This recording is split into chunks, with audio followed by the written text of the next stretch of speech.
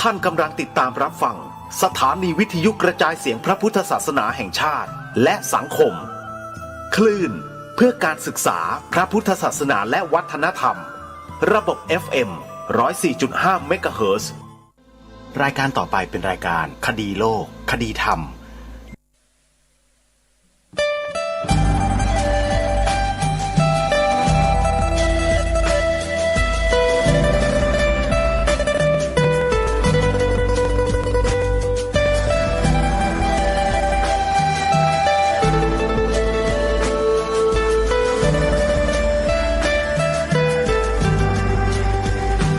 กล้าคิดก็ต้องกล้าทำอย่ากลัวถ้าทำความดีเป็นศึกษาปัญหาให้ทันท่วงทีเมืองไทยจะพัฒนากว่านี้รายการดีๆคดีโลกคดีธรรมขอรำพันบรรยายความคิดเครื่องหมายแห่งสีทั้งสามงามถนัดขาวคือบริสุทธิ์สีสวัสดิ์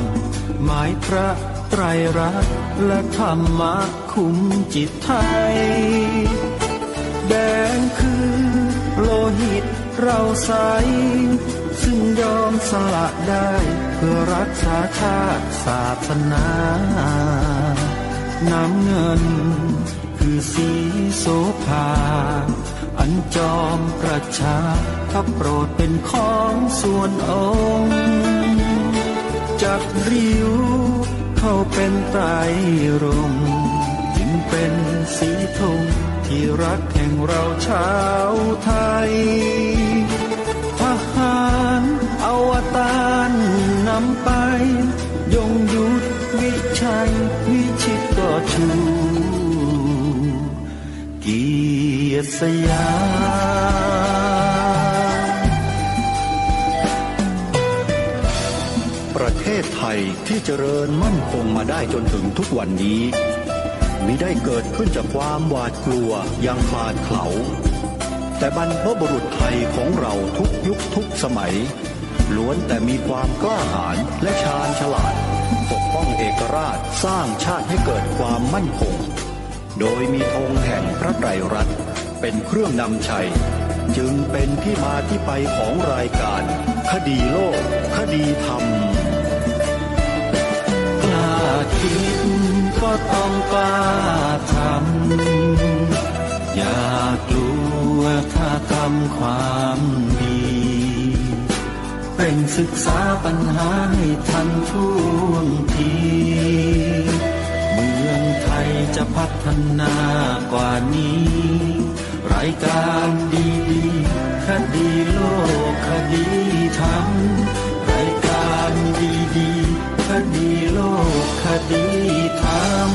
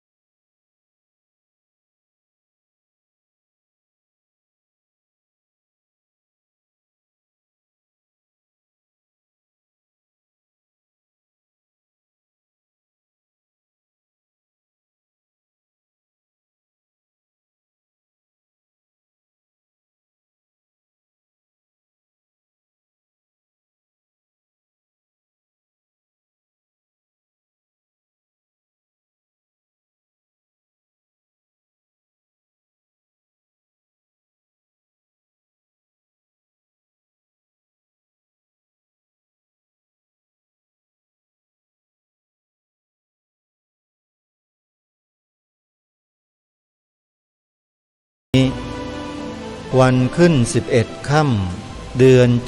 7วันนี้ตรงกับวันศุกร์ที่10มิถุนายนพระพุทธศักราช2565 รายการคดีโลกคดีธรรมมาพบกับท่านผู้ฟังเป็นปกติทุกวันจันทร์ถึงวันศุกร์และวันเสาร์อาทิตย์ทางสถานีวิทยุแห่งนี้ท่านผู้ฟังสามารถดาวน์โหลดแอปพลิเคชันวิทยุพุทธศาสนาทั่วไทยเพื่อติดตามรับฟังรายการนี้ได้เป็นประจำทุกวันแอปพลิเคชันนี้รวบรวมสถานีวิทยุพระพุทธศาสนาแห่งชาติในจังหวัดต่างๆมาไว้ในที่เดียวกันแล้วเปิดธรรมบรรยายในหลายมิติให้พวกเราได้สดับรับฟังกันตลอด24ชั่วโมงขอเรียนเชิญเจริญพรสาธุชนทุกๆท่านมีส่วนร่วมในงานเผยแผ่ธรรมกับทางรายการโดยการบอกต่อให้ผู้อื่นดาวน์โหลดแอปพลิเคชันนี้ไว้ในโทรศัพท์มือถือเพื่อคอยติดตามรับฟังศึกษาเรียนรู้พระธรรมคำสอนขององค์สมเด็จพระบรมศาสดาสัมมาสัมพุทธเจ้าด้วยกันได้บุญอย่างมากมายท่านสาธุชนทั้งหลายในช่วงที่ผ่านมาทางรายการได้ปรารภถึงเรื่องแนวความคิดของคนซึ่งเป็นเรื่องที่มีความสำคัญมากองค์สมเด็จพระบรมศาสดาสัมมาสัมพุทธเจ้า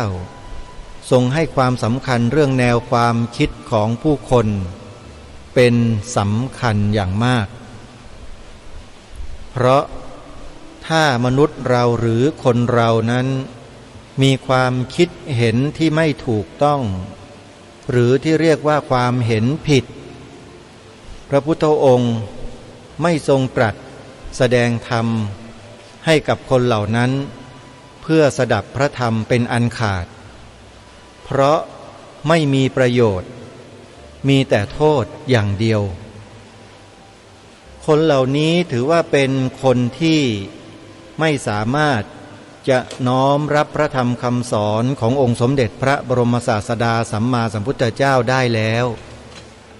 มีแต่จะทำลายตัวเองและเหล่าบรรดาสาวกของตนเองอยู่ต่อเนื่องแล้วบั้นปลายของชีวิตไปสู่ภพภูมิหน้านั้นองค์สมเด็จพระสัมมาสัมพุทธเจ้าตรัสไว้ชัดเลยว่าบุคคลที่เป็นอุจเฉททิฏฐิก็ดีนัตถิกะทิฏฐิก็ดีเหล่านี้ทั้งหมดทั้งสิ้นเมื่อจุติจากโลกนี้ไปแล้วจะไปปฏิสนธิอยู่ในอบายภูมิเท่านั้นนี่คือเรื่องที่องค์สมเด็จพระสัมมาสัมพุทธเจ้าตรัสแสดงไว้ซึ่งเรื่องเหล่านี้ท่านสามารถที่จะติดตามรับฟังธรรมบรรยายของครูบาอาจารย์ของเราที่มีปรากฏอยู่ในแอปพลิเคชันดังกล่าวได้จึงได้บอกกับท่านทั้งหลายให้ช่วยการบอกต่อให้ญาติธรรมเพื่อนมิตรสหายของเรานั้นได้ดาวน์โหลดแอปพลิเคชันวิทยุพุทธศาสนาทั่วไทยแอปนี้ไว้ในโทรศัพท์มือถือให้ทั่วถึงกันอันนี้คือประโยชน์โดยตรงที่เราสามารถรับได้โดยง่ายและสะดวกที่สุดรายการคดีโลกคดีธรรมขอสนับสนุนให้พวกเราทุกท่านทุกคนช่วยกันเผยแพร่แอปพลิเคชันดังกล่าวเพื่อส่งเสริมการทำงานเผยแผ่ธรรมของครูบาอาจารย์ของเราในแต่ละรูปแต่ละท่านที่ท่านมุ่งมั่นจัดตั้งสถานีวิทยุพระพุทธศาสนาขึ้นมาในพื้นที่ต่างๆของประเทศช่วยกันนะท่านผู้ฟังได้บุญด้วยกันวันนี้รายการคดีโลกคดีธรรม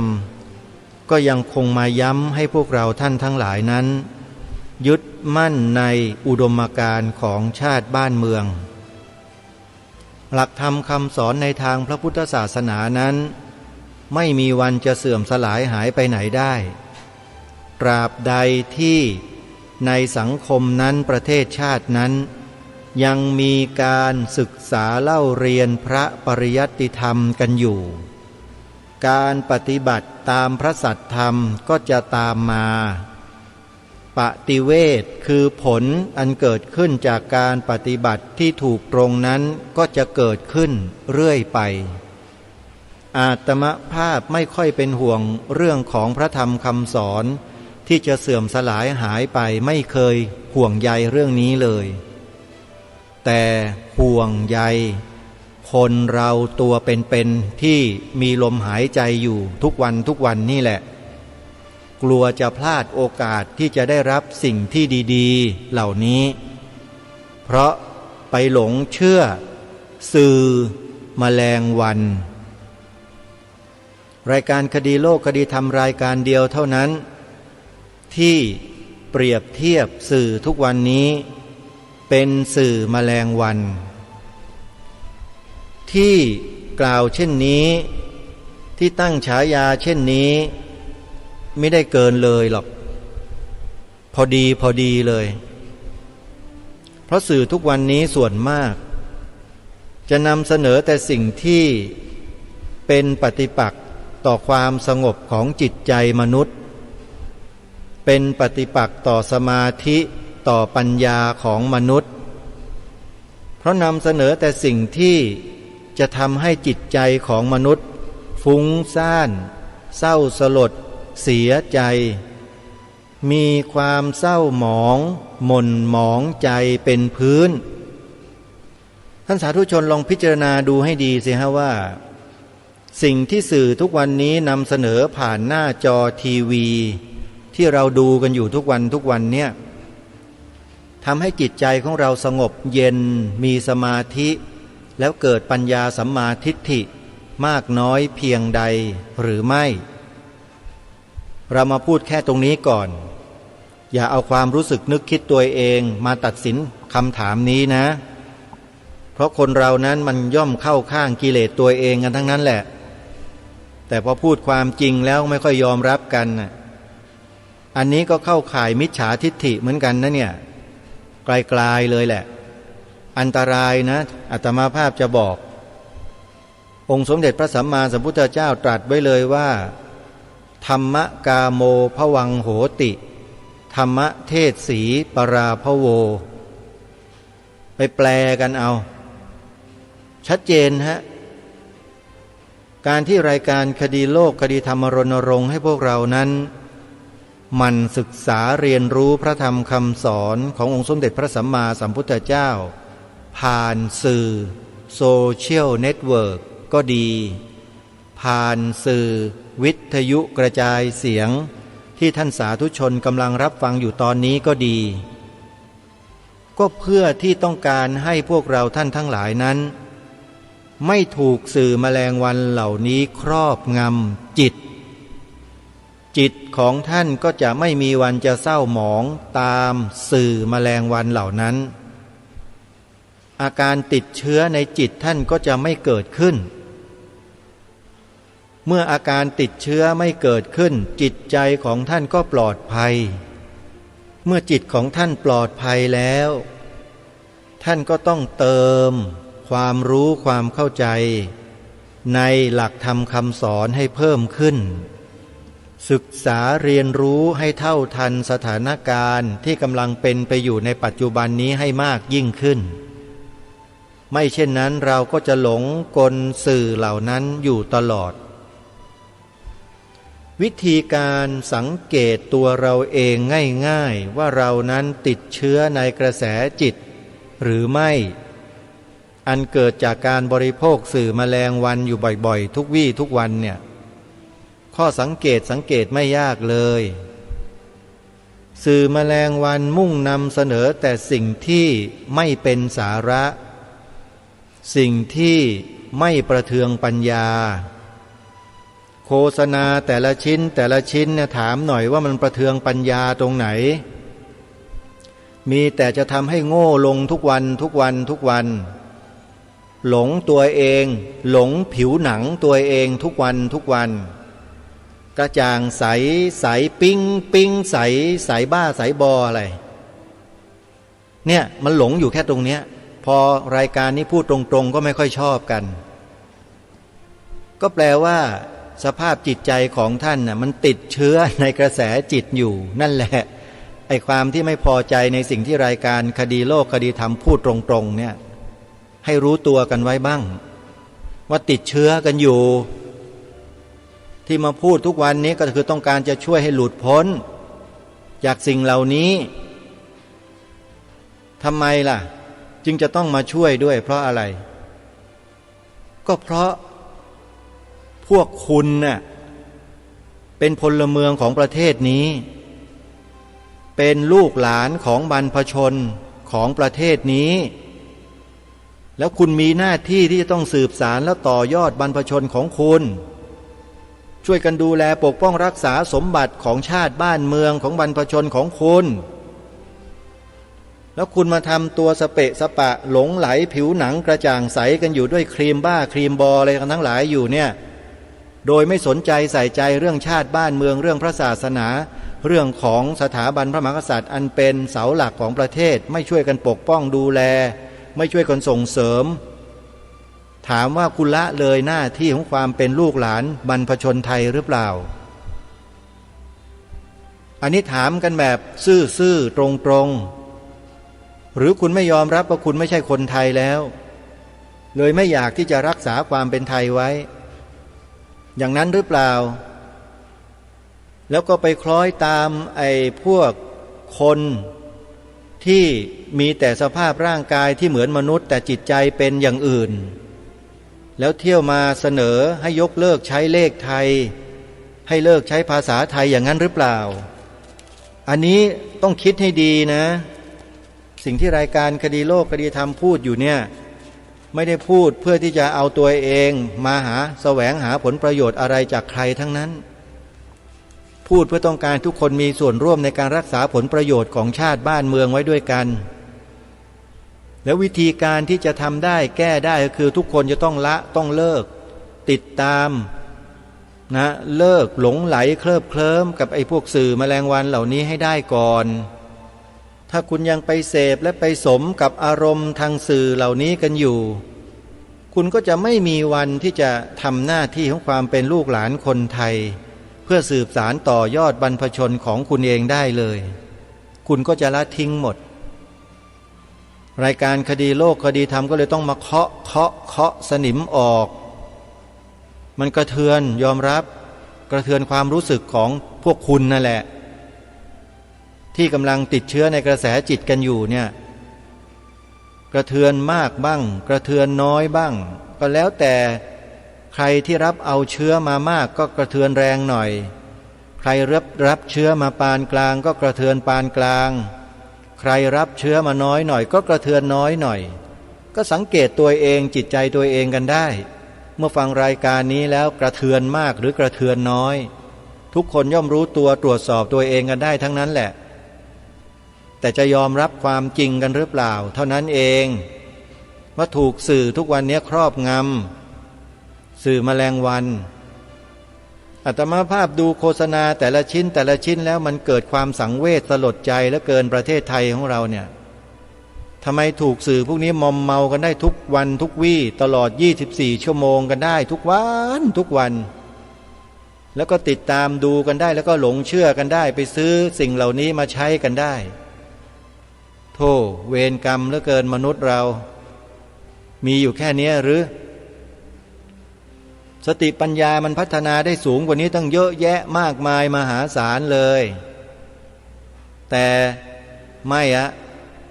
ฉันยินดีฉันพอใจจะอยู่แค่นี้มีปัญหาอะไรไหมเล่าคนเห็นแก่ตัวทั้งนั้นเลยถ้าพูดแบบเนี้ยคนเห็นแก่ตัวแล้วมันก็จะเข้าข่ายเป็นคนอกตัญญูด้วยแล้วคนเหล่านี้ดีไหมล่ะคนอกตัญญูเนี่ยดีไหมท่านผู้ฟังลองพิจารณาดูตัวคนที่เป็นอยู่ด้วยลองพิจารณาตัวเองนะว่าดีไหมนั่นน่ะเป็นคนอกตัญญู นี่แหละมันมีเหตุมีปัจจัยและมีผลออกมาแบบนี้รายการนี้จึงมาลำดับขั้นของการเกิดขึ้นแห่งมิจฉาทิฏฐิแบบง่ายๆเข้าใจง่ายๆให้ฟังซึ่งมันโดนตรงๆเลยทุกคนโดนที่กระทำตัวอย่างนี้อยู่โดนหมดกระทบความรู้สึกไอ้ความรู้สึกตรงนั้นน่ะรู้จักมันหรือเปล่าว่ามันคืออะไรไม่รู้จักอีกก็ยังคิดว่าเป็นอัตตาเป็นตัวตนเป็นตัวกูของกูเนี่ยมันก็เป็นมิจฉาทิฏฐิอยู่นั่นไงเห็นไหมมันเริ่มแล้วนะมันเริ่มแล้วสักกายทิฏฐิมันจะหนาขึ้นโตขึ้นใหญ่ขึ้นมันจะกลายเป็นอัตวาทุปาทานขึ้นมามันกลายเป็นปฏิฆะโทสะเป็นโทมนัสขึ้นมาจิตใจมันจะมีแต่เศร้าหมองอยู่ตลอดเวลาโกรธง่ายโมโหง่ายไม่พอใจง่าย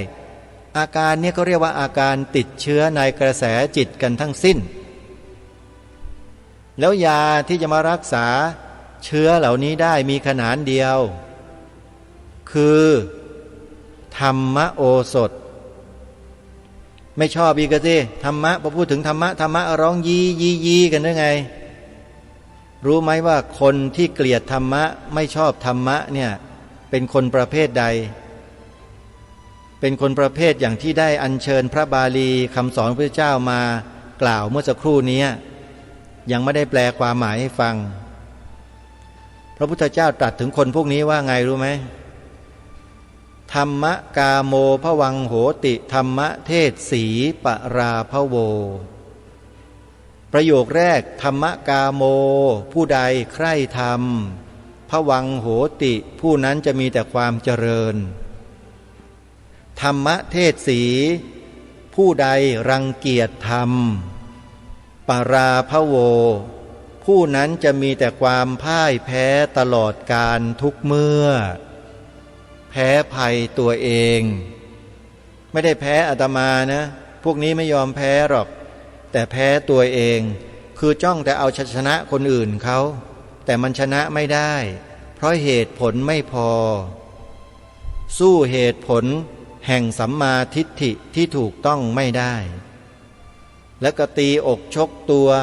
โกรธแค้นสารพัดสารเพอะไรต่างๆแล้วก็กระทำบาปกระทำกรรมกันเรื่อยไปนี่คือผลอันเกิดขึ้นจากการติดเชื้อในกระแสจิต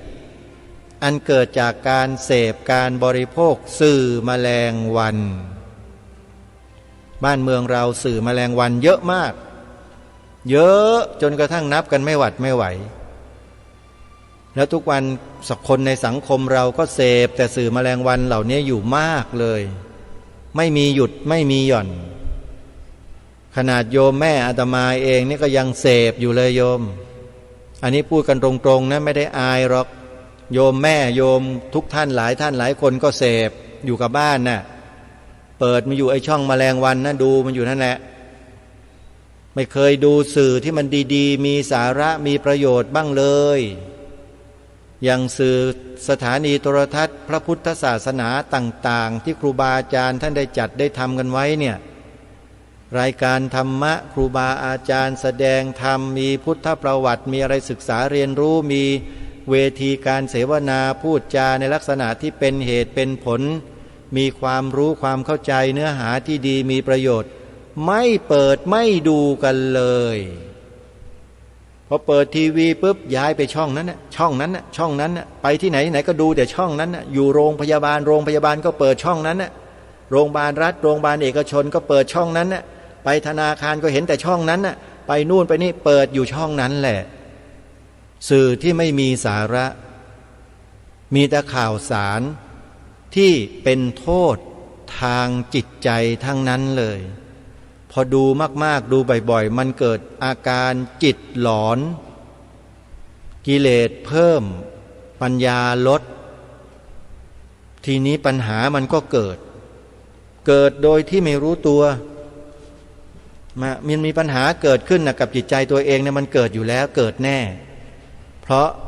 มันขาดสติและสัมปชัญญะในการพิจารณาปัญญามันก็ไม่เกิด ก็ถูกสื่อเหล่านี้ครอบงำอยู่ทุกวันทุกวันทุกวันเสพดูเสพดูเสพเสร็จแล้วก็มาเรียนแบบ เสร็จแล้วก็ไปซื้อไปหาตามที่สื่อนั้นโฆษณาชวนเชื่อมันเป็นอยู่อย่างนี้ในสังคมเป็นอย่างนี้ทั้งนั้นเลยเยอะมากเลยแม้แต่พระสงฆ์เราบางรูปลาสิกขาไปแล้วก็ไปทำตามสื่อพวกเนี้ยโดนสื่อพวกเนี้ยจัดการเรียบเลยคล้อยตามเข้าไปหมดที่เห็นน่ะแล้วก็อ้างว่าเป็นการทำมาหากินใช่อาชีพอื่นที่ทำมาหากินแล้วทำให้จิตใจร่างกายของเรานะมีบุญมีกุศลเกิดขึ้นเยอะแยะก็มีแต่ไม่พูดถึงไม่ทำอ่ะฉันจะทำแบบเนี้ยเห็นเขาทำกันฉันก็ทำด้วยเสียภูมิเสียภพหมดอันนี้ใครจะว่ายังไงก็ช่างนะสำหรับรายการคดีโลกคดีธรรมแล้วพิจารณาและวิเคราะห์สิ่งเหล่านี้มานาน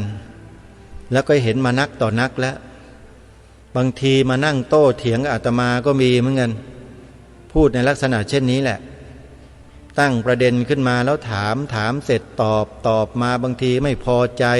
ตอบได้ก็ดีตอบไม่ได้ก็ไม่พอใจตอบผิดก็โมโหโทโสนี่อาการพวกติดเชื้อในกระแสจิตมันจะมีลักษณะแบบนี้กันทั้งนั้นเลยพอสู้เหตุสู้ผลไม่ได้เนี่ยก็โกร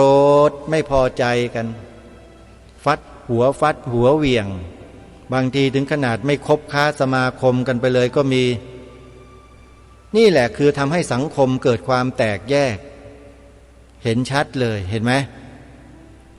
มันสาเหตุมาจากการเสพการบริโภคสื่อที่ไม่มีสาระอยู่เนืองนั่นแหละแล้วก็ทำให้จิตใจนั้นฟุ้งซ่านนะจิตใจฟุ้งซ่านจิตใจโลภโมโทสันจิตใจขี้โกรธอะไรต่างๆนะมีปฏิฆะอยู่ในจิตในใจมากมายเหลือเกินความไม่พอใจเนี่ยมันมีอยู่ตลอดเวลามันพร้อมที่จะฟุ้งขึ้นมาแสดงอาการออกมาทางสีหน้าทางกายวาจาได้ตลอดผลอันเกิดจากการเสพบริโภคสื่อแมลงวัน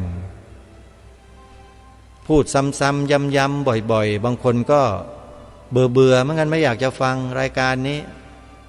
ก็บอกกับท่านแล้วไงว่าคนที่มีอาการติดเชื้อในกระแสจิตมันก็จะมีลักษณะแบบนี้แหละเป็นเรื่องปกติธรรมดานะอาตมาภาพไม่ได้เดือดร้อนเพราะใครไม่ฟังใครไม่ติดตามเลิกฟังไม่ได้เดือดร้อนด้วยเลยเพราะรู้อยู่ว่าเขามีอาการเป็นเช่นไรแต่อาตมาภาพให้ความใส่ใจและสนใจคนที่ติดตามรับฟังและมีความรู้ความเข้าใจมีกำลังใจ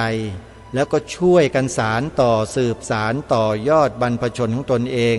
อันนี้แหละเป็นสิ่งที่อาตมาภาพให้ความใส่ใจเหมือนอย่างโยมแม่สุบินแสงสคูโยมพ่อคำสอนสมอาสาเป็นต้นที่อยู่วัดบ้านปลาคูนกันนะจัดรายการวิทยุกันอยู่เนี่ยช่วยกันรณรงค์ช่วยกันพูดช่วยกันร้องเพลงรายการคดีโลกคดีธรรมกันน่าภาคภูมิใจมากเป็นพี่น่ายกย่องน่าสรรเสริญกันอย่างมากนี่แหละคนแบบนี้แหละเจริญฝ่ายเดียวธรรมกาโมภวังโหติคนเหล่านี้จะเป็นแบบนี้หมดใคร่ในธรรม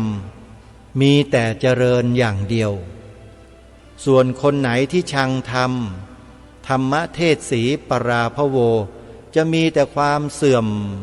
ความหายนะเข้ามาสู่ชีวิตตลอดเวลาเลือกได้นะชีวิตนี้เลือกได้ใครบอกว่าเลือกไม่ได้เลือกได้แม้แต่เลือกผิดอยู่เนี่ยทุกวันเลือกผิดอยู่ฟังผิดเสพผิดอยู่ยังสามารถกลับมาเสพมาเลือกสิ่งที่เป็นประโยชน์เป็นสาระได้ไม่ใช่ไม่ได้นะได้แต่ไม่ถอนตัวออกมาเองอันนี้ช่วยไม่ได้นะไม่ช่วยไม่ได้จริงๆเราทำได้อย่างมากก็ชี้ทางบอกชี้ทางออกบอกทางถูกให้เท่านั้นเองนะฮะวิธีการไม่ยากเลย ก็เลิกดูเลิกเสพเลิกฟังสื่อแมลงวันก่อนเลิกได้วันหนึ่งนะลองเลิกดูสักวันนี้ไม่เปิดไม่ดูมันวันหนึ่งนั่งอยู่เงียบๆเฉยๆเนี่ยทำนู่นทำนี่โดยไม่ต้องเปิดทีวีสื่อแมลงวันดูสักวันนี้ลองดูชีวิตเนี่ยมันจะตายไหมปรากฏว่าไม่ตายฮะวันหนึ่งเข้าท่านะดูซะหน่อยนะผ่านมาวันหนึ่งแล้วมันมีอะไรบ้างใจมายังถอนไม่ออกถอนไม่ขึ้นก็ลองเปิดดูดูไปเพลินลืมดูยาวเลยทีนี้นึกขึ้นได้ฟังรายการคดีโลกคดีธรรมเคาะกระบาลสักทีหนึ่งหยุดดูฮะพอหยุดดูแล้วคราวที่แล้ววันหนึ่งได้วันนี้ลองดูซิไม่เปิดดู2 วันมันจะเป็นยังไงเนี่ยมันเป็นการปฏิบัติธรรมอย่างหนึ่งโดยที่พวกเราเองนะไม่รู้หรอกว่ามันเป็นการปฏิบัติธรรมคือการฝืนต่ออำนาจกิเลสที่มันเป็นเชื้อที่ติดอยู่ในกระแสจิตเนี่ยเขาเรียกว่ากิเลสทวนกระแสมันคือให้ตัดวงจรมันทิ้งวงจรทางอายตนะคือทางตาทางหูเนี่ยอย่าไปป้อนให้มันกินแค่นั้นเองทุกวันเนี่ยเราไปไม่ได้ป้อนนะเราไปตักกินกันเองเลยไปเปิดแก๊กขึ้นมาก็ไปช่องนั้นเลยช่องไหนที่ดูกันอยู่ทุกวันน่ะคงไม่ต้องบอกนะทุกคนรู้อยู่แล้วว่าชอบดูช่องไหนอาตมาก็ดูเหมือนกันดูด้วยวิจารณญาณดูด้วยสติด้วยปัญญาด้วยโยนิโสมนสิการนั่งดูมันว่าคนมันติดกันได้ยังไงไอ้สื่อช่องเนี้ยมันดูกันจังเลยพวกวัยรุ่นชอบดูอะไรอาตมาก็ไปนั่งดูแล้วมันชอบอะไรมันกรี๊ดมันกราดมันกระดีกระดาอะไรก็ไปจับจุดได้แต่ละจุดแต่ละอย่างก็เลยมานั่งวิเคราะห์พิจารณาดูเพราะสิ่งนี้มีสิ่งนี้จึงมีเพราะสิ่งนี้เกิดสิ่งนี้จึงเกิดอาตมาภาพก็นำมาโยนลงไว้ที่ขุมของปฏิจจสมุปบาทแล้วมานั่งลำดับปัจจัยทั้งหลายทั้งปวงที่ทำให้สิ่งเหล่านี้เกิดขึ้นโดยลำดับตามลำดับขั้นก็มองเห็นทุกสิ่งทุกอย่างอล่างช่างหมดเลยเข้าใจมันมันเป็นเช่นนี้นี่เองมองไปถึงคนผลิตสื่อผลิตรายการโน่นว่าเขาคิดอะไรมันไม่ใช่ธรรมดานะเรื่องพวกนี้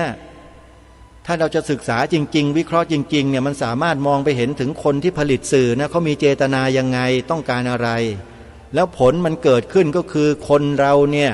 ที่ไปเปิดดูแล้วกระดีกระได้เฮฮาสนุกสนานนี่แหละผลที่ผู้ผลิตเหล่านั้นเขาต้องการให้มันเกิดแล้วคนไทยเราก็เป็นกันอย่างเงี้ยน้ำเน่ากันทั้งบ้านทั้งเมืองนะดูแต่ละครน้ำเน่าดูแต่โฆษณาเน่าเหม็นแต่ก็บอกว่าหอมสวยผิวใสกระจ่างพระโทอาตมาภาพนี่มานั่งดู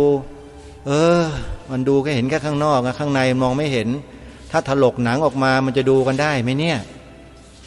แล้วก็พิจารณาตามที่องค์สมเด็จพระสัมมาสัมพุทธเจ้าตรัสสอนเราว่าอารมณ์เหล่านี้ที่มันเข้ามาทางตาก็ดีทางหูก็ดีเนี่ยมีกรรมฐานข้อไหนที่มาสกัดกั้นแล้วแก้อารมณ์เหล่านี้กลับร้ายให้กลายเป็นดีได้มีหมดแหละก็นำมาใช้ในสนามรบในขณะที่ตาหูกำลังเสพอยู่นั่นแหละเอามาปฏิบัติเดี๋ยวนั้นหน้าจอช่องนั้นเลยการปฏิบัติธรรมเนี่ยเขาจำกัดสถานที่จำกัดเวลาที่ไหนเล่าไม่มีความว่าจำกัดหรอกท่านปฏิบัติได้ตลอดตราบใดที่ยังมีตาหูจมูกลิ้นกายใจอยู่นี่ปฏิบัติได้ตลอดเขาปฏิบัติที่อายตนะไม่ได้ปฏิบัติสถานที่นู้นสถานที่นี้ไม่ใช่อันนั้นเป็นเพียงแค่สถานที่แต่จริงๆแล้วการปฏิบัติธรรมเขาปฏิบัติกันที่อายตนะตาหูจมูกลิ้นกายใจมีสติกำหนดรู้ดูอาการเป็นไปของตาหูจมูกลิ้นกายใจที่กำลังรับอารมณ์ทั้ง6เข้ามามีรูปเสียงกลิ่นรสสัมผัสธรรมารมณ์ศึกษาเรียนรู้สิ่งเหล่านี้ให้เข้าใจให้แตกฉานพอสมควรเพื่อนำมาวิเคราะห์เจาะลึกลงไปในเหตุและปัจจัยของสิ่งเหล่านั้น ให้เห็นอย่างชัดแจ้งแล้วใช้หลักสามัญญตาทั้งสามอนิจจังทุกขังอนัตตานั้นมาปูพื้นเอาไว้เลยให้เป็นพื้นไว้พิจารณาบนพื้นฐานนี้นะเพราะมีพื้นฐานนี้เท่านั้นพื้นฐานอื่นไม่ใช่นิจจังสุขขังอัตตาไม่มีแต่อนิจจังทุกขังอนัตตาเท่านั้นสรรพสิ่งทั้งหลายทั้งปวงที่มีอยู่ในสกลจักรวาลทั้งหมดตกอยู่ภายใต้ของกฎไตรลักษณ์ทั้งสิ้นยึดหลักนี้ไว้พอยึดหลักนี้ไว้ได้แล้วทีนี้ก็พิจารณาไปตามอาการที่เป็นไปอันไหนที่ชัดอันไหนที่เด่นเอาสติเข้าไปกำหนดรู้ทางนั้นเลยอย่างตากระทบรูปชัดสติกำหนดรู้ดูอาการเป็นไปของตากับรูปมากระทบกันเรียกว่าผัสสะเมื่อผัสสะแล้วมันเกิดอะไรขึ้นเวทนาแล้วเกิดอะไรขึ้นความชอบความไม่ชอบมันจะตามมาถ้ารูปนั้นสวยงามความชอบเกิดถ้ารูปนั้นไม่สวยไม่งามความไม่ชอบมันเกิดนั่นคือเรื่องของสภาวะของจิตกับเจตสิกที่มันกำลังปรุงแต่งอารมณ์ที่มากระทบทางตาของเราอยู่พิจารณาอย่างนี้เนืองก็จะมองเห็นอาการเกิดขึ้นตั้งอยู่ดับไปเกิดขึ้นตั้งอยู่ดับไปของสรรพสิ่งเหล่านี้เขาเรียกว่ารูปกับนามเห็นชัดเจนเลยพอเห็นชัดแล้วอย่างอื่นไม่ว่าจะเป็นหูจมูกลิ้นกายแม้แต่กระทั่งใจก็มีอาการเดียวกันหมดคือการกระทบแล้วก็เกิดเวทนาเมื่อเกิดเวทนาแล้วตัณหาก็ตามมาเมื่อตัณหาเกิดอุปาทานก็เกิดภพชาติชรามรณะโสกะปริเทวะทุกขโทมนัสอุปาญาตเกิดมาโดยลำดับเช่นนี้แหละไม่มีอะไรเลยที่เป็นสาระเป็นแก่นสาร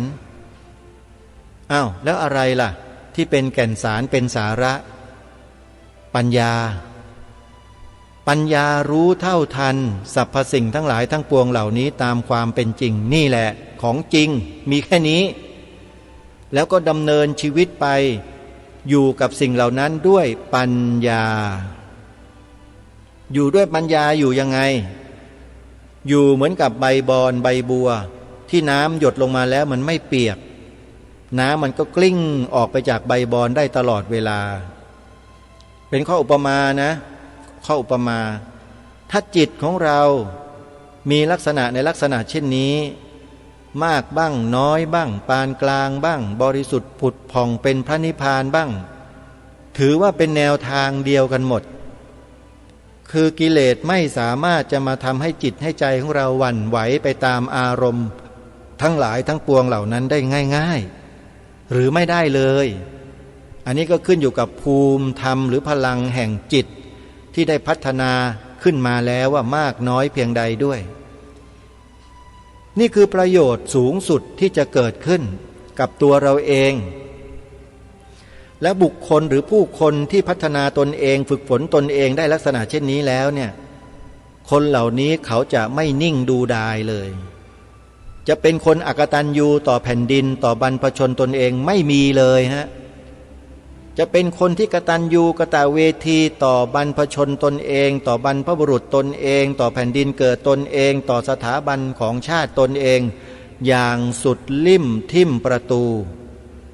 บางทีไอ้พวกคนพาลมันก็กล่าวหาว่าคลั่งชาติบ้างนะหาว่าอะไรต่อไม่อะไรบ้างไม่เป็นไรคนพาลมันก็คือคนพาลวันยังค่ำนั่นแหละมันจะเป็นบัณฑิตไปไม่ได้เหมือนกับพวกมิจฉาทิฏฐิ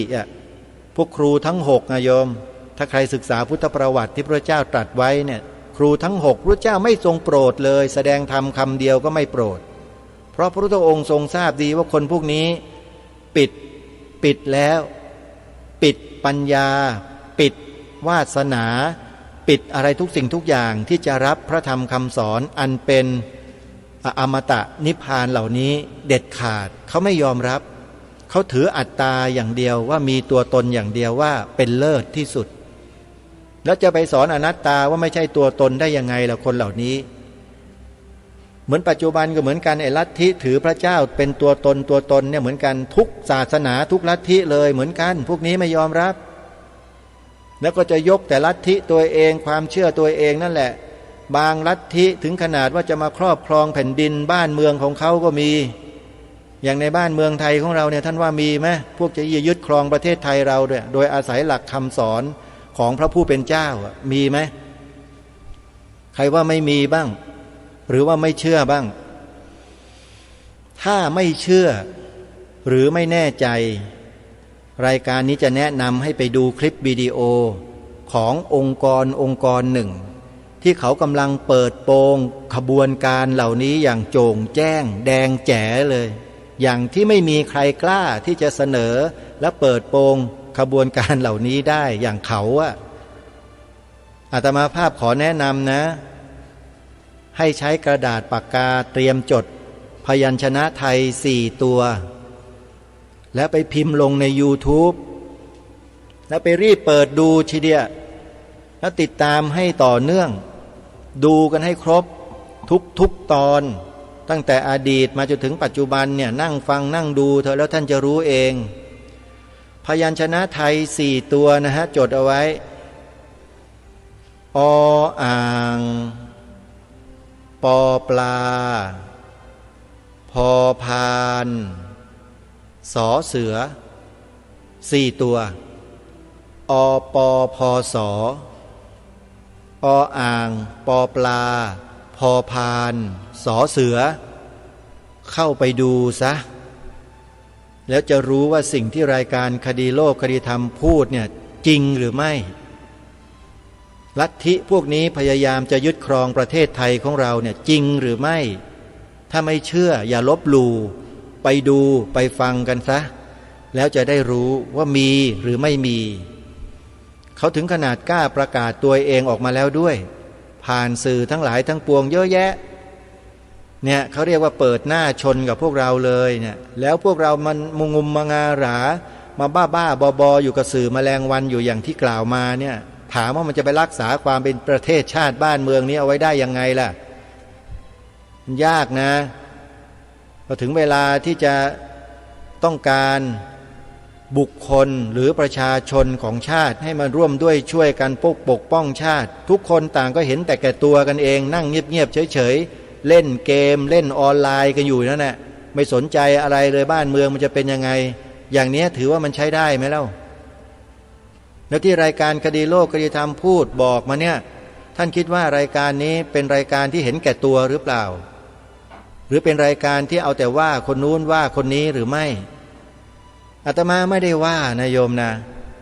เพียงแค่มาเปิดให้ฟังเปิดเผยให้ฟังให้ดูกันว่าทุกวันนี้คนในสังคมไทยของเราเนี่ยส่วนมากเนี่ยกำลังดำเนินแนวทางของชีวิตตนเองไปกับสิ่งใดแล้วสิ่งนั้นน่ะมันก่อให้เกิดอะไรขึ้นในชีวิตของเราในประเทศชาติบ้านเมืองของเราที่เป็นประโยชน์ต่อชาติบ้านเมืองเรามีไหมอันนี้แหละที่ทางรายการพยายามที่จะย้ำให้พวกเราให้ยอมรับความจริงในข้อนี้กันให้ยอมรับนะฮะเพราะนี่คือความจริงของบ้านเมืองเราและเป็นความถูกต้องด้วย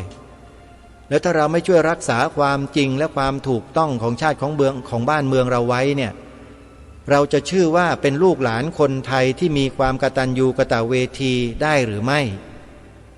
เรียกไม่ได้เลยฮะมันก็ต้องกลายเป็นคนอกตัญญูต่อแผ่นดินต่อบรรพบุรุษตัวเองแล้วคนเหล่านี้เป็นคนดีหรือเปล่าเมื่อเป็นคนไม่ดีแล้วสมควรไหมล่ะจะให้มามีส่วนในการพัฒนาบริหารกิจการบ้านเมืองในแง่มุมต่างๆสมควรไหมคนพวกนี้ประเภทนี้สมควรไหมโยม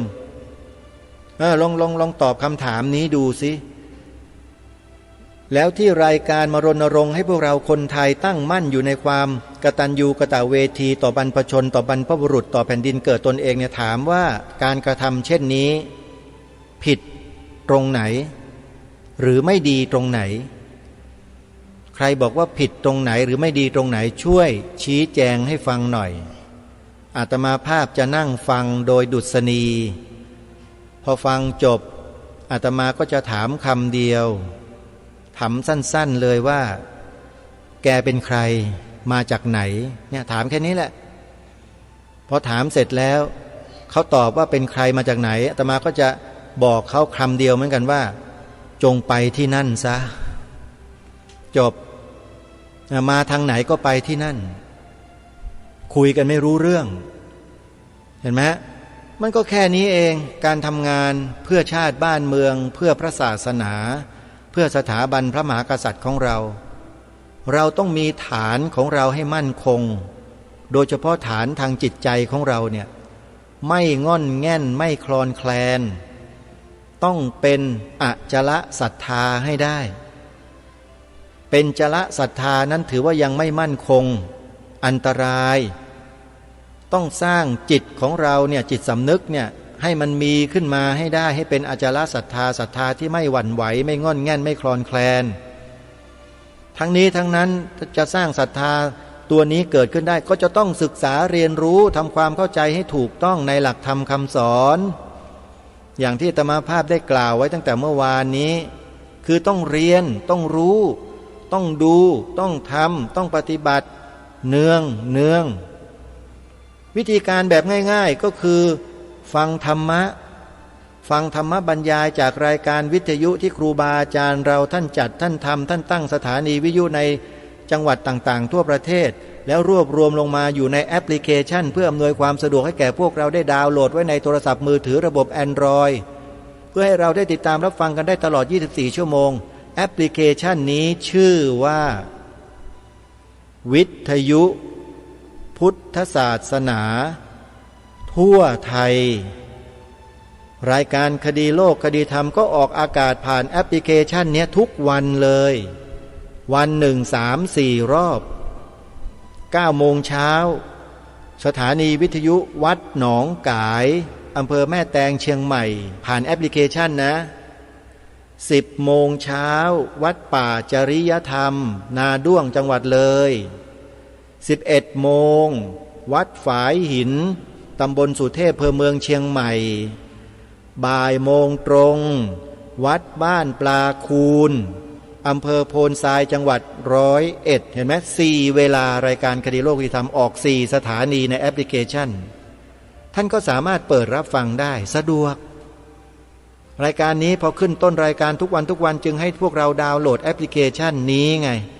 เพื่อติดตามรับฟังรายการธรรมะสาระอื่นๆอีกเยอะแยะมากมายไม่ใช่มีเฉพาะรายการคดีโลกคดีธรรมอย่างเดียวนะโยม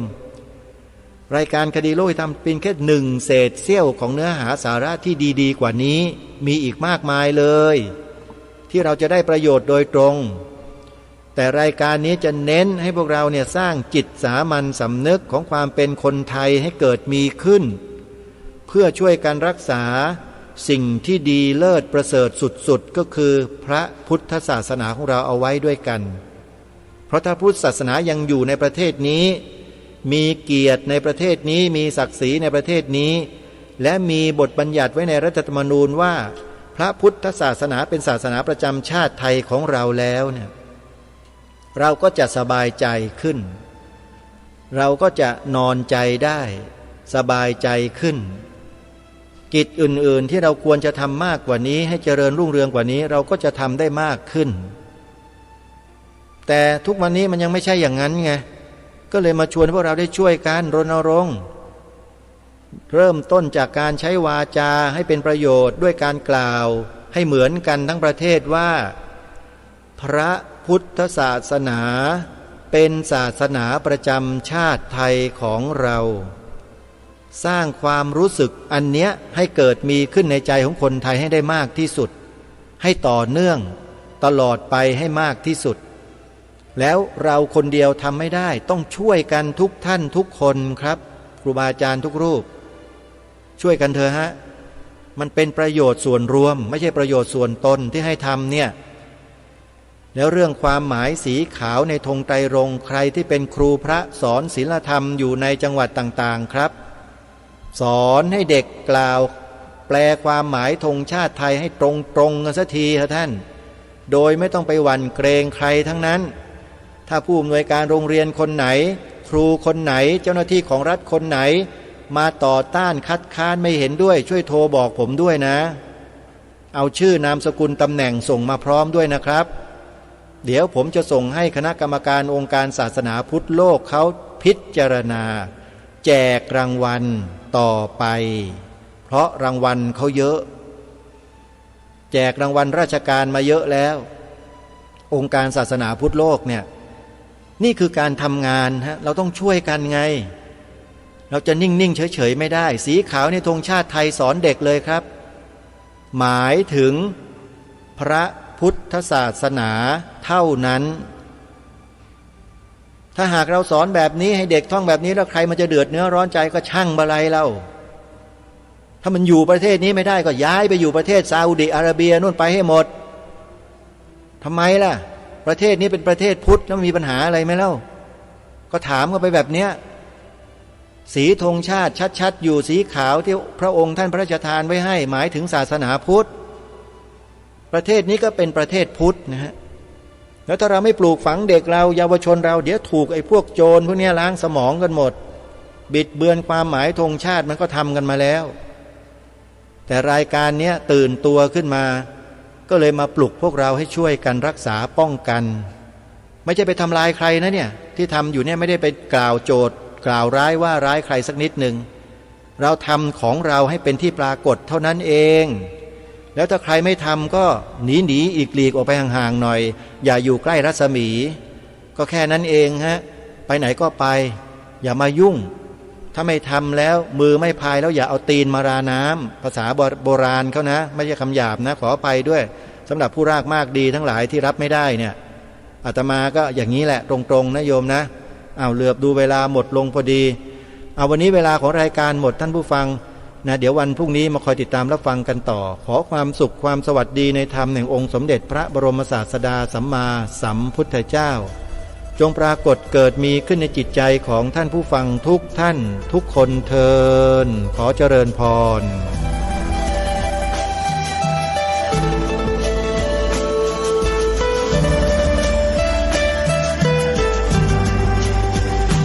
กล้าคิด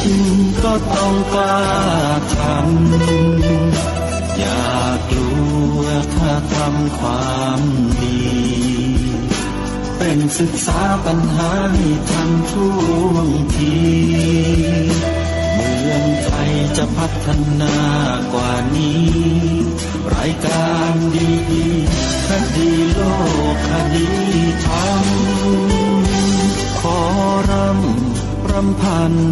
บรรยายความคิดเครื่องหมายแห่งสีทั้งสามงามถนัดขาวคือบริสุทธิ์สีสวัสดิ์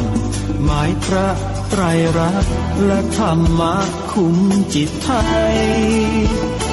แดงคือโลหิตเราใสซึ่งยอมสละได้เพื่อรักษาชาติศาสนาน้ำเงิน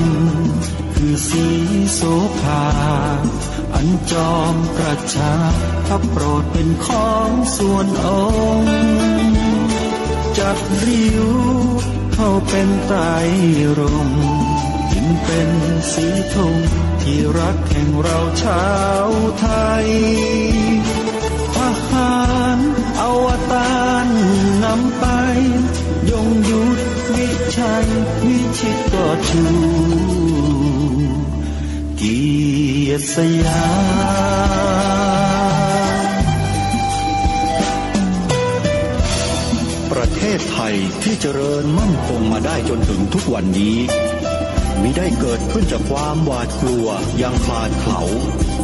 แต่บรรพบุรุษไทยของเราทุกยุคทุกสมัยล้วนแต่มีความกล้าหาญและชาญฉลาดปกป้องเอกราชสร้างชาติให้เกิดความมั่นคงโดยมีธงแห่งพระไตรรัตน์เป็นเครื่องนำชัยจึงเป็นที่มาที่ไปของรายการคดีโลกคดีธรรมกล้าคิดก็ต้องกล้าทำอย่ากลัวถ้าทำความดีเป็นศึกษาปัญหาให้ทันท่วงทีเมืองไทยจะพัฒนากว่านี้รายการดีๆ ดีโลกคดีธรรมรายการดีๆคดีโลกคดีธรรม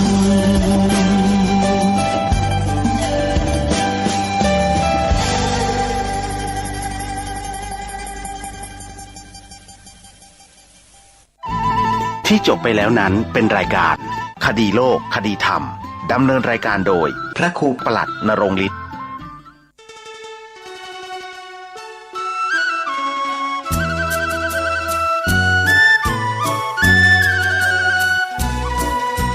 ภัยทั้งหลายที่ผ่านพ้นไปนั่นสุขบ้างทุกข์บ้างมันเป็นธรรมชาติของชีวิตแต่ขอทั้งวัดทั้งบ้านทั้งราชการทั้งโรงเรียนครูบาอาจารย์ได้สมัครสมานสามัคคีกลมเกลียวอย่าแตกความสามัคคีกันรู้รักสามัคคีประสานกายใจกันไว้เพราะประเทศไทยพระพุทธศาสนาเป็นศาสนาประจำชาติไทยเพราะฉะนั้นคนไทยมีคุณธรรมประจำใจ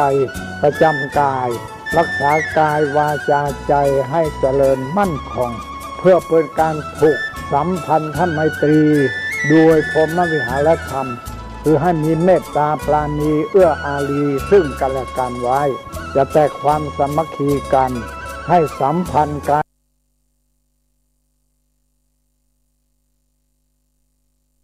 ถ่ายอุจจาระถ่ายปัสสาวะเคลื่อนไหวอิริยาบถใหญ่บทน้อยทั้งหลายท่านกำลังรับฟังสถานีวิทยุสาธารณะจังหวัดเชียงใหม่คลื่นพัฒนาคุณภาพชีวิต FM 92.25 เมกะเฮิรตซ์บริหารและจัดการโดยวัดป่าแดงมหาวิหารส่งกระจายเสียงจากเลขที่71หมู่ที่14บ้านใหม่หลังมอตำบลสุเทพอำเภอเมืองจังหวัดเชียงใหม่รหัสไปรษณีย์50200หมายเลขโทรศัพท์0818818690 052000636-7สวัสดีครับท่านผู้ฟังที่เคารพข่าวชาวบ้านผมกาเตศเพชรสำริดบรรณาธิการข่าวก้าวหน้านิวกับการทำหน้าที่สื่อสารมวลชนของพี่น้องสื่อมวลชนทุกแขนงสาขาจากส่วนกลางแล้วก็ส่วนภูมิภาคทั้งข่าวภายในประเทศและข่าวจากต่างประเทศที่พี่น้องสื่อมวลชนทำหน้าที่เป็นกระจกเงาของสังคมในรอบ 24 ชั่วโมงท่านที่อ่านหนังสือพิมพ์ออนไลน์คลิกเข้าไปที่ www.9hnanew.com นะครับก็เป็นหนังสือพิมพ์ออนไลน์ที่เราได้รับอนุญาตนำมาแปะไว้ก็เป็นส่วนหนึ่งนะครับของการทำหน้าที่สื่อสารมวลชนสื่อไทยสื่อเทศก็ทำหน้าที่กันในรอบ 24 ชั่วโมง 209 ประเทศนะครับก็มีข่าวเล็กข่าวใหญ่ข่าวเหตุการณ์ดีเหตุการณ์ร้ายต่างๆที่เกิดขึ้นในรอบวันธรรมะก่อนข่าววันนี้ก็เป็นส่วนหนึ่งที่เราเห็นสัจธรรมความจริงที่ปรากฏว่าคนเรานั้นยากจนเข็นใจได้ร่ำรวยเป็นเศรษฐีมหาเศรษฐีได้เรียกว่ามีต้นทุนเดิมก็คือมาจากมันมีเงินทุนจากพ่อแม่ที่ได้ให้มรดกหรือทำงานแล้วก็เก็บหอมรอมริบสำหรับหลายคนหลายท่านตั้งตัวตั้งฐานะด้วยหัวใจเศรษฐีอุทานสัมปทาขยันนะครับขยันอย่างเดียวขยันตัวเดียวตื่นแต่เช้าทำงานบางครั้งก็ยังทำงานล่วงเวลาโอทีก็เรียกว่าขยันลุกขึ้นทำงานทั้งกลางวันและกลางคืนบาลีว่าอุทานสัมปทาลุกขึ้นทำงานขยันใช้ความเพียรความขยันเป็นตัวตั้งข้อแรกข้อที่สองเมื่อขยันทำงานแล้วมีรายได้จากเงินทองหรือค่าตอบแทนก็รู้จักในการที่เก็บรักษาทรัพย์ที่หามาได้แบ่งปันอาจจะเก็บไว้ในการฝากออมทรัพย์ไว้เป็นส่วนของเงินตราทั้งเงินตราในประเทศหรือต่างประเทศหรือเป็นทองคำหรือเป็นการ ออมไว้ในเรื่องของทรัพย์สินคือแผ่นดินบางคนนั้นมีเงินทองแล้วก็ไปซื้อที่ดินเก็บไว้เป็นการเรียกว่าเก็งกำไรหรือไว้สร้างที่อยู่อาศัยเรียกว่าอารักขาการดูแลรักษาทรัพย์นั้นไว้ทั้งในทรัพย์ที่เคลื่อนที่ได้ก็คือทรัพย์สินเงินทองแก้วแหวนเงินทองที่เคลื่อนที่ได้เรารวมไปถึงทรัพย์สินที่เคลื่อนที่ไม่ได้ก็คือที่อยู่อาศัยรถยนต์หรือสิ่งที่มีปัจจัยจำเป็นที่เกี่ยวกับการเคลื่อนที่ไม่ได้ก็คือแผ่นดินเสียเป็นส่วนใหญ่แล้วก็มีเรื่องของตึกรามบ้านช่องต่างๆที่ซื้อไว้เพื่ออยู่อาศัยอย่างนี้เป็นต้นเป็นตัวอย่างก็เรียกว่ารักษาทรัพย์ไว้ในส่วนของท่านและครอบครัวของท่านการคบคนก็เป็นส่วนหนึ่งนะครับที่เราให้ความสำคัญวันนี้เราคบค้าสมาคมไม่เลือกหน้าตาไม่เรียกว่าคบคนให้ดูหน้าซื้อเสื้อผ้าให้ดูเนื้อก็หมายความว่าคบคนไปเรื่อยโดยไม่ได้คิดว่าเขาเป็นคนดีคนพาลคนอยู่ในสังคมเป็นที่สังคมยกย่องหรือว่าสังคมรังเกียจเพราะบางครั้งเราต้องมองให้ทะลุปลุกโปร่งว่าคนที่ถูกยกย่องในสังคมนั้นเป็นคนดีจริงแท้มากน้อยแค่ไหนไม่ใช่สังคมที่ยกย่องเชิดชูด้วยสิ่งที่ไม่ถูกต้องเชิดชูคนทำชั่วของแผ่นดินว่าเป็นคนดีของแผ่นดินดังนั้นคนที่จะเป็นสีสังคมสีของแผ่นดินนั้นจะต้องเป็นคนที่ประชาชน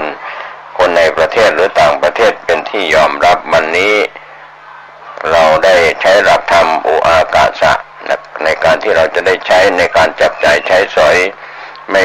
ฝืดเคืองมากนักไม่ฟุ่มเฟือย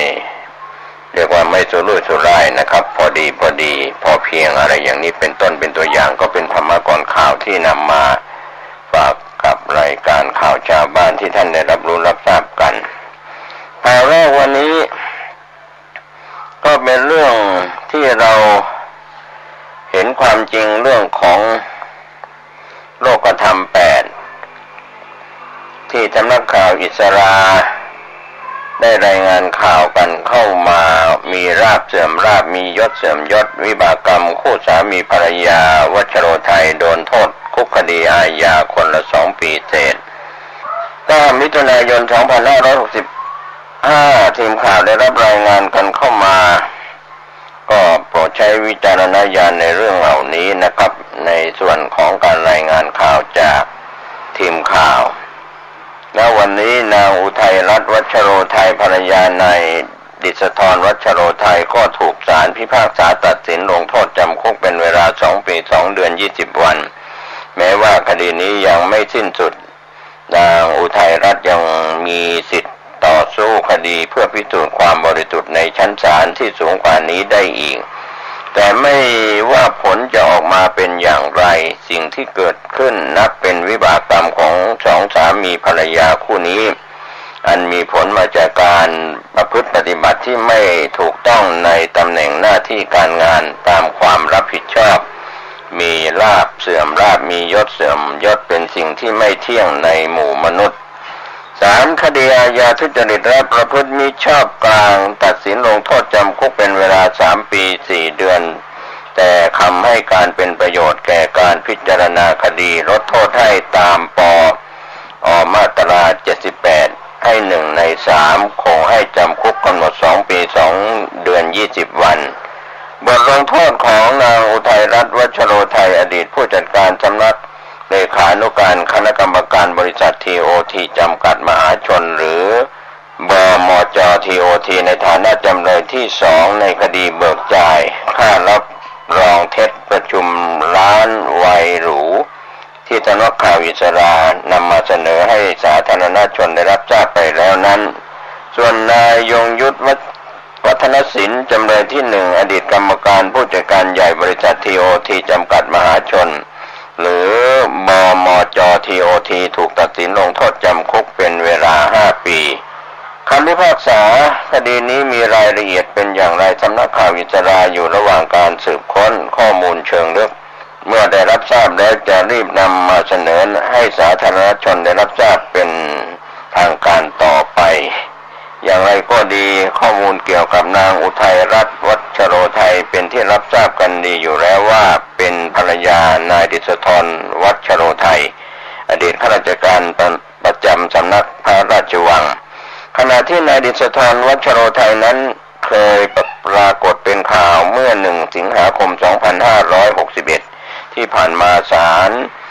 อาญาคดีทุจริตและประพฤติมิชอบกลางพิพากษาจำคุกนายดิษฐรวัชโรไทยอดีตข้าราชการประจำสำนักพระราชวังเป็นระยะเวลา5 ปีแต่ให้การรับสารภาพเป็นประโยชน์แก่การพิจารณามีเหตุให้บรรเทาโทษกึ่งหนึ่งคงจำคุก2 ปี 6 เดือนในความผิดฐานเป็นเจ้าพนักงานปฏิบัติหน้าที่หรือละเว้นการปฏิบัติหน้าที่โดยมิชอบเพื่อให้เกิดความเสียหายแก่ผู้ใดผู้หนึ่งหรือปฏิบัติหรือละเว้นการปฏิบัติหน้าที่โดยสุจริตร่วมกันแจ้งข้อความเป็นเท็จแก่เจ้าพนักงานซึ่งอาจทำให้ผู้อื่นหรือประชาชนเสียหายและร่วมกันฉ้อโกงอันเป็นความผิดตามประมวลกฎหมายอาญามาตรา157และ341ประกอบมาตรา83ขณะที่อัยการมีความเห็นไม่อุทธรณ์คำพิพากษาเนื่องจากจำเลยมีความผิดตามฟ้องและลงโทษจำเลยตามฟ้องนั้นชอบแล้ว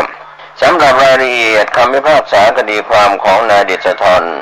วัชโรไทยมีดังนี้ที่มาของคดีโจทก์พนักงานอัยการสำนักงานอัยการสูงสุดบรรยายฟ้องว่าขณะเกิดเหตุจำเลยนายดิษฐรเป็นข้าราชการพลเรือนในพระองค์ดำรงตำแหน่งรองเลขาธิการพระราชวังสังกัดสำนักพระราชวัง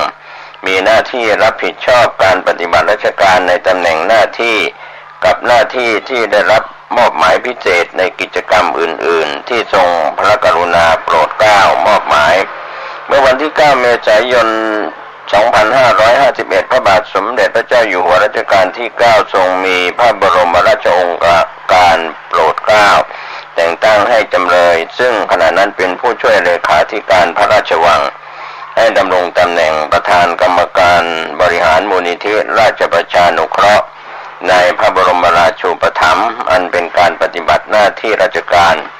ตามที่ได้รับมอบหมายพิเศษจากพระมหากษัตริย์แทนเลขาธิการพระราชวังต่อมาเมื่อวันที่ 26 กุมภาพันธ์ 2556 เวลากลางวันจำเลยในฐานะประธานกรรมการบริหารมูลนิธิราชประชานุเคราะห์ได้ทุจริตร่วมกับนางพิริยาพรโรจนวิทิตพงศ์พวกของจำเลยซึ่งหลบหนียังไม่ได้ตัวมาฟ้องโดยหลอกลวงกรมพัฒนาสังคมและสวัสดิการกระทรวงการพัฒนาสังคมและความมั่นคงของมนุษย์ด้วยการร่วมกันแสดงข้อความอันเป็นเท็จอาศัยโอกาสที่จำเลยมีอำนาจหน้าที่ดังกล่าวจัดทำเอกสารและรับรองข้อความในแบบหนังสือรับรองแสดงรายการบริจาคทรัพย์สินแบบนร2อันเป็นเท็จโดยรับรองว่านางพิริยาพรพวกของจำเลยที่ขณะนั้นดำรงตำแหน่งกรรมการมูลนิธิราชประชานุเคราะห์ฝ่ายบรรเทาทุกข์กระทำความดีความชอบบริจาคทรัพย์สินเพื่อประโยชน์สาธารณกุศลเป็นเงิน 25,296,880 บาทโดยจำเลยกับพวกนำส่วนลดราคา 20% ในการขายสินค้าประเภทน้ำพริกและขนมโมจิของนางพิริยาพรที่จำเลยให้แก่มูลนิธิราชประชานุเคราะห์ช่วงปี 2551 ถึงปี 2556 จากยอดขายสินค้ารวม 126,184,400 บาทคิดเป็นส่วนลด 25,296,880 บาทแล้วนำส่วนลดดังกล่าวมาเป็นหลักฐานว่านางพิริยาพรบริจาคเงินให้มูลนิธิราชประชานุเคราะห์อันเป็นความเท็จเพราะส่วนลดในราคาในขาย สินค้าอันเป็นประโยชน์ในทางการค้าตามปกติทั่วไปโดยความจริงแล้วไม่มีการนำเงินส่วนลดจำนวนดังกล่าวบริจาคให้แก่มูลนิธิราชประชานุเคราะห์แต่อย่างใดจำเลยกับพวกทราบดีว่าการกระทำดังกล่าวมิใช่การบริจาคที่จะรับการพิจารณาให้ได้รับเครื่องราชอิสริยาภรณ์แต่จำเลยต้องการให้นางพิริยาภรณ์เป็นผู้มีคุณสมบัติที่จะได้รับพระราชทานเครื่องราชอิสริยาภรณ์อันเป็นที่สรรเสริญยิ่งดิเรกคุณาภรณ์จำเลยลงนามในฐานประธานกรรมการมูลนิธิราชประชานุเคราะห์เสนอรับรองชื่อนางพิริยาภรณ์ว่าเป็นผู้มีคุณสมบัติที่จะได้รับพระราชทานเครื่องราชอิสริยาภรณ์ส่งไปยังกรมพัฒนาสังคมและสวัสดิการเพื่อเสนอต่อไปยังหน่วยงานราชการที่มีอำนาจหน้าที่ในการเสนอรายชื่อที่สมควรจะได้รับพระราชทานเครื่องราชอิสริยาภรณ์อันเป็นการปฏิบัติหน้าที่โดยมิชอบและโดยทุจริตของจำเลยการหลอกลวงและการปฏิบัติหน้าที่โดยมิชอบและโดยทุจริตของจำเลยดังกล่าวเป็นเหตุให้กรมพัฒนาสังคมและสวัสดิการหลงเชื่อว่านางพิริยาภรณ์บริจาคเงินจริงและมีการเสนอชื่อนางพิริยาภรณ์ไปตามลำดับชั้นจนกระทั่งเมื่อวันที่ 23 กันยายน 2556 คณะกรรมการพิจารณาการเสนอขอพระราชทานเครื่องราชอิสริยาภรณ์อันเป็นที่สรรเสริญยิ่งดิเรกคุณาภรณ์ประจำปี 2556 ของสำนักเลขาธิการคณะรัฐมนตรีได้พิจารณาแล้วมีมติอนุมัติขอพระราชทานเครื่องราชอิสริยาภรณ์ดังกล่าวให้แก่นางพิริยาภรณ์และโดยการหลอกลวงโดยทุจริตของจำเลยกับพวกทำให้นางพิริยาภรณ์ได้รับพระราชทานเครื่องราชอิสริยาภรณ์ดังกล่าวจำนวนหนึ่งสำหรับราคา 14,014 บาทโดยไม่มีสิทธิ์ที่จะได้รับแต่อย่างใดจำเลยให้การรับสารภาพศาลพิเคราะห์รายงานการสอบสวนและสำนวนการสอบสวนแล้วเห็นว่าจำเลยและนางพิริยาภรณ์รู้อยู่แล้วว่านางพิริยาภรณ์มิได้เป็นผู้มีคุณสมบัติที่จะได้รับพระราชทานเครื่องราชอิสริยาภรณ์ดังกล่าวแต่จำเลยปฏิบัติหน้าที่มิชอบและโดยทุจริตร่วมกับนางพิริยาภรณ์หลอกลวงกรมพัฒนาสังคมและสวัสดิการเมื่อวันที่ 26 กุมภาพันธ์ 2556 จำเลยอาศัยโอกาสปฏิบัติหน้าที่ประธานกรรมการมูลนิธิราชประชานุเคราะห์จะทำเอกสารและรับรองข้อความในแบบหนังสือรับรองแสดงการบริจาคทรัพย์สินแบบนร.2 อันเป็นเท็จโดยรับรองว่านางพิริยาภรณ์ได้กระทำคุณงามความดีบริจาคทรัพย์สินเพื่อประโยชน์สาธารณกุศล 25,296,880 บาทโดยวิธีนำส่วนลด 20% ในการขายสินค้าน้ำพริกและขนมโมจิของนางพิริยาภรณ์ที่จำหน่ายให้แก่มูลนิธิราชประชานุเคราะห์ตั้งแต่ปี 2551 ถึงปี 2556 จากยอดสุทธิ 126,184,400 บาทมาแสดงเป็นหลักฐานว่าบริจาคเงินให้มูลนิธิราชประชานุเคราะห์ซึ่งเป็นความเท็จเพราะส่วนลดราคาดังกล่าวเป็นการขายสินค้าอันเป็นประโยชน์ทางการค้าปกติความจริงแล้วไม่มีการนำเงินส่วนลดดังกล่าวมาบริจาคให้แก่มูลนิธิราชประชานุเคราะห์แต่อย่างใดนางพิริยาภรณ์เดิมชื่อนางอัมไพเดชอุดมเป็นเจ้าของกิจการร้านขนมหม้อแกงเมืองเพชรบุรีแม่กิมรังซึ่งขายน้ำพริกและขนมโมจิให้แก่มูลนิธิราชประชานุเคราะห์โดยเอกสารที่ใช้ประกอบข้ออ้างว่ามีการบริจาคทรัพย์สินระบุว่าปี 2551 บริจาค 4.5 ล้านบาทเศษปี 2552 บริจาค 3.7 ล้านบาทเศษปี 2553 บริจาค 3.8 ล้านบาทเศษปี 2554 บริจาค 10.5 ล้านบาทเศษปี 2555 บริจาค 2.5 ล้านบาทเศษและปี 2555 2556บริจาค 56,000 บาทแต่เมื่อนำไปตรวจสอบเปรียบเทียบกับข้อมูลการยื่นแบบแสดงรายการภาษีเงินได้ของบุคคลธรรมดาของกรมสรรพากรแล้วก็พบว่าปี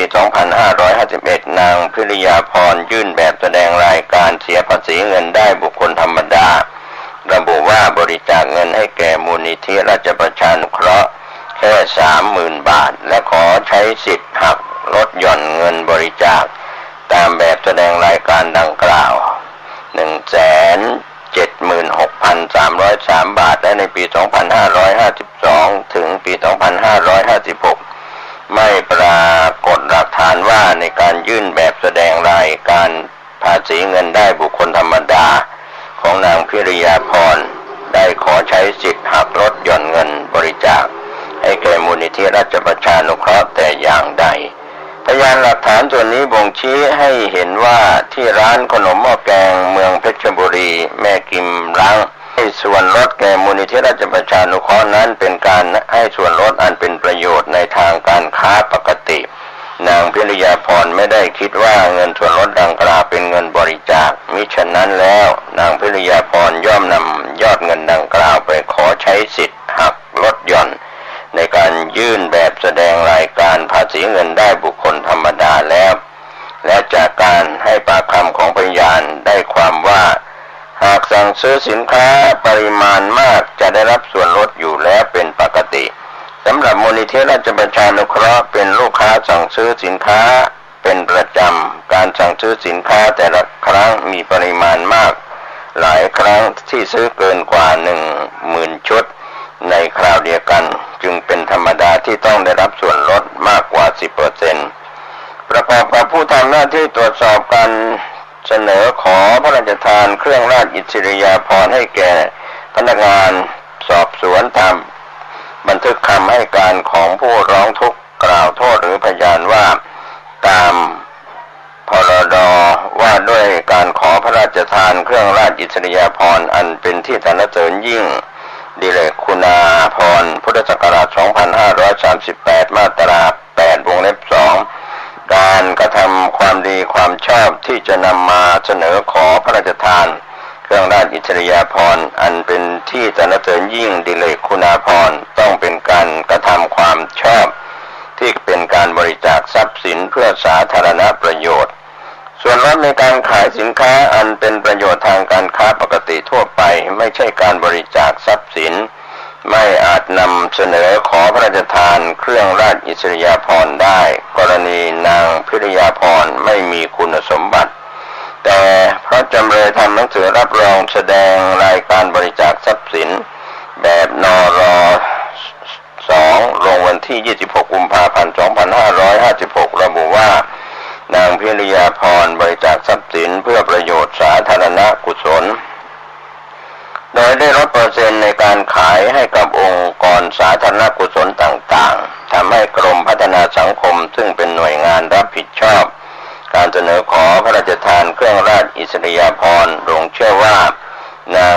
พิริยาภรณ์บริจาคเงินจริงและนำเสนอชื่อนางพิริยาภรณ์ไปตามลำดับชั้นกระทั่งได้รับพระราชทานเครื่องราชอิสริยาภรณ์ดังกล่าวการกระทำของจำเลยจึงเป็นความผิดตามฟ้องพิพากษาว่าจำเลยมีความผิดตามประมวลกฎหมายอาญามาตรา 157 วงเล็บเดิม 341 วงเล็บเดิมประกอบมาตรา 83 การกระทำของจำเลยเป็นกรรมเดียวผิดต่อกฎหมายหลายบทให้ลงโทษตามประมวลกฎหมายอาญามาตรา 157 ฐานเป็นเจ้าพนักงานปฏิบัติหน้าที่โดยมิชอบหรือปฏิบัติหน้าที่โดยทุจริตซึ่งเป็นบทที่มีโทษหนักสุดตามประมวลกฎหมายอาญามาตรา 90 ให้จำคุกจำเลย 5 ปีจำเลยให้การรับสารภาพพบเป็นประโยชน์แก่การพิจารณามีเหตุให้บรรเทาโทษตามประมวลกฎหมายอาญามาตรา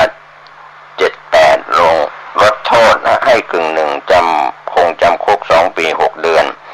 ขณะที่ก่อนหน้านี้เมื่อวันที่ 7 พฤศจิกายน 2560 สำนักพระราชวังได้มีคำสั่งลงโทษไล่นายดิษฐร วชโรไทยข้าราชการในพระองค์ฝ่ายพลเรือนตำแหน่งประ ชการเนื่องจากกระทำผิดวินัยอย่างร้ายแรง หลังพบว่าได้กระทำการอันได้ชื่อว่าเป็นผู้ประพฤติชั่วอย่างร้ายแรงหลายกรณีอาทิใช้อำนาจสั่งการให้เจ้าหน้าที่มูลนิธิราชประชานุเคราะห์แสดงเอกสารรับรองว่าบุคคลภายนอกได้บริจาคเงินให้แก่มูลนิธิราชประชานุเคราะห์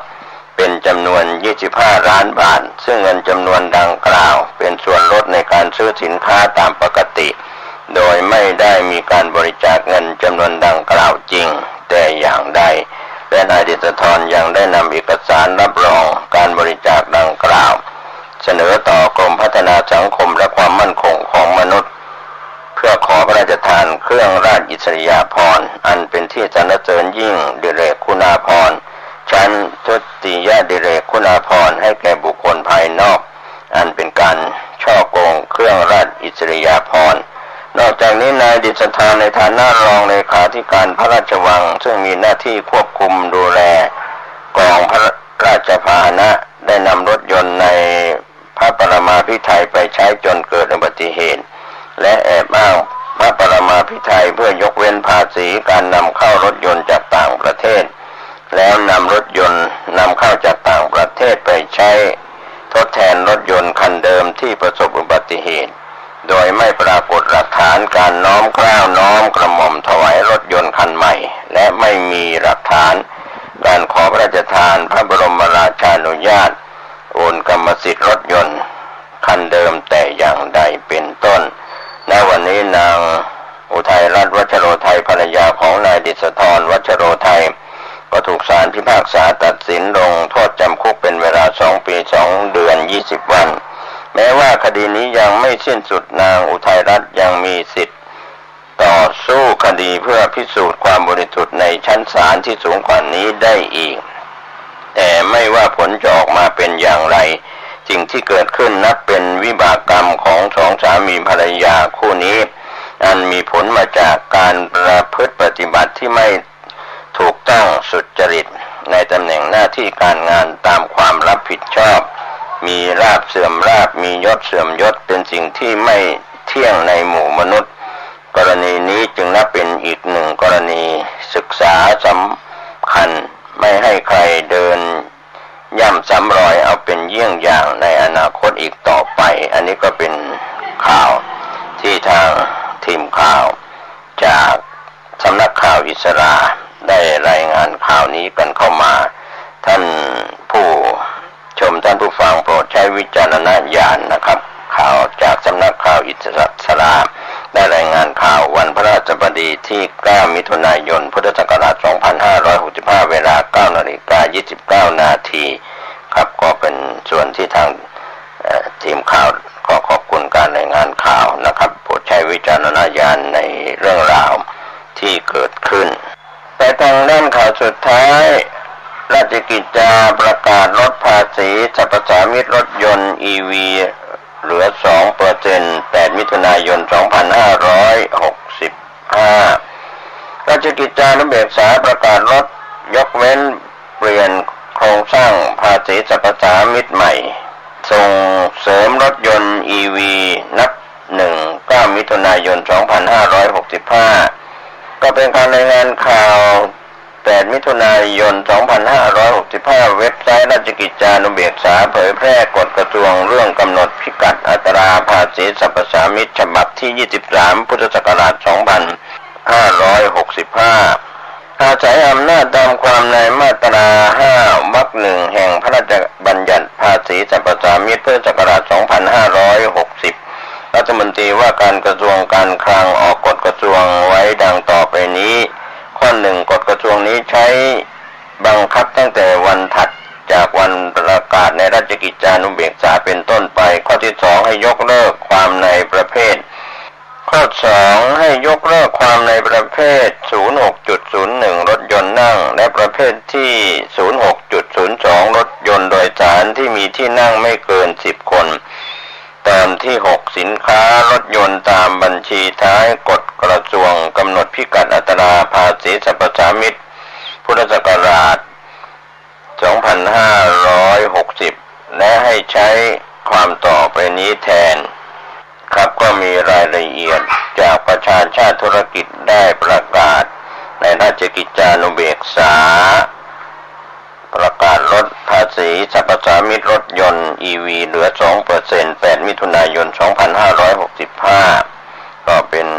ข่าวท่านเข้าไปอ่านข่าวรายละเอียดเพิ่มเติมได้จากประชาชาติธุรกิจก็จะมีส่วนที่ทางประกาศในราชกิจจานุเบกษาฉบับเต็ม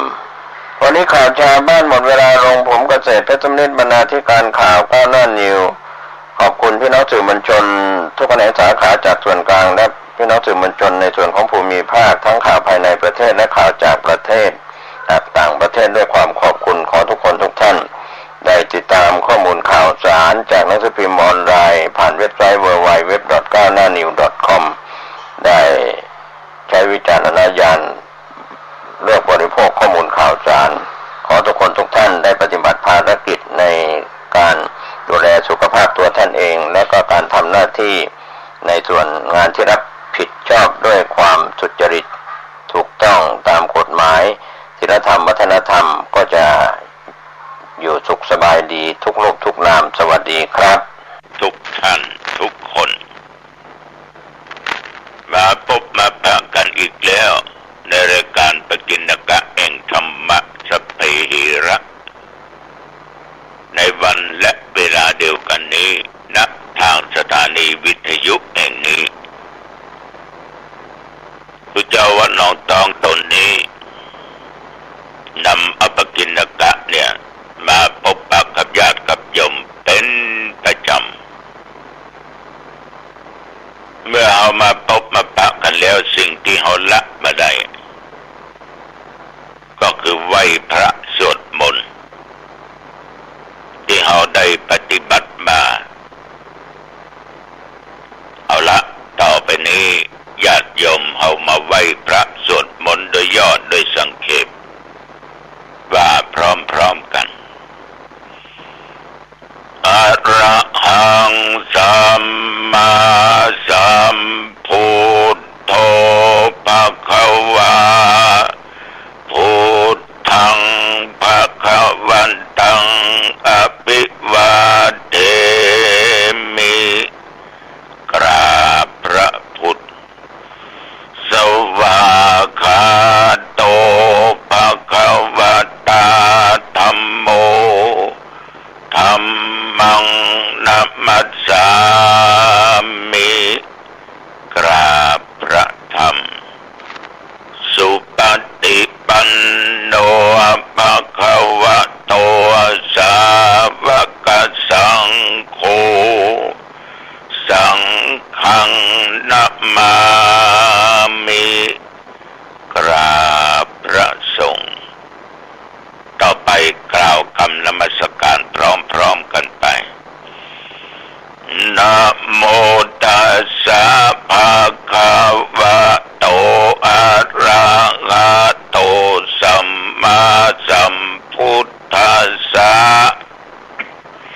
นะโมตัสสะภะคะวะโต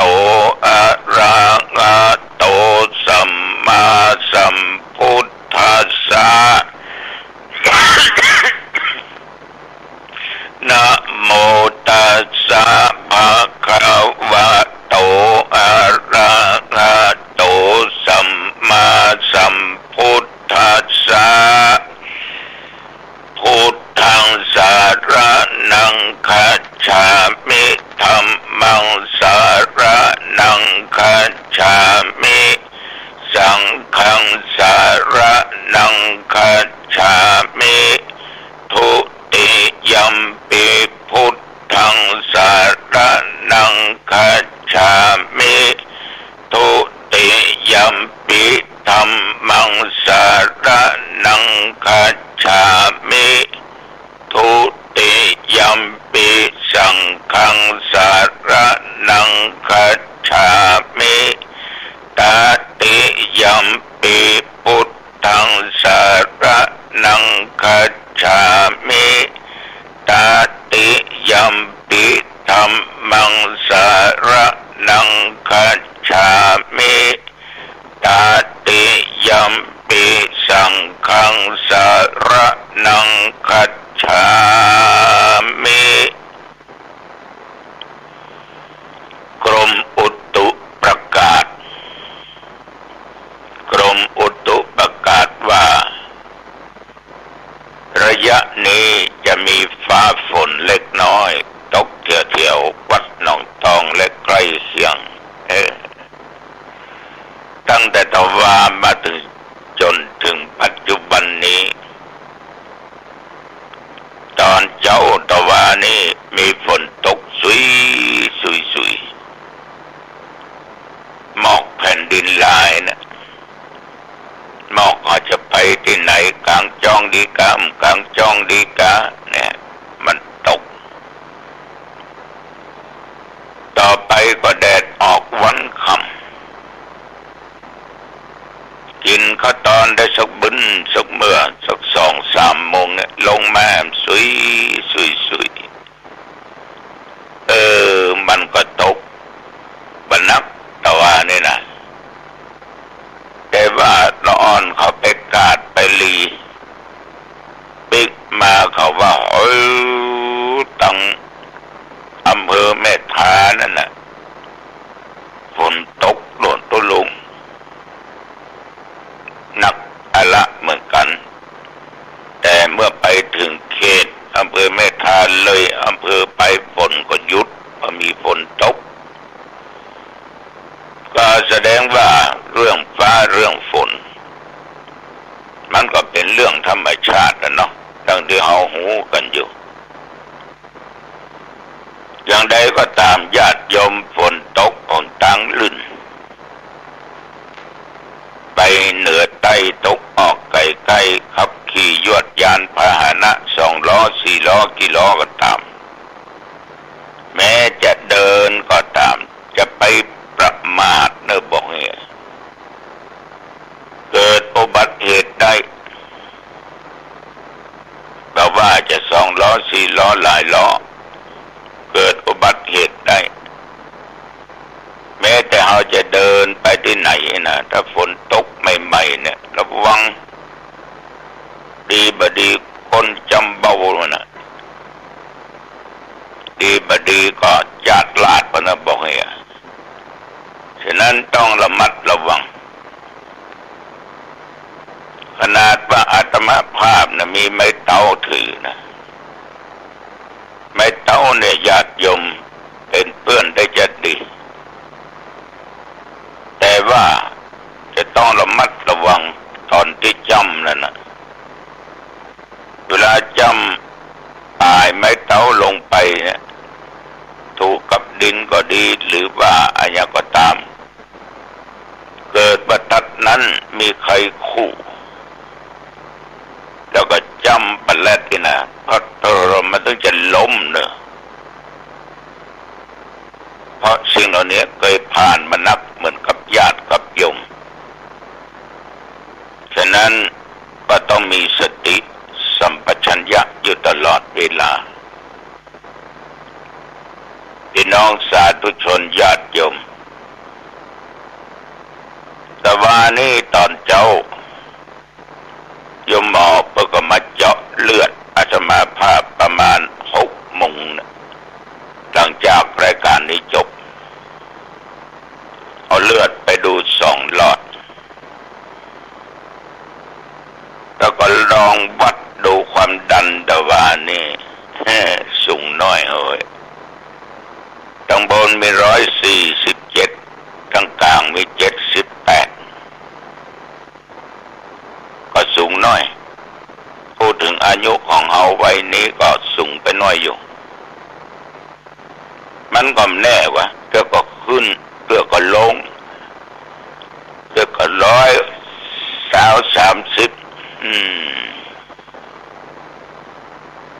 ทีนี้สำหรับผลเลือด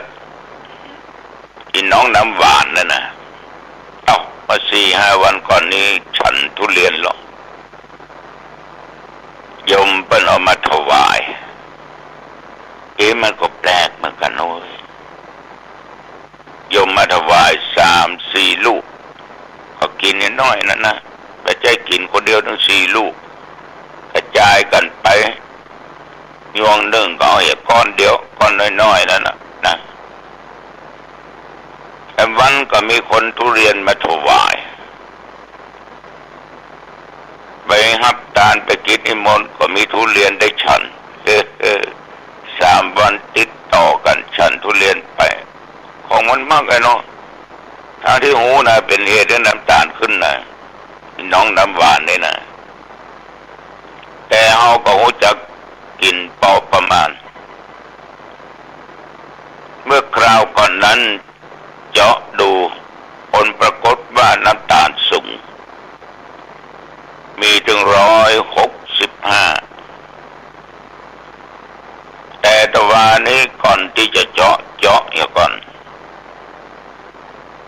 มี131ลดลงมาดีใจยุ่งเนาะ มาเจ้าตะวันเจาะแอมกำมี123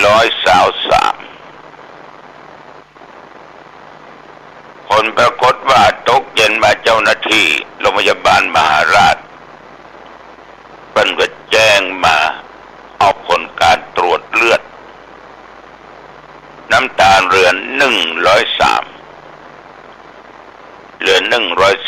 หมอบอกว่าน้ำตาลปกตินี่หรอไขมันคอเลสเตอรอลทุกอย่างปกติหมดไขมันเลวก็ปกติไขมันดีต่ำไปนิด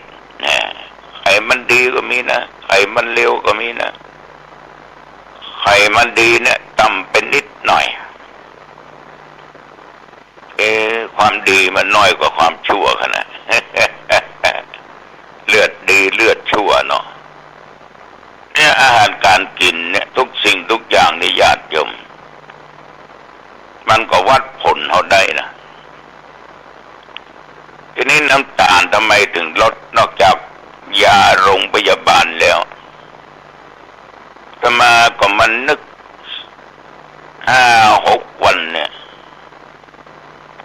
อาตมาดื่มน้ำคั้นของมังคุดคุณโยมเพิ่นเอามาถวายขวดน้อยๆนะออกยาคูเนี่ยไงยาคูน้อยอาตมาดื่มเชื่องวัน2 ขวด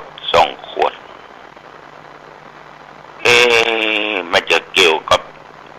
น้ำมังคุดป่ะเพราะเป็นน้ำสดตลอดไม่ได้ผสมอย่างสักอย่างนะความหวานก็มังคุด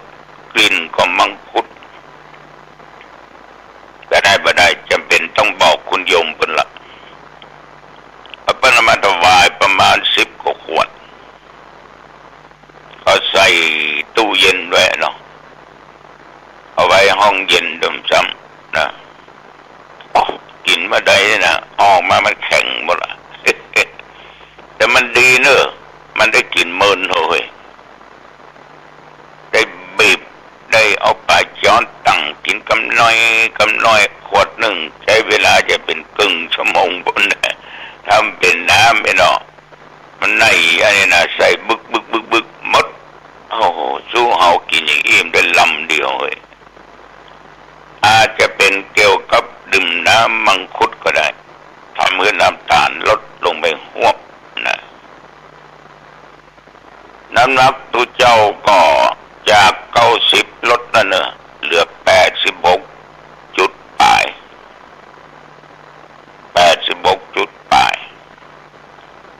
การตรวจสุขภาพตะวันนี่ดีมากก็ดีอกดีใจเนาะผลการที่ได้ออกกำลังกายหนึ่งละอันนี้เป็นมิตรในขนาดนะตั้งแต่ออกกองยามาน้องตองไม่เคยหยุดเดินเลยตั้งแต่วันเริ่มเดินได้เดินตลอดเขาวัดมาค่ำมืดเดินอย่างมาได้ก็ขอนักสัก4-5 รอบ700-800 เมตรนี่นะปกติก็เดินกิโลกว่าแต่ว่านี่ก็ได้กิโลหายน้อย ลอกในเว้นวันสองวันยะเพราะว่ามันทำให้ต้นแขนนี่ขัดไปหักผมมันนักก็มได้ฉะนั้นอโรคยาปรมาลาภาความไม่มีโรคนับว่าเป็นลาภอันประเสริฐญาติโยมท่านผู้ฟังเอาบาเจ็บบ่เป็นบ่เมื่อยบ่ไข้เนาะอยู่สบายตึงกายตึงใจเงินทองมีเหมือนนักพอได้กินได้ใช้ได้จ่ายมันก็มีความสุขอ่ะเนาะเอาออกไม่ออกเงินทองท่วมหัวหลาย10 ล้านก็เดียวก็เข้ายาออกคงยาไปไหนก็ไม่ได้กินหยังก็ไม่ได้บางคนหยอดข้าวต้มเงินไป30 ล้านซื้อกินอย่างก็ตึ้มได้กึดไปกึดมาก็เป็นวิบากกรรมแต่เนาะ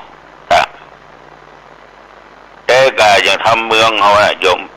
มหาวิบากนะอย่างกระตุ่มปีมันมีเข้าของสัมปติแก้วแหวนเงินทองอย่างจัดนักเหมือนกันลูกพี่อ้ายมันก็มีพี่อ้ายมันก็เบื่อในการเป็นฆราวาสชาวบ้านชาวจ้องก็ออกบวชเดี๋ยวฝากลูกไว้กับน้องตัวเองกระตุ่มปีคนนี้มาคิจิก็เนื่องมันเตียวทางไปอย่าเข้าแพะเข้าป่าญาติโยมไปปะใส่พระปัจเจกเจ้ามาปิณฑบาตมันก็บอกเจ้าบ้านแหละพี่น้องโดยสะเก็ดหน่อยพี่น้องแม่ริมเหยพี่น้องอำเภอเมืองพี่น้องสันทรายสังกำแพงแม่อ่อนสารปีอังโดงเหยพากันมาใส่บาตรว่าเดี๋ยวนี้พระตุเจ้าตนหนึ่งมาปิณฑบาตแล้วเมียมันก็ได้ยินเนาะคำว่าพระปัจเจกเจ้าน่ะ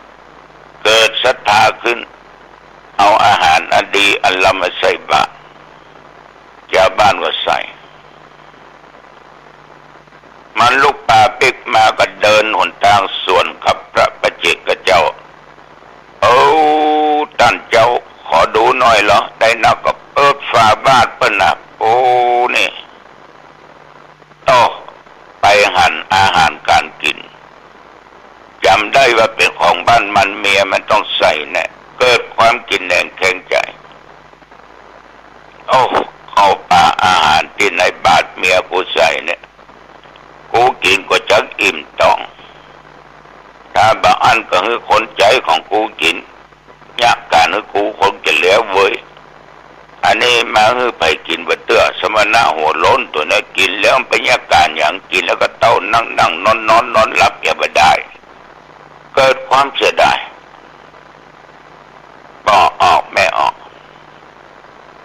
อันเนี้ยเพิ่นเล่าไว้มันเป็นวิบากเป็นกรรมกระตุ่มปี้คนนี้ตายแล้วไปเกิดเป็นเศรษฐี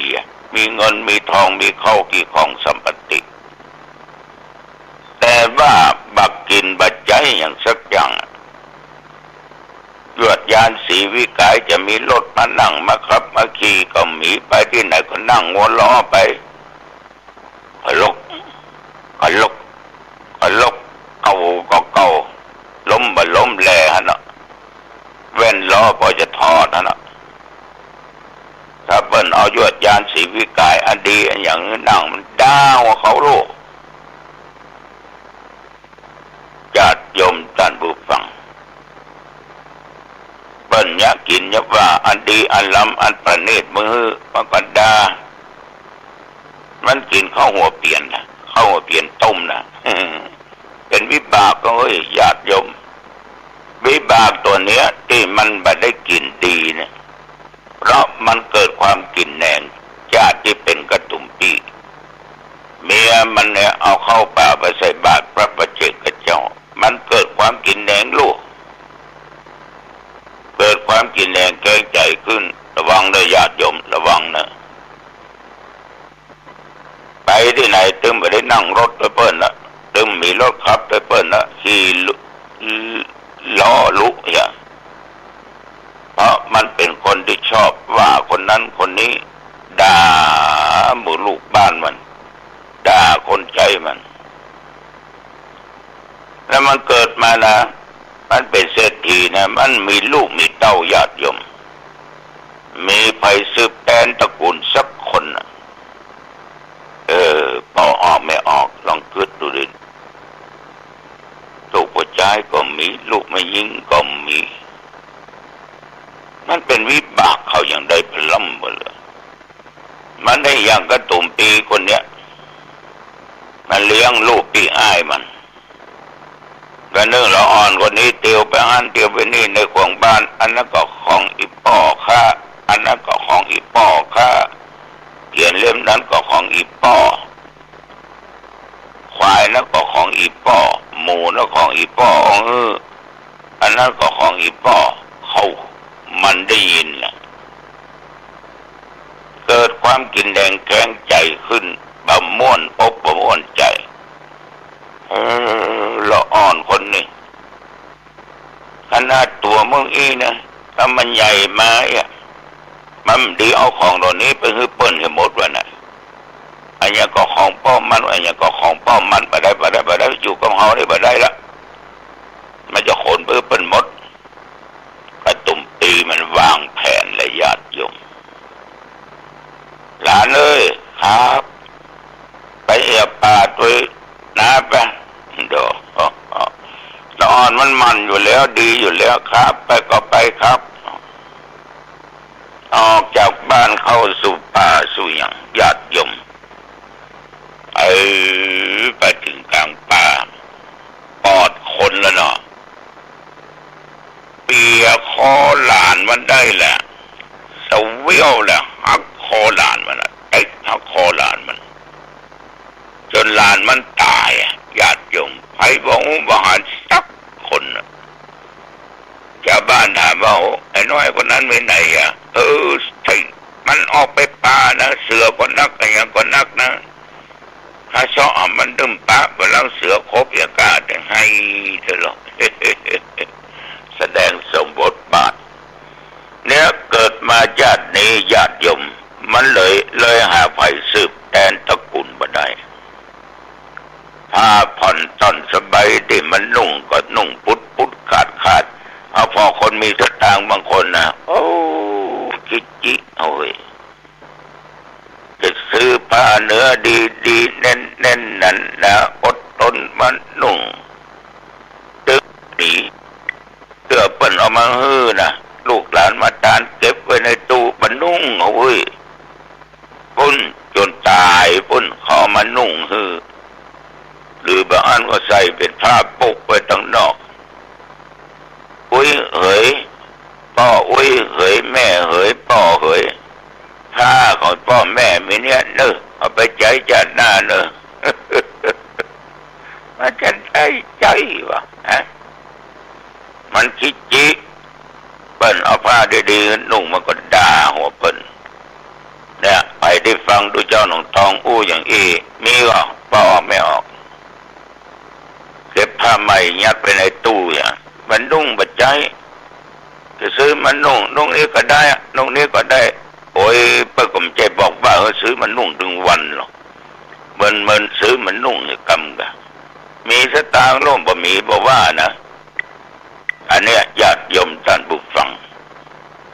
มันเป็นคนอย่างเงี้ยนุ่งผ้าเปลือกป่อเรามันนี่นะ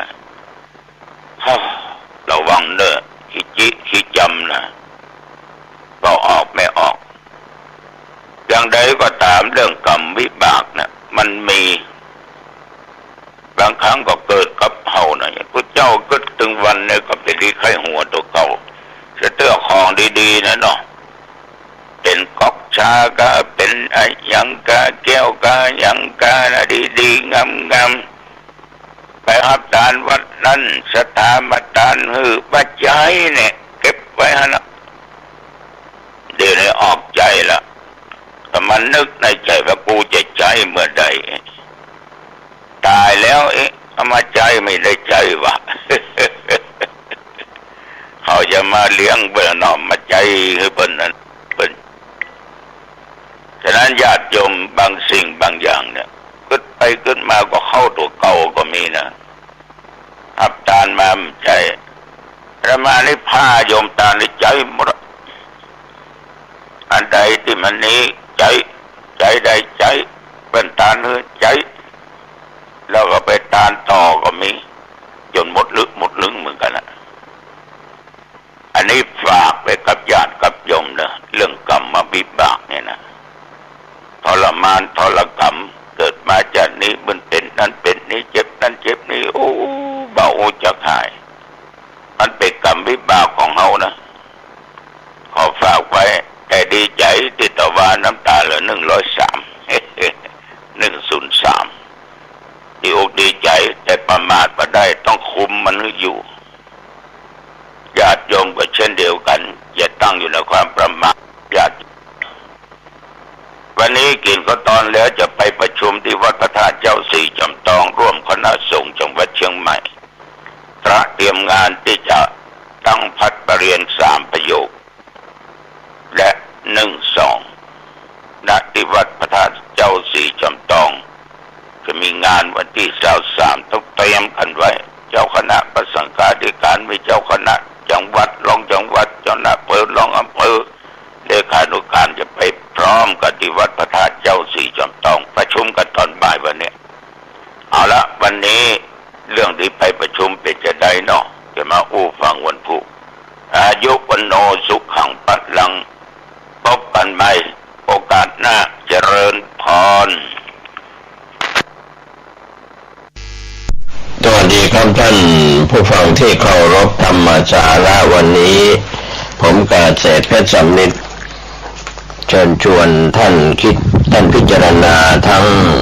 การปัจจุบันย้อนรอยไปในอดีตเรื่องราวของคนที่ผ่านการเวลาที่เรียกว่ามีอายุมีวัยเสื่อมแก่ชรากันแล้วก็จะพูดแต่เรื่องอดีตเสียเป็นส่วนใหญ่วันนี้ผู้นำที่เป็นผู้นำในระดับฝ่ายพระสงฆ์องค์เจ้าก็บวชในการพรรษาเยอะมากมาย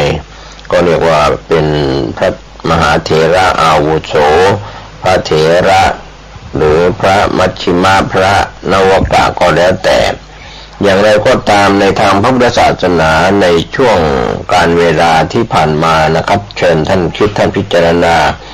ว่า 2-3 ปีที่ผ่านมาการเข้าอยู่รวมกลุ่มกันห่างเหินออกไปที่จะทำการบรรพชาสามเณรภาคฤดูร้อนจะอุปสมบทพระในทางพระพุทธศาสนากุลบุตรก็อาจจะลดน้อยลงไปในเรื่องของภิกษุบริษัทที่มีเราก็ของสมณะก็คือสามเณรดังนั้นสามเณรภาคฤดูร้อนลูกหลานของท่านผู้ฟังที่จะได้เข้าสู่ร่มเงากาสาวพัสอาจจะน้อยลงไปก็บวชเพื่อไปเรียนเขียนอ่านประถมมัธยมอุดมศึกษาในรั้วของวัดของมหาวิทยาลัยหรือโรงเรียนพระปริยัติธรรมเรียกว่าอาจจะเข้าข่ายพ่อแม่ยากจนลำบากได้เข้าไปสู่ร่มเงากาสาวพัสบรรพชาเป็นสามเณรแล้วก็เข้าสู่การอุปสมบทเป็นพระภิกษุเมื่ออายุครบบวชก็มีพระอุปชามีพระกรรมวาจาจารย์มีพระอนุสาวนาจารย์มีพระอันดับทำพิธีอุปสมบทกรรมก็ถือว่าเป็นกุลบุตรฝ่ายเรียกว่าฝ่ายบรรพชิตที่เป็นบริษัทหนึ่งสำคัญนะครับนอกจากนั้นก็เหลือฝ่ายอุบาสกบริษัทอุบาสิกาบริษัทที่เราร่วมด้วยช่วยกันในยุคโลกาภิวัตน์หรือว่าในยุคปัจจุบันนั้นเราอาจจะศึกษาธรรมะที่เป็นปัจจุบันเห็นความเจริญรุ่งเรืองของโลกของบ้านเมืองของวัตถุของสิ่งเรียกว่าเป็นความเจริญทางวัตถุแท้ๆอย่างแท้จริงก็ทำให้เราหลงระเริงไปกับวัตถุเดินทางด้วยนกเหล็กคือสายการบินแต่ในช่วง 2-3 ปีที่ผ่านมาการขาดการเดินทางน้อยเพราะเหตุว่านกเหล็กบินไปมาที่จะนำนักท่องเที่ยวหรือผู้โดยสารพ ภายในประเทศระหว่างประเทศหรือเดินทางไปต่างประเทศน้อยลงเนื่องจากสถานการณ์โควิดที่ระบาดผ่านพ้นไปแล้วก็เบาบางไปหรือจะหมดไปในไม่ช้าสิ่งหนึ่งซึ่งเป็นข้อคิดเตือนใจว่าคนเรานั้นเคยเดินทางไปท่องเที่ยวทั้งภายในประเทศของตนเองและต่างประเทศที่อยู่ในโลก209 ประเทศทั้งประเทศเล็กประเทศใหญ่ที่เรานับกันได้ในปัจจุบันจะอย่างไรก็ตามสิ่งหนึ่งที่เราจะเดินทางไปไหนก็หนีไม่พ้นนะครับในเรื่องของการเกิดมาแล้วเราจะต้องแก่เกิดมาแล้วเราจะต้องเจ็บเกิดมาแล้วเราจะต้องตายทุกเพศทุกวัยทุกชาติชั้นวรรณะนะครับเราก็มาสนใจเรื่องภายในตัวเองบ้างเรื่องของการแก่ของตัวเองการเจ็บป่วยไข้ไม่สบายของตนเองหรือการที่เราจะมีหายใจเฮือกสุดท้ายความตายมาเยือนของตัวท่านเอง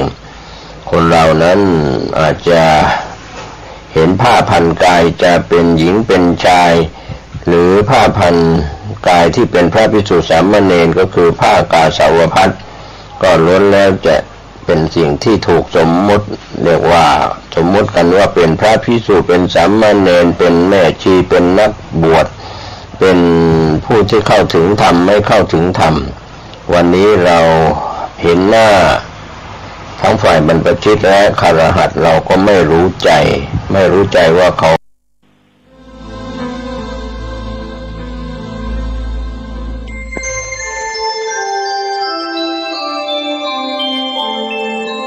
ขณะนี้ท่านกำลังฟังสถานีวิทยุกระจายเสียงพระพุทธศาสนา FM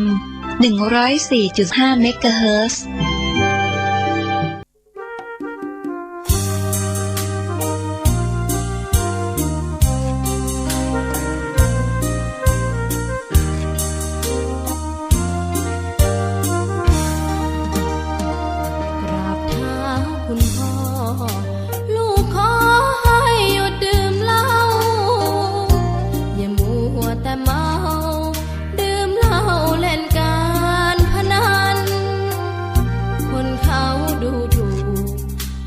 พ่อขี้เกียจทำงานชาวบ้านรังเกียจเดียฉันต่างประจานคุณพ่อสิ้นดี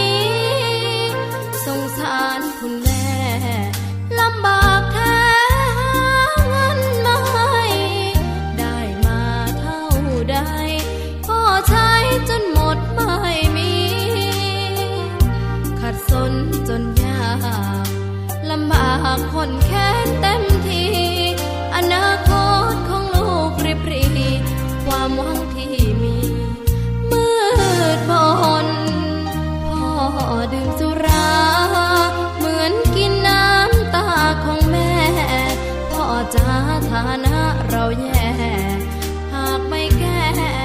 ความจนแม่เตือนพ่อด่าตบตีแม่ช้ำระกำมองมนซ้ำถูกคนเขานินทากราบเท้าคุณพ่อลูกขอให้หยุดดื่มเหล้าหากมัวแต่เมาคนเขาย้ำหมิ่นเรื่อยมากลับตัวเสียใหม่กลับใจมาพัฒนาพ่อจะมีคุณค่าเลิกดื่มสุราเลิกการพนัน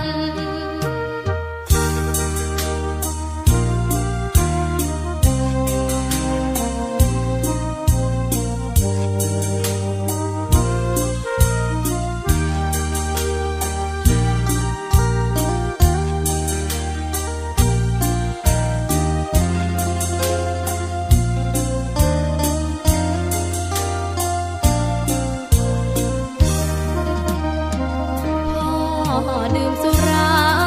เหมือนกินน้ำตาของแม่พ่อจ๋าฐานะเราแย่หากไม่แก้ความจนแม่เตือนพ่อด่า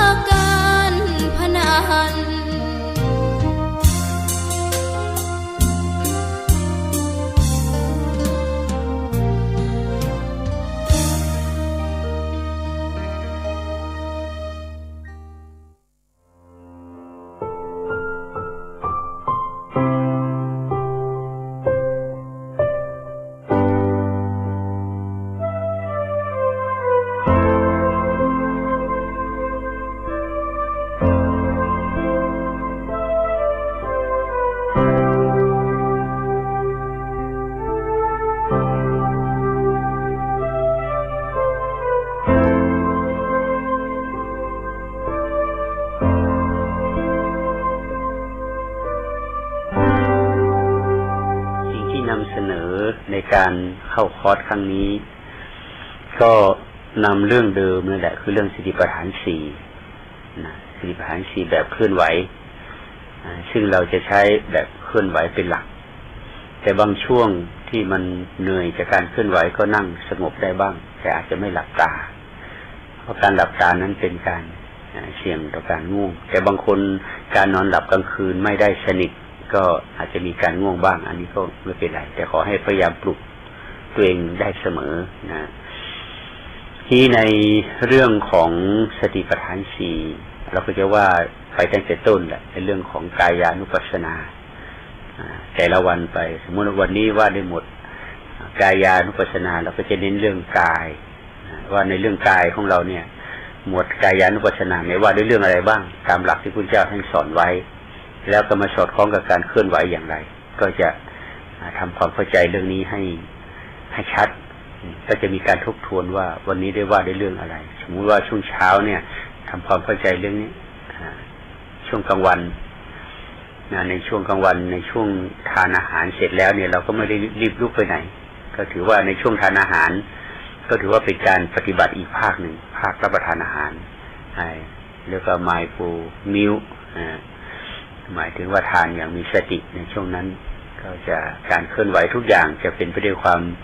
เนิบหน้าผ่อนคลายไม่รีบร้อนไม่เสียงดังหรือไม่พูดกันหลายคนอย่างนี้เป็นต้นนะแล้วก็ในช่วงฉันเสร็จแล้วเราก็นั่งผ่อนคลายหมายถึงว่าบางคนก็อาจจะไม่เสร็จเรียบร้อยดีแต่บางคนเสร็จเรียบร้อยแล้วก็อาจจะปรารภทำให้กันฟังไปเรื่อยๆจนกระทั่งว่าทุกคนเรียบร้อยดีแล้วก็เลิกกันจุดนั้นไปพักผ่อนทำความธุระส่วนตัวทุกอย่างเป็นภาคปฏิบัติว่าหลังทานอาหารแล้วนี่เราก็สังเกตต่อไปว่าเราจะทำหน้าที่อะไรต่อไปล้างปากล้างหน้าล้างฟันแล้วก็กำหนดความรู้สึกเรื่องอิ่มเรื่องไม่อิ่มไปนะทีนี้ชนิดของอาหารนะก็ลงไปในละเอียดตรงนี้ก็คืออาหารนั้นจะเน้นในเรื่องของอาหารธรรมชาติออร์แกนิกซึ่งอาจจะไม่มีรสมีชาติอะไรมากเรากินเพื่อให้มีชีวิตอยู่เพื่อปฏิบัติภายใน7 วันนี้เท่านั้นไม่ได้มาแสวงหารสชาติอาหารว่าอร่อยหรือไม่อร่อยแต่ว่าเราจะมาศึกษาเรื่องจิตใจเพราะฉะนั้นอาหารที่จัดไว้เป็นธรรมชาติเป็นออร์แกนิกนี่ก็เพื่อให้เกิดความเบาพร้อมไม่ก่อให้เกิดอาการง่วงงุนไม่ก่อให้เกิดอาการเมาอาหารไม่ก่อให้เกิดอาการที่เวทนาอาหารเช่นปวดท้องปวดไส้อึดอัดอิ่มเกินไปหิวเกินไปแล้วก็พยายามที่จะป้องกันอาการเหล่านี้ด้วยนะก็จึงใช้อาหารเป็นผักผลไม้เป็นส่วนใหญ่ทีนี้ว่าในเรื่องของสติปัฏฐานสี่เริ่มต้นในจุดนี้เลยว่าในสติปัฏฐานสี่นั้นมีเป้าหมายในการใช้สูตรนี้ที่พระองค์ใช้สูตรนี้ตลอดที่เป็นหลักทำไมคุณธรรมตั้ง84,000 พระธรรมขันธ์เนี่ยท่านไม่เอามาเป็นฐานแต่เอาสติมาเป็นฐานเรียกว่าสติปัฏฐานท่านไม่ใช้ว่าสมาธิปัฏฐานปัญญาปัฏฐานญาณปัฏฐานสัจจะปัฏฐานเมตตาปัฏฐานอะไรทำไมไม่ใช้ท่านไม่ใช้สติปัฏฐานเพราะอะไรอันนี้ชี้แจงวัตถุประสงค์เบื้องต้นว่าในสติปัฏฐานนั้นท่านบอกว่าสัตว์ทั้งหลายทั้งปวงในโลกนี้มีสัตว์มนุษย์ประเภทเดียวที่สามารถที่จะพัฒนาสติสัมปชัญญะให้สมบูรณ์ได้เพราะตัวสติตัวนี้เป็นตัวย้อนกลับเข้ามานะคนทั้งหลายทั้งปวงเนี่ยก็มีสติทุกคนแต่มันเป็นสติที่พุ่งออกไปนะมีสติที่ตั้งไปฐานข้างนอกสติที่ไปตั้งอยู่ฐานข้างนอกไปตั้งอยู่ในฐานรูปที่เราเห็นไปตั้งอยู่ในเสียงในกลิ่นในรสสัมผัสที่เราได้รับแต่พอมาสติปัฏฐานเนี่ยเป็นการกลับเข้ามาสู่ฐานปัจจุบันคือฐานกายเรียกว่ากายานุปัสสนาฐานความรู้สึกเรียกว่าเวทนานุปัสสนาฐานความคิดจิตวิญญาณเรียกว่าจิตตานุปัสสนาแล้วฐานอารมณ์เรียกว่าธรรมานุปัสสนานะไอ้การกลับเข้ามามองทั้ง4ฐานนี้เองเรียกว่าสติปัฏฐานนะทีนี้คำว่าสติเนี่ยมันหมายถึงว่าจิตของเรา มันวิ่งมันไวใช่ไหมเราสามารถนั่งอยู่ตรงนี้คิดแปลไปที่บ้านที่อยู่ของเราหลายพันไมล์เนี่ยไปได้ชั่วลัดมือเดียวไม่ต้องใช้เวลาเลยทีนี้มีคุณธรรมประเภทไหนที่สามารถแล่นหรือสามารถเร็วกว่าสติเนี่ยพระพุทธเจ้าท่านตรัสรู้แล้วท่านเห็นคุณธรรมประเภทเดียวคือสติเพราะสตินี่มันแปลว่าแล่นเพราะสติศัพท์เดิมมันแปลว่าลูกศรรากศัพท์คำว่าสระที่แปลว่าสอนสอคอสลารอเรือนี่แปลว่าสอนแล้วพอไปลงติปัจจัยในภาษาบาลี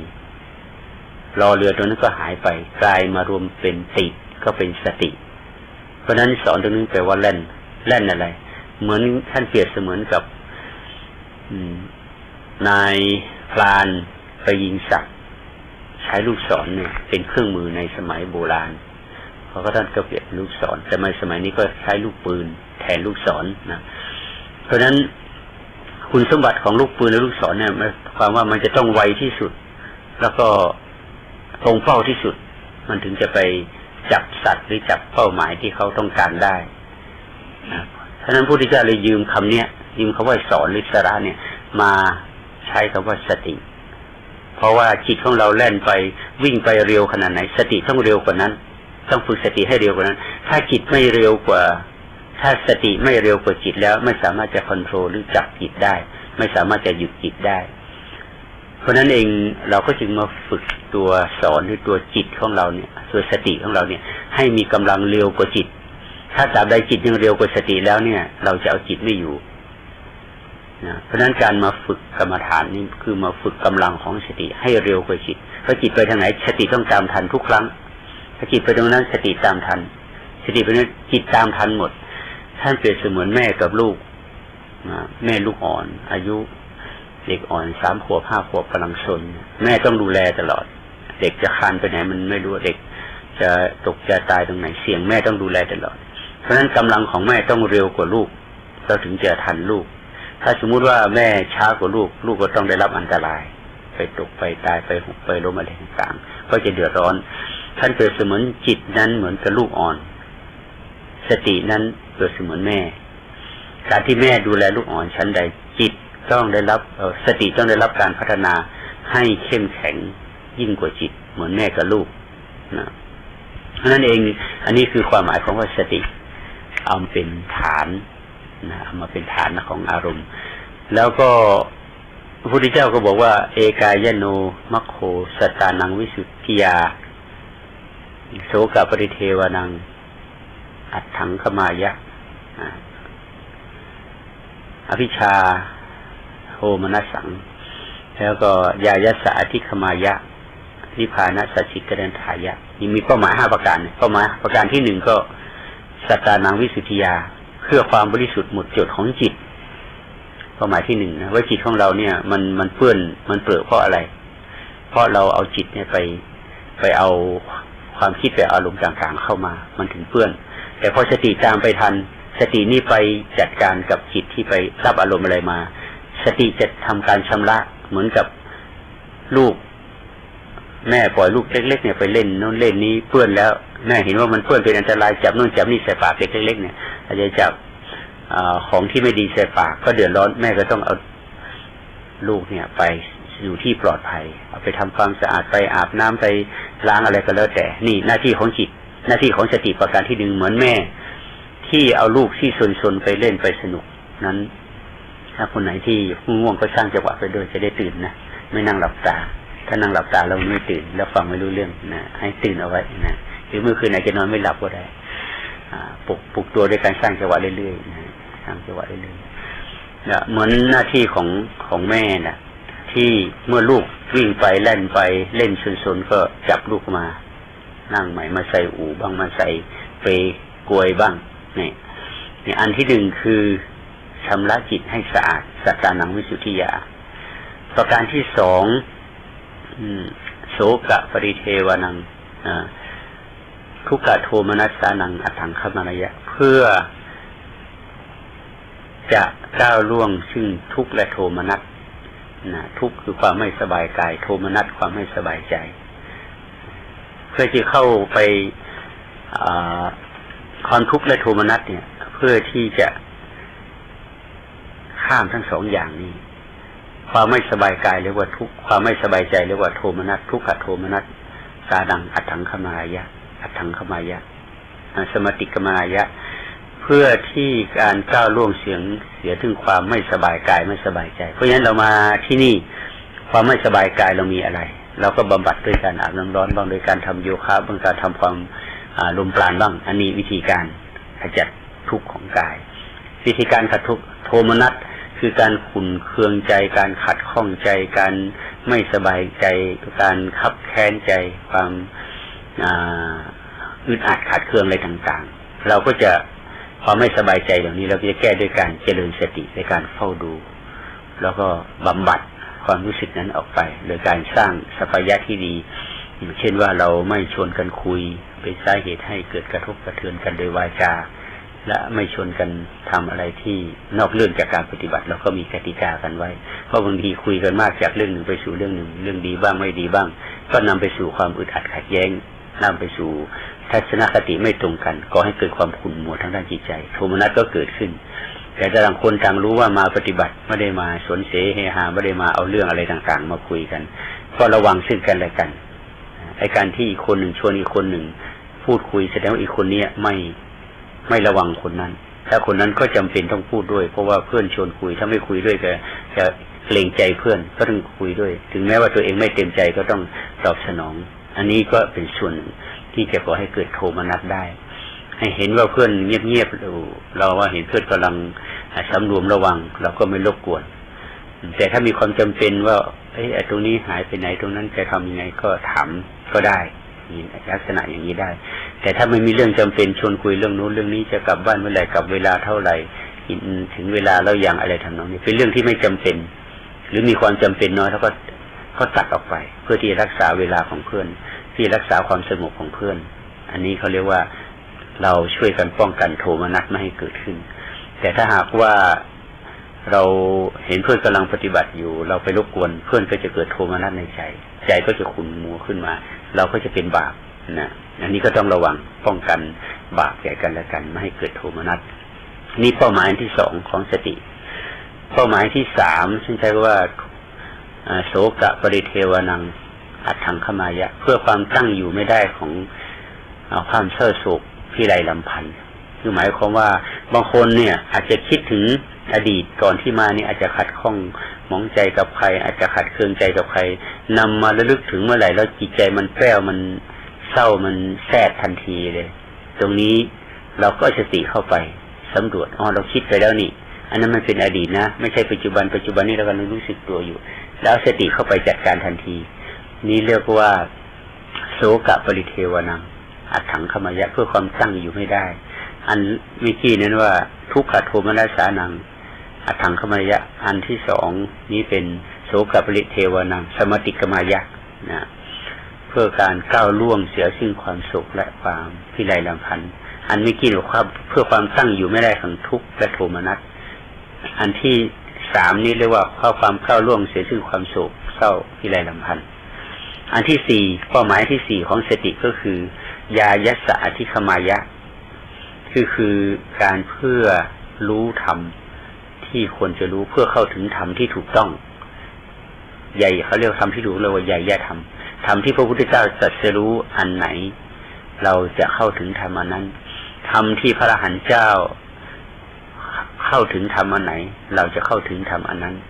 นี่เป้าหมายของสติประการที่สี่ยายัสสะอธิคมายะเพื่อเข้าถึงธรรมอันที่พระพุทธเจ้าและผ่านทั้งหลายเข้าถึงเราจะเข้าถึงธรรมอันนั้นอันที่สี่นะอันที่ห้าท่านใช้ว่านิพพานัสสะสัจจิกิริยายะเพื่อการทำพระนิพพานให้แจ้งเป้าหมายสุดท้ายนี่สำคัญว่าพระนิพพานมันมืดหรือยังไงที่ทำให้แจ้งไม่ใช่คือพระนิพพานมันมีอยู่แล้วแต่ว่าเรายังไม่เข้าใจนิพพานนั้นนิพพานแปลว่าดับแปลว่าเย็นแปลว่าสงบแปลว่าไม่ปรุงแต่งเนี่ยความสงบความดับความเย็นความไม่ปรุงแต่งในกายในใจของเรามีอยู่ใช่ไหมมีอยู่แต่ว่าเรายังไม่แจ้งเรายังไม่แจ่มแจ้งเรายังไม่ชัดเจน เรายังไม่เห็นชัดในสภาวะอันนั้นมันอาจจะแฝงฝังมันอาจจะปรากฏ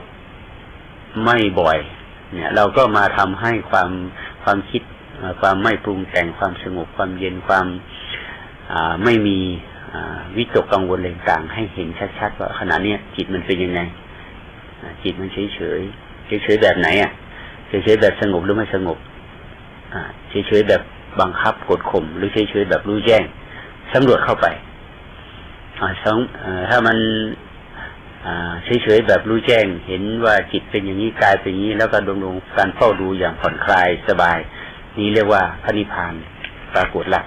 ทีนี้เราจะทำยังไงให้ความรู้สึกนี้ให้มันต่อเนื่องยาวนานไปเรื่อยๆเรียกว่าพระนิพพานก็แจ้งขึ้นเรื่อยๆแต่ถ้าหากมันไม่แจ้งเรายังเผลอนึกเผลอคิดเผลอปรุงแต่งเผลอกดเผลอดันเผลอยึดเผลอมั่นอยู่พระนิพพานหายไปอีกแล้วคอยปรับใหม่ปรับให้มันชัดขึ้นการปรุงแต่งเป็นไงมีไหมไม่มีกายเป็นไงสบายไหมใจเป็นไงสบายสำรวจตรวจสอบชัดเจนเข้าไปนี่พระนิพพานก็แจ้งขึ้นมาอีกพอเผลอเนื่องจากสติเรายังไม่สมบูรณ์พอเผลอมันก็ไปตรงนั้นอีกก็ปรับอีกอย่างเนี้ยปรับแล้วเผลออีกปรับแล้วปรับอีกปรับแล้วปรับอีกในที่สุดตัวกุศลมันมีอำนาจมากกว่าการปรับของเรามันก็ชักชำนาญขึ้นเพราะในการทำพระนิพพานให้แจ้งคือการปรับภาวะที่ไม่ทุกข์ทั้งกายทั้งใจเนี่ยให้ชำนาญสามารถจะเรียกร้องให้ภาวะความสบายกายสบายใจให้เกิดขึ้นได้ตลอดเวลาเรียกว่าทำพระนิพพานให้แจ้งนั่นหมายความเราจะมีสติต่อเนื่องกันขณะไม่เผลอความรู้สึกที่ไม่เผลอเนี่ยการปรับกายปรับใจให้ปลอดโปร่งโล่งเบาสบายอยู่เสมอเบิกบานอยู่เสมอพระนิพพานก็แจ้งขึ้นมาเรื่อยๆเนี่ยเห็นไหมนี่เป้าหมายสำคัญฉะนั้นสติปัฏฐานมีเป้าหมาย5ประการจำไว้ในใจเลยหลักประการแรกเพื่อชำระจิตและอารมณ์ให้สบายให้สะอาดประการที่2เพื่ออะไรจำได้ไหมเพื่อการตั้งอยู่ไม่ได้ของความไม่สบายกายไม่สบายใจเมื่อใดสบายไม่สบายกายไม่สบายใจเกิดขึ้นปั๊บต้องแก้ไขทันทีอย่าให้มันตั้งอยู่ตรงนั้นเวลานั่งไปนานๆมันปวดขา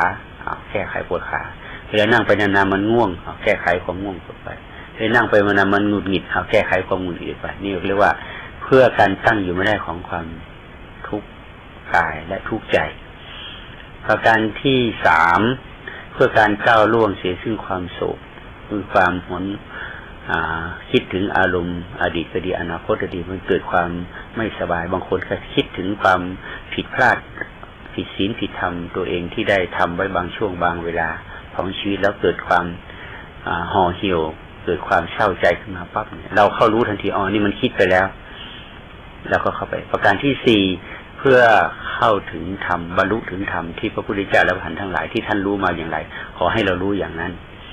ประการที่5เพื่อทำพระนิพพานให้แจ้งคือพระนิพพานคือสิ่งที่ไม่ปรุงไม่แต่งความสงบความเย็นมีอยู่แล้วในใจของคนทุกคนแต่ทำไมมันจึงไม่ปรากฏไม่แจ้งก็เพราะว่าเรายังมีความพยายามน้อยไปเราก็มาพยายามปรับอยู่อย่างนั้นถ้าหากว่าทำได้ทั้ง5ประการนี้ก็ถือว่าเราได้สำเร็จเป้าหมายของการเจริญสติแล้วทีนี้ในแต่ละข้อ5ข้อเนี่ยมันจะสมบูรณ์มากน้อยแค่ไหนเนี่ยขึ้นอยู่กับความพยายามของเราขึ้นอยู่กับสติปัญญาของแต่ละคนมีศรัทธาไม่เท่ากันมีความเพียรไม่เท่ากัน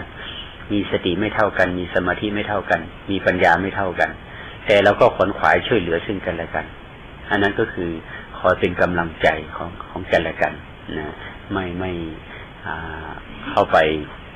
แทรกแซงหรือรบกวนกันในเวลาของกันและกันพยายามให้กำลังใจด้วยกันทำให้ดูบอกให้รู้ในเมื่อเขาทำในสิ่งที่ว่าประมาทไปเผลอไปบอกให้รู้แล้วก็ทำให้ดูทำความสงบให้ดูทำความเพียรให้ดูทำความตื่นตัวให้ดูทำความเบิกบานให้ดูทำให้รู้บอกให้รู้ทำให้ดูอยู่ให้เห็นอยู่แบบไม่มีปัญหานะอยู่แบบเรียบร้อยดีงามทำให้เป็นไม่ว่าทำอะไรก็ต้องดูทำทางกายก็ทำให้เป็นทำแล้วไม่เดือดร้อนกับผู้อื่นพูดก็พูดให้เป็นพูดแล้วไม่กระทบกระเทือนผู้อื่นคิดก็คิดให้เป็นคิดแล้วไม่นำเอาอดีตอนาคตเอาความไม่เรื่องไม่ดีมาสู่ใจตัวเองเลยคิดเป็นนะนี่ทำให้เป็นแล้วเย็นให้สัมผัส เย็นให้สัมผัสก็คือการเข้าสัมผัสตัวไม่ปรุงแต่งสัมผัสนิพพานในตัวเองให้บ่อยๆเมื่อเราสัมผัสได้บ่อยๆเราก็จะเย็นนะไม่ใช่เรื่องของเขาจะไปยุ่งนะเพราะฉะนั้นพยายามดูตัวเองให้มากขึ้นแล้วจะพยายามดูกายดูใจให้ชัดเจนเสมอเพื่อที่จะให้เราไม่รบกวนซึ่งกันและกันแต่ละคนต้องเคารพในเอกภาพในสิทธิในส่วนบุคคลของกันและกันเพื่อเราจะได้เห็นชัดว่าเรามีธรรมะในส่วนนั้นอยู่เราจะต้องดูตัวเองเป็นหลักทำตัวเองให้เป็นตัวอย่างเรามีหน้าที่สูงสุดคือทำให้เป็นตัวอย่างเท่านั้นนะแล้วต่อไปเราก็พยายามที่จะปรับแก้ในการเคลื่อนการไหวการไปกันมาเนี่ยฉะนั้น5อย่างนี้นะจำไว้ให้ดีทุกคนว่าเรากำลังผิดพลาดข้อไหนหรือเปล่าเนี่ยจิตของเราสะอาดหรือเปล่าทุกข์โทมนัสไม่สบายกายไม่สบายใจยังตั้งอยู่ในกายในใจหรือเปล่าความหวนคิดถึงอดีตอนาคตของเรายังกลับมาอยู่หรือเปล่าเราต้องการที่จะเข้าถึงธรรมที่พระพุทธเจ้าเข้าถึงจริงๆหรือเปล่าเราทำสัมผัสนิพพานในตัวเองได้หรือยังอันนี้ตรวจสอบอยู่เสมออันนี้เรียกวัตถุประสงค์และเป้าหมายอันสูงสุดของสติปัฏฐาน5ประการนะทีนี้เป้าหมาย5ประการนี้จะสำเร็จลงได้ด้วยการทำอย่างไรท่านก็บอกว่าจัตตาโลสติปัฏฐานาสิ่งที่จะทำวัตถุประสงค์5อย่างนี้ให้บรรลุสำเร็จด้วยอาศัยสติปัฏฐาน4แล้วท่านก็เริ่มกายเยกายานุปัสสีวิหารติอาตาปิสติมาสัมปชาโนวินัยโลเกอภิชาโทมนัสสังอันนี้เป็นภาษาของพระพุทธเจ้าเลยนะให้มีสติเฝ้าดูกายในกายนะมีสติเฝ้าดูกายในกายมันมีทั้งกายในหรือกายนอกหรืออย่างไรนะกายในสิ่งที่เรามองไม่เห็นกายนอกในสิ่งที่เรามองเห็นสิ่งที่เรามองเห็นกายนอกขณะนี้คืออะไรคือการเคลื่อนไหวอิริยาบถใหญ่อิริยาบถย่อยพับตาก็ยังมองเห็นกันอยู่ปากมองเห็นหายใจเริ่มมองไม่เห็นแล้วนะในส่วนไหนอาการของกายในส่วนไหนที่เรามองไม่เห็นเขาเรียกอุปทายรูปเนี่ยเป็นรูปอาศัยเรามองไม่เห็นขณะนี้กายเราเสื่อมเราก็มองไม่เห็นขณะนี้กายใครเจ็บเราก็มองไม่เห็นอันนี้เรียกว่าดูให้เห็นกายในแต่กายนอกที่เรามองเห็นก็คือเนี่ยพับตาปากเคลื่อนไหวเหลียวซ้ายไหลขวาก้มเงยหยับจับเฉยพวกนี้มองเห็นกันให้รู้ในส่วนนี้ด้วยในส่วนกายในคือส่วนที่เรามองไม่เห็นเช่นหายใจเลือดลมมันเดินอย่างไรเลือดมันวิ่งอย่างไรหัวใจมันเต้นอย่างไรนี่มองไม่เห็นแต่เรารู้ว่ามันมีอยู่แล้วก็เข้าไปรู้ในส่วนนั้นกายภายในแล้วเข้าไปรู้ด้วยอาการอย่างไรด้วยการ3อย่างอาตาปีคือรู้บ่อยๆกระตุ้นให้รู้บ่อยๆอาตาปีไม่ใช่คำว่า energy เพราะว่าตามปกติแล้วถ้าเรารู้แบบไม่แล้วรู้ด้วยอะไรรู้ด้วยสัมปชัญญะและสติมาอาตาปีสัมปชัญญะสติมารู้ด้วยสติสัมปชัญญะรู้ด้วยสติคือรู้อย่างไรก็รู้อย่างที่กล่าวมาเมื่อกี้คือเข้าไประลึกรู้เข้าไปกำหนดรู้เข้าไปตามดูอาการเหล่านั้นมันกำลังเกิดขึ้นตามดูลมหายใจตามดูการเคลื่อนไหวตามดูความเจ็บป่วยไม่สบายในกายตามดูความรู้สึกนึกคิดก็ตามดูอารมณ์ในขณะนี้เป็นอย่างไรนี่ตามดูทั้ง4อย่างเนี่ยนี่ในขณะที่ตามดูอย่างมีสติสัมปชัญญะคือในฐานะเป็นผู้ดูตัวนี้สำคัญนะถ้าเราตามดูแบบผู้เป็นเราก็จะเข้าไปเสวยความทุกข์อันนั้นแต่ถ้าเราไปตามดูแบบผู้ดูเราก็จะแยกตัวผู้ดูออกมาเห็นอาการที่แสดงอยู่เนี่ยว่าร่างกายนี้เป็นธาตุ4เนี่ยหมวดต่อมาใช่ไหมให้ดูอันแรกแต่ว่าอันแรกที่สุดท่านให้ดูสิ่งใกล้ที่สุดคือดูลมหายใจนะแต่ลมหายใจที่เราจะนำมาเสนอในคอร์สนี้เราจะไม่ใช่ลมหายใจแบบอานาปานแต่จะเป็นลมหายใจที่เป็นการเคลื่อนไหวส่วนหนึ่งเท่านั้นของกายเช่นเราหายใจลึกๆโดยเฉพาะช่วงเช้าเนี่ยที่ใครมาก่อนเราก็จะมาฝึกลมปราณการหายใจเข้าหายใจออกอย่างไรแล้วก็เช่นลมปราณในร่างกายนี้ไปที่ไหนบ้างเนี่ยเราฝึกกันแต่เช้าแล้วตั้งแต่ตี 4 ถึงตี 5เนี่ย แต่ว่าเช้านี้เป็นเช้าแรกใครมาทันก็ทันไปใครมาไม่ทันก็ผ่านไปนะนี่ก็เรียกว่าเป็นออปชันของแต่ละคนก็ได้ก่อนเวลาแต่เวลาหลักคือเริ่มแต่ตี 5เพราะนั้นเวลานั้นตี 3 ถึงตี 4ก็เป็นออปชันเรื่องอาบน้ำตี 4 ถึงตี 5เป็นออปชันเรื่องของลมปราณและโยคะนะนี่ใครมาทันก็ได้ไปใครมาไม่ทันก็ไม่ได้2งานนั้นไม่บังคับกันนะแต่เวลาที่ต้องเป็นรูลที่ต้องทำก็คือตี 5เป็นต้นไปอันที่ 1ที่เราจะดูเฝ้าดูกายคือลมหายใจแล้วเกี่ยวโยงด้วยการทำลมปราณว่าถ้าคนส่วนใหญ่เนี่ยจะหายใจแค่หน้าอกหายใจไม่ถึงท้องใช่ไหมเวลานั่งเนี่ยเรานั่งก็หายใจเนี่ยถ้าหายใจถูกท้องมันจะเป็นยังไงโป่งใช่ไหมเวลาหายใจเข้าเวลาจะออกท้องต้องยุบลงไปนะแล้วทีนี้เวลาเราดูลมหายใจในส่วนของลมปราณต้องหายใจออกจนกระทั่งกดหน้าท้องเข้าไปจนแห้งเลยนะให้ลมมันออกหมดนะถ้าหากว่าใครหายใจในส่วนนี้ได้ถูกก็จะมีพลังพลังลมปราณก็จะดีส่วนใหญ่เราหายใจแค่สั้นๆแค่แป๊บๆอยู่แค่หน้าอกนี่แหละหายใจไม่ทะลุถึงจุดลมปราณจุดหลักของลมปราณอยู่ที่ไหนอยู่ที่สะดือใช่ไหมอยู่ที่สะดือที่ถ้าหากหายใจไม่ทั่วท้องเนี่ยหายใจไม่เข้าถึงท้องเนี่ยจุดลมปราณยังไม่ถูกการกระตุ้นพลังชีวิตก็ไม่มี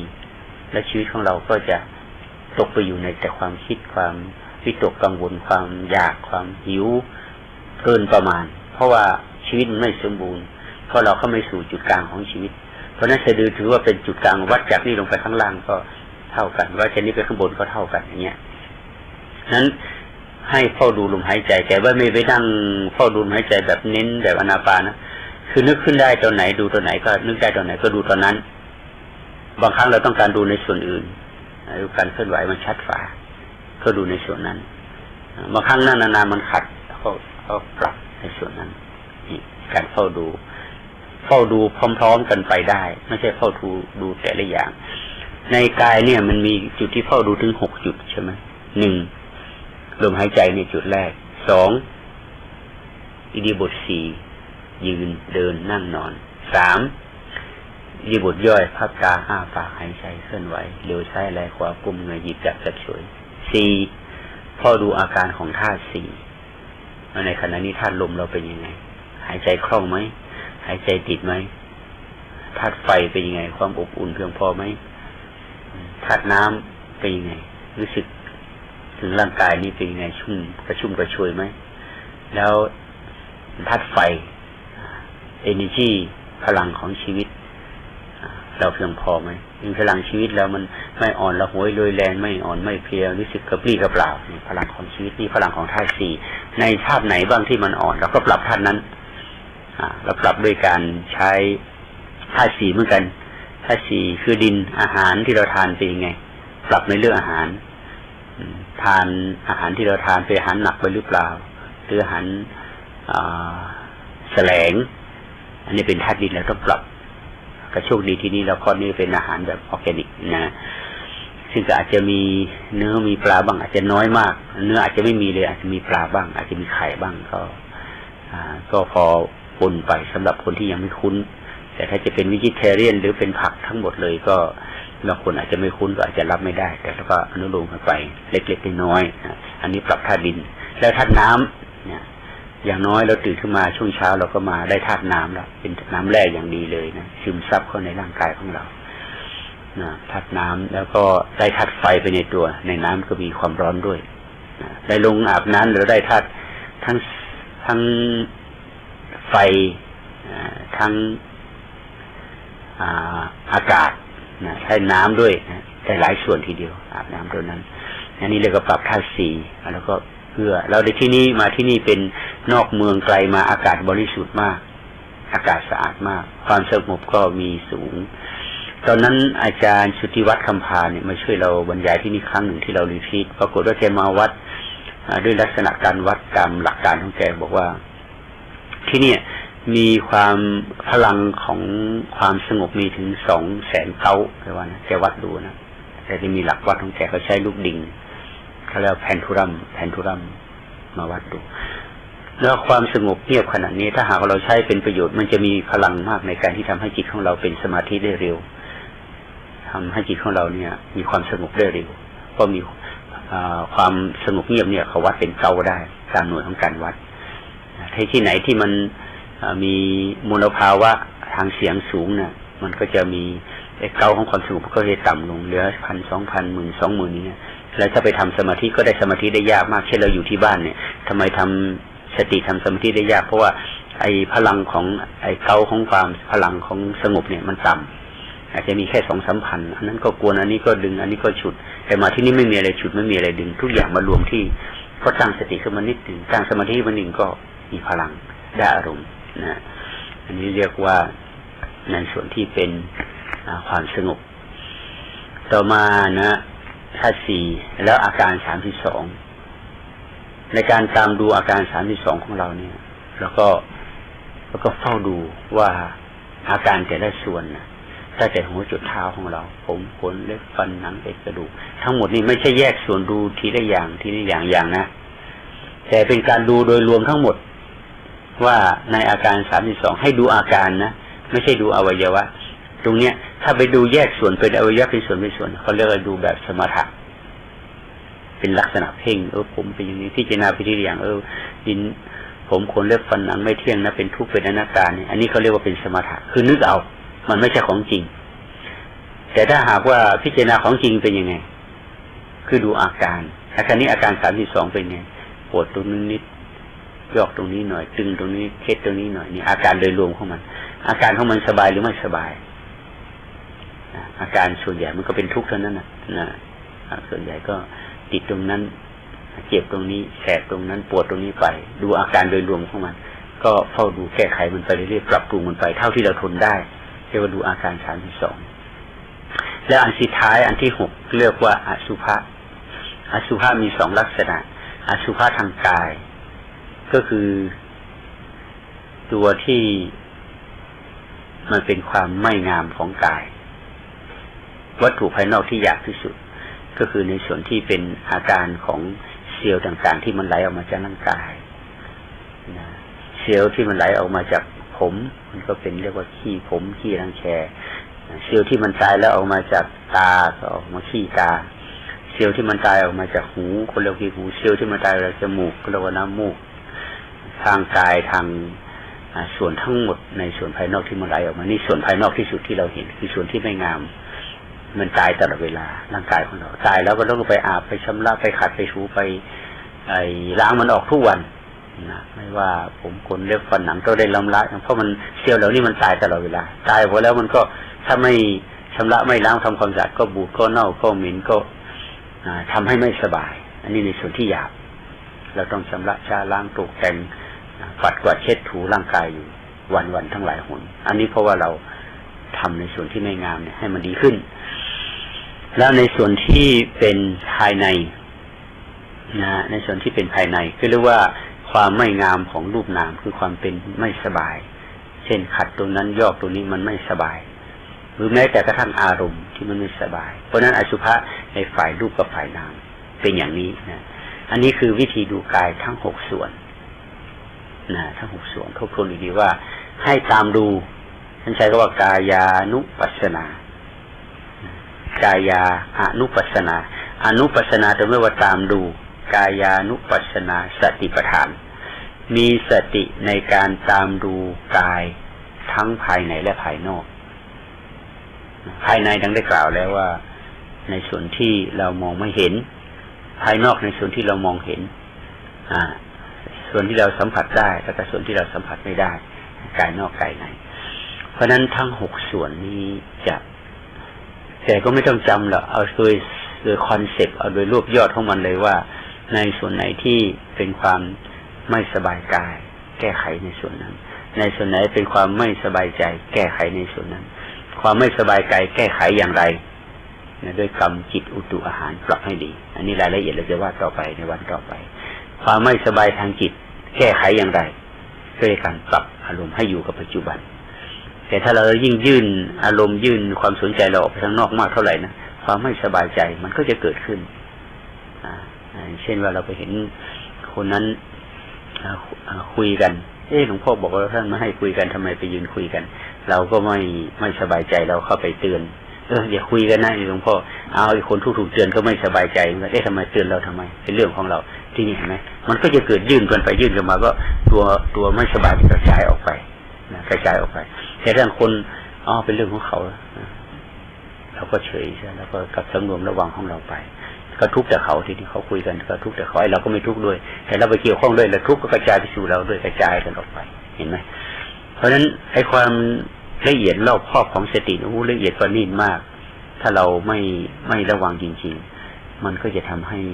ไอ้ตัวทุกข์เนี่ยกระจายความจริงทุกข์ก็อยู่คนสองคนที่กำลังคุยกันนั่นแหละจำกัดอยู่แค่นั้นพอเราเข้าไปร่วมวงด้วยเนี่ยมันกระจายไปหาเราอีกเอาเราไปบอกเพื่อนอีกคนสองคนในฉันไปเตือนเขายังว่าฉันอีกกระจายไปหาคนที่สี่ที่ห้าต่อไปเรื่อยๆอีกนะนี่เราจะเห็นว่าโอ้สิ่งเล็กๆน้อยๆแล้วเนี่ยในชีวิตประจำวันเราจะมองข้ามคนจึงอยู่ด้วยทุกข์กินด้วยทุกข์นอนด้วยทุกข์เพราะเราไม่รู้จักทุกข์ไงดังนั้นเราต้องพยายามทีนี้การนอนหลับก็เหมือนกันนะการได้พักเนี่ยเราก็ต้องระมัดระวังเพื่อนกำลังนั่งสร้างจังหวะอยู่อีกคนที่พักด้วยกันนั่งคุยกันอีกคนก็นึกงุนงิดละฉันกำลังทำความสงบอยู่ทำไมเสียงดังคนนี้ก็เกิดทัศนคติไม่ดีทุกข์เกิดขึ้นในเราแล้วทีนี้คนนั้นไม่รู้ว่าเพื่อนกำลังทุกข์เราก็เพลินต่อไปเรื่อยๆก็เพิ่มทุกข์ให้คนนี้เรื่อยๆเนี่ยสติถ้าเราดูให้ดีนะจิตของเรามันก็เพิ่มง่ายมากเพราะนั้นเราจึงมาปฏิบัติเรียกว่ากุศลขั้นสูงเราจะต้องลงเข้าไปดูในรายละเอียดให้ลึกทีเดียวนะหรือบางทีเวลานอนบางคนนอนตื่นตี 3ได้บางคนนอนตื่นตี 4บางคนนอนตื่นตี 5บางคนตี 5ไม่ไหว6 โมงแต่คนตื่นตี 3นี่เห็นเพื่อนตี 4ก็แล้วตี 5ก็แล้วยังไม่ตื่นชักไม่ไหวแล้วเนี่ยก็เข้าไปปลุกไปเตือนมีคนกำลังหลับดีๆยังไม่ได้ถูกเตือนแล้วฉันก็รู้สึกหงุดหงิดแล้วขึ้นมาหรือรู้สึกกิ้วดีในใจทำไมมานี่ยังฉันไม่ถึงเวลาตื่นของฉันเลยเนี่ยก็จะเกิดนี้ขึ้นมาหรือบางทีตื่นขึ้นแล้วไม่เตือนไม่ปลุกเพื่อนก็จริงแต่ว่าทำอะไรลุกคุกคิกเสียงดังไปเขาห้องน้ำเสียงดังทำนู่นเสียงดังเพื่อนกำลังหลับดีๆตื่นขึ้นมาเนี่ยเราจะเห็นว่าละเอียดอ่อนมากในสิ่งเหล่านี้ถ้าเราศึกษาให้ดีนะเพราะฉะนั้นต้องทำเลยด้วยความระมัดระวังและความเข้าใจเพื่อนยังไม่ตื่นไม่เป็นไรเราก็อนุโมทนาในความสุขของเขาเพราะอันนั้นคือความพอดีของเขาพอดีของเราว่าเราตื่นตี 3ได้แต่พอดีของเขาเนี่ยเขาต้องตื่นตี 4พอดีเขาต้องตื่นตี 5เราต้องอนุโมทนาในนั้นเขาไม่มีเจตนาที่จะไปล่วงละเมิดว่าไม่ตื่นตามเวลาแต่ว่าร่างกายเขาต้องการอย่างนั้นเราก็ต้องเคารพในธรรมชาติของเขาว่าฉันตื่นตี 3แล้วทำไมแกตี 5ยังไม่ตื่นเลยอย่างเงี้ยอันนี้เรียกว่าเราไปละเมิดในสิทธิของเขาแล้วก็ต้องปล่อยเขาเนี่ยคือธรรมชาติของแต่ละคนไม่เท่ากันคือบางคนเนี่ยนอนหลับสนิทในแค่3 ชั่วโมงเนี่ยตื่นขึ้นมาก็ช่ำชื่นได้ใช่ไหมแต่บางคนทั้ง5 ชั่วโมงเนี่ยนอนไม่หลับเลยหลับตื่นเนี่ยทีนี้พอมาท้ายๆชั่วโมงมันก็ต้องการนอนหลับก็ต้องต่อไปอีกอันนี้ถ้าเรามีสติปัญญาเราจะลงรายละเอียดเราจะเห็นใจของเพื่อนมนุษย์เราเห็นใจของคนอินทรีย์ของเราไม่เท่ากันยังไงนะบางคนมาจากบ้านจิตใจสบายสงบปฏิบัติมาตลอดแต่อีกคนนึงมาจากบ้านกำลังวุ่นวายสับสนมามากๆมาที่นี่ต้องการมาพักผ่อนด้วยร่างกายก็พอมาที่นี่มันสงบก็ได้พักผ่อนเต็มที่เราก็ให้เวลาเขาได้พักผ่อนเราจะไปตำหนิเขาไม่ได้ทำไมคนนั้นต้องง่วงคนไหนตัวนี้ต้องนอนมากเนี่ยเราก็เห็นใจในจุดนี้เราก็จะไม่เกิดตำหนิกิลตี้ขึ้นในใจเราก็จะเห็นใจแล้วก็เมตตาสงสารเขาอันนี้ในส่วนนี้คือเป็นปัญญานะเพราะเราจะเห็นว่าการเจริญสติมันละเอียดลึกซึ้งมากถ้าเราเฝ้าดูเฝ้าสังเกตต่อไปเนี่ยจิตใจของเราจะเต็มไปด้วยความเมตตากรุณาเพราะเราเข้าใจเห็นใจเพื่อนมนุษย์ด้วยกันเพราะแต่ละคนตั้งใจที่จะมาทำที่ดีๆทั้งนั้นน่ะแต่ที่นี้บางอย่างเราเผลอไปมันไม่ดีมันไม่เข้าท่าในสายตาของเพื่อนเนี่ยเราก็ต้องรู้ตัวทันทีนี่ไม่เข้าท่านะแต่ถ้ารู้ตัวได้ไวเราก็ปรับได้ไวถ้ารู้ตัวได้ช้าบางทีเพื่อนเขาอาจจะที่รู้จักคุ้นกันก็จะไปบอกแล้วก็ขอบคุณเขาขอบคุณนะที่เตือนฝ่ายที่ถูกเตือนก็อย่าไปหงุดหงิดขอบคุณแล้วก็ได้บุญอีกส่วนนึงเพื่อนก็สบายใจว่าเพื่อนได้ช่วยเราแต่ถ้าว่าเกิดว่าไม่ต้องมาเตือนฉันนะฉันเป็นผู้ใหญ่พอแล้วเนี่ยเพื่อนก็ไม่สบายใจเราก็ไม่สบายใจทุกมันก็แผ่ขยายไปอีกใช่ไหมนั่นเราเห็นว่าสิ่งเหล่านี้ละเอียดอ่อนการมาปฏิบัติดังนั้นเราต้องศึกษาเข้าใจแล้วก็เคลื่อนไหวอย่างมีสติทุกครั้งถ้าคนต่างตั้งใจอยู่แล้วเนี่ยแต่บางครั้งมันพลาดไปแต่บางครั้งเราเห็นว่าตรงนี้ถ้าเราไปพูดไม่ดีเนี่ยไอ้ ก็มาบอกอาตมาก็จะมีวิธีพูดคำพูดคำเดียวกันนะถ้าโยมพูดกับอาตมาพูดมันต่างกันนะถ้าโยมไม่พูดอาจจะเป็นเรื่องกันได้แต่ถ้ามาไปพูดเนี่ยก็อาจจะเป็นบุญขึ้นมาเพราะมามีวิธีที่จะบอกใช่ไหมอันนี้ก็จะต่างกันดังนั้นเราเห็นสิ่งไหนไม่เหมาะไม่งามของเพื่อนคนไหนถ้าเราไม่อยู่ในฐานะจะบอกได้ก็บอกอาตมาก็จะคอยหาวิธีบอกอย่างบัวไม่ช้ำน้ำไม่ขุ่นนี่เป็นเรื่องละเอียดอ่อนที่พูดเรื่องนี้เพราะอะไรเพราะเราอยู่กันหลายคนมากันแต่ละครอบครัวมาจากต่างสังคมมาจากต่างประสบการณ์มาจากต่างพ่อต่างแม่มาจากต่างครูบาอาจารย์มาจากต่างสำนักมาจากต่างวิธีการเพราะฉะนั้นเราจะให้มันเหมือนกันทุกอย่างเป็นไปไม่ได้แต่เราก็พยายามอาศัยความเมตตาปัญญาที่จะมาปรับให้เป็นประโยชน์สูงสุดในช่วงที่เราจะเข้าปฏิบัติตรงนี้นะเพราะฉะนั้นเอง ในช่วงของการฝึกปฏิบัติก็ไม่อยากจะให้เป็นเรื่องของซีเรียสเป็นเรื่องของผ่อนคลายแต่ผ่อนคลายอย่างมีสติแต่ถ้าเราผ่อนคลายแบบขาดสติเราก็จะเหลิง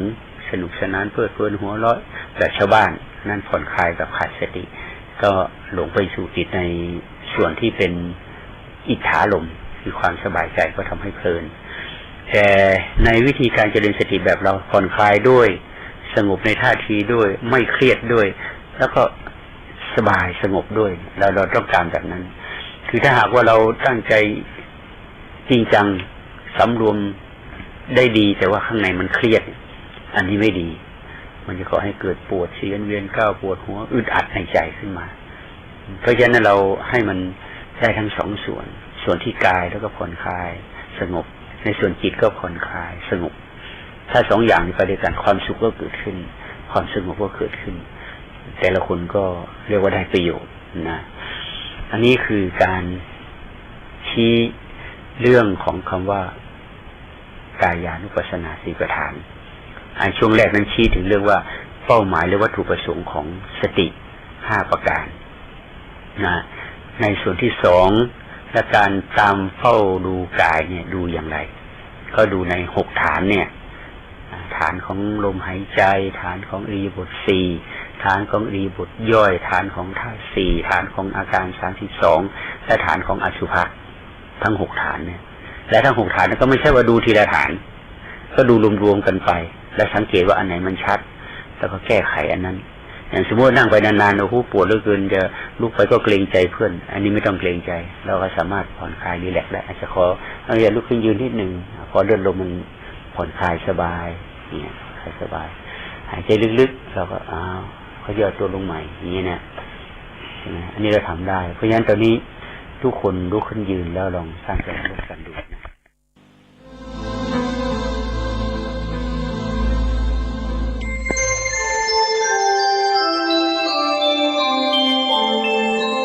ขณะนี้ท่านกำลังฟังสถานีวิทยุกระจายเสียงพระพุทธศาสนา FM 104.5 เมกะเฮิรตซ์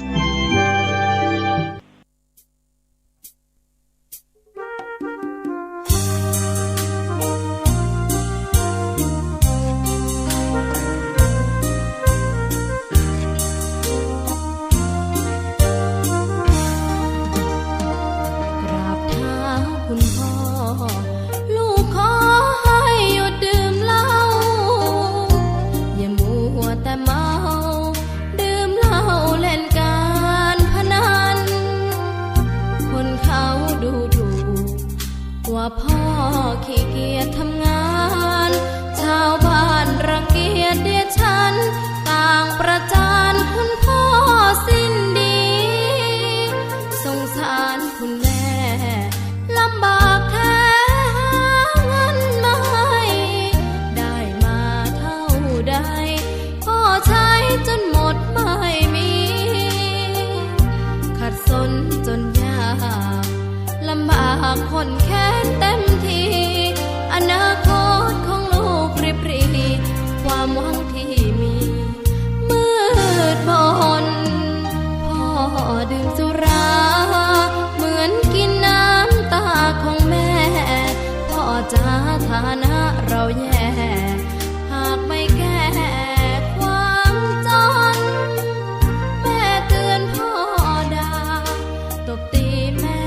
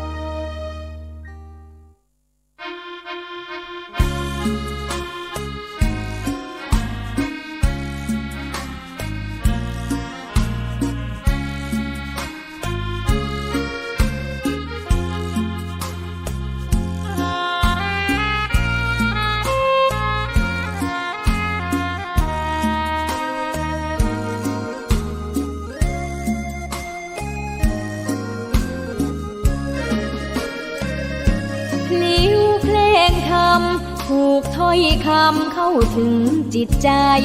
ฟังรายการวิทยุเสียงใสส่งถึงใจไปสู่ปลายนา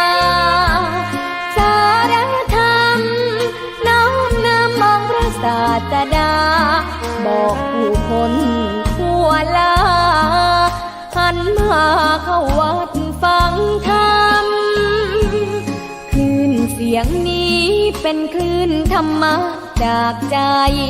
ส่งถึงบ้านไกลบ้านไกลฟังได้สุขใจล้ำยามดึกดื่นค่ำคืนมีงานต้องทำเป็นคลื่นสารธรรมเน้นย้ำธรรมะเพื่อนใจเสียงคลื่นธรรมบอกหลักธรรมให้คลายความเหงาฟังเสียงธรรมะเบาเบาบอกเล่าถึงคนบ้านไกลสื่อธรรมะบอกลดละวางด้วยใจสื่อไปถึงสวงในเข้าใจหลักธรรมหลักดีพลิ้วเพลงธรรมผูกสัมพันธ์จิตใจร่าเริงฟังสาระธรรมะบันเทิงรื่นเริงในชีวิ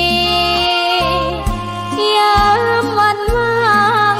เดินทางไปเยี่ยมสถานีนัดพบกันน้องพี่วันนี้วันดีวันเสาร์สวดมนต์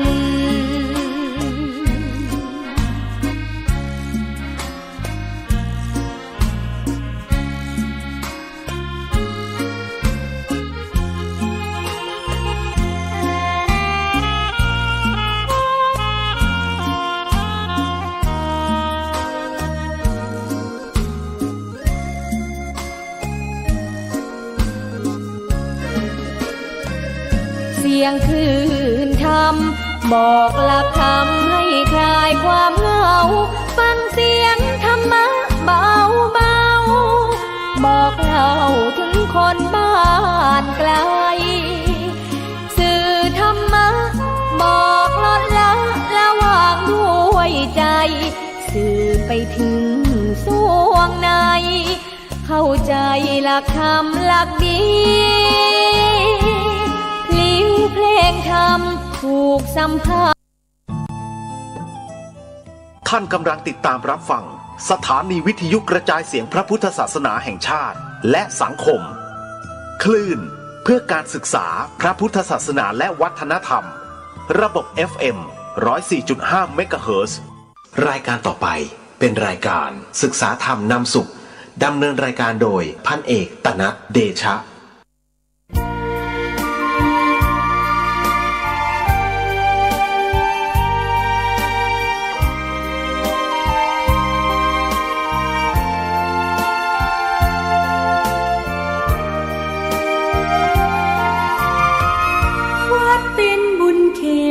เศษสถานเหมือนทิพย์วิมานของหมู่ประชาสะอาดรื่นรมด้วยร่มเงาไม้ได้ร่วมศรัทธาสมเป็นศาลาแหล่งพักพึ่งใจเห็นพระประธานเหนือแท่นทำรง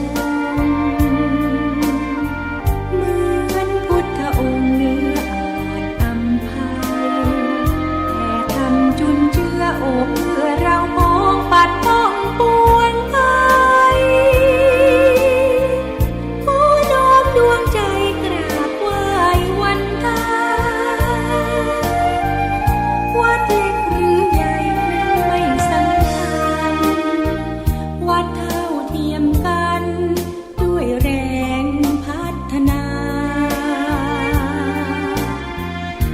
ระสงฆ์เคร่งครัดทำกิจวัตรทุกวันเว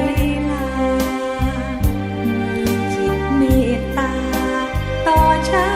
วสังคม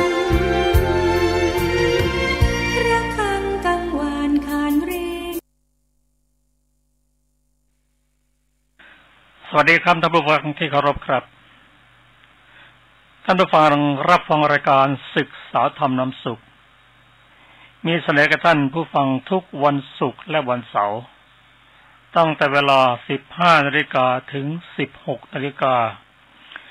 ดำเนินรายการโดยกระผมพันเอกธนัทเดชะมีอาจารย์สรภาเดชะเป็นผู้ร่วมรายการวันนี้เราก็ได้นำพระสูตรที่ชื่อว่านันทโกวัฏสูตร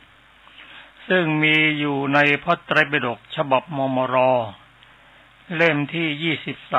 23 หน้า 450 ท่านผู้ฟังที่มีพระไตรปิฎกฉบับนี้ก็กรุณาเปิดไปหน้า 450 เพื่อได้ศึกษาร่วมกันนันทโกวัฏสูตรนี้เป็นพระสูตรที่ตั้งชื่อตามท่านพระนันทะซึ่งท่านในโอวาทแก่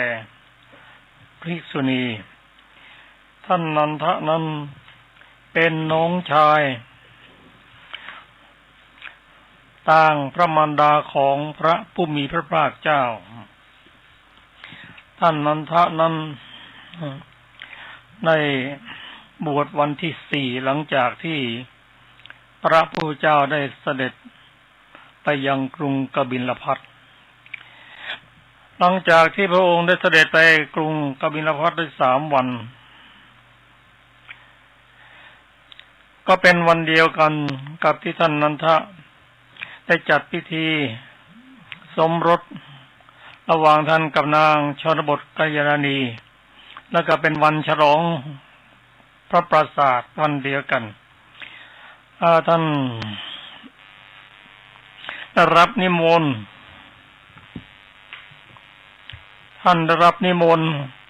หมายถึงพระพุทธเจ้าได้รับนิมนต์ให้เสด็จไปในงานนี้ด้วยพอเสร็จงานพระพุทธเจ้าได้อนุโมทนาและมีพระประสงค์จะเสด็จกลับก็ได้ยื่นบาตรให้ท่านนันทะแสดงว่าท่านจะเสด็จกลับก็นั่นท่านนันทะก็รับบาตรของพระผู้มีพระภาคเจ้า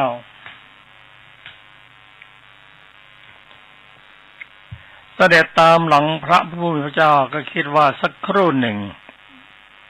พระองค์ก็จะทรงรับบาตรแต่พระองค์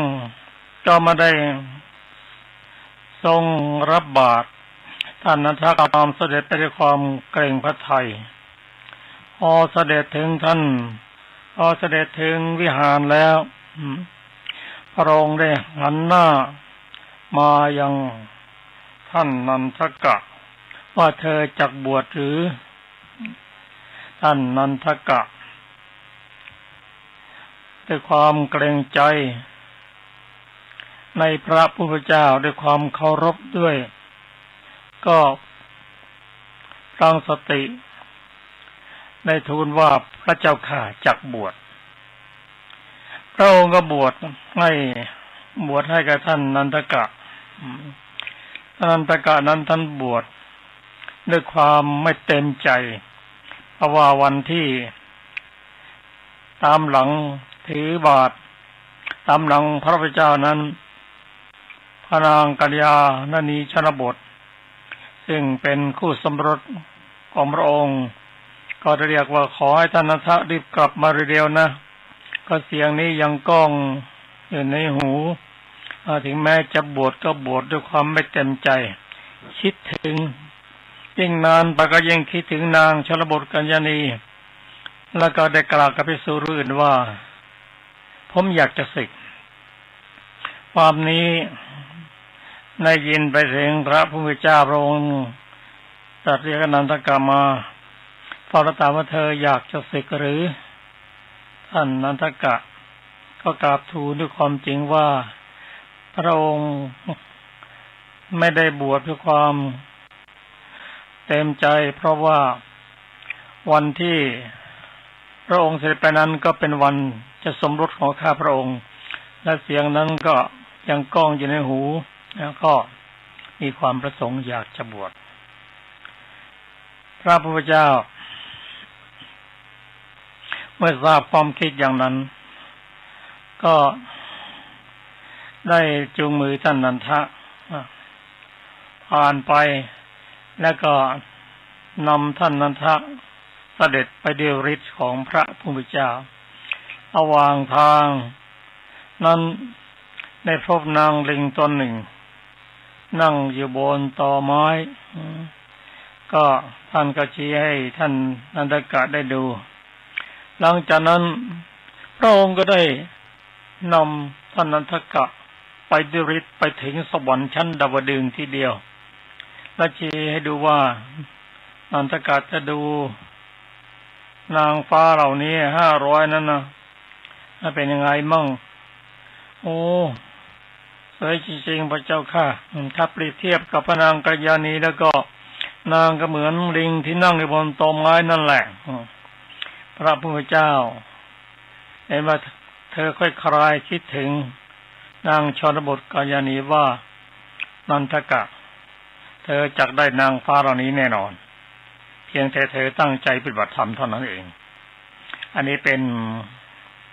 ประวัติโดยย่อๆของท่านนันทกะแต่ในที่สุดก็เมื่อได้ศึกษาปฏิบัติไปได้สำเร็จเป็นพระอรหันตบุคคลความประสงค์ที่จะครองเรือนนั้นก็ไม่มีสำหรับท่านและท่านยังได้รับเอกคตะ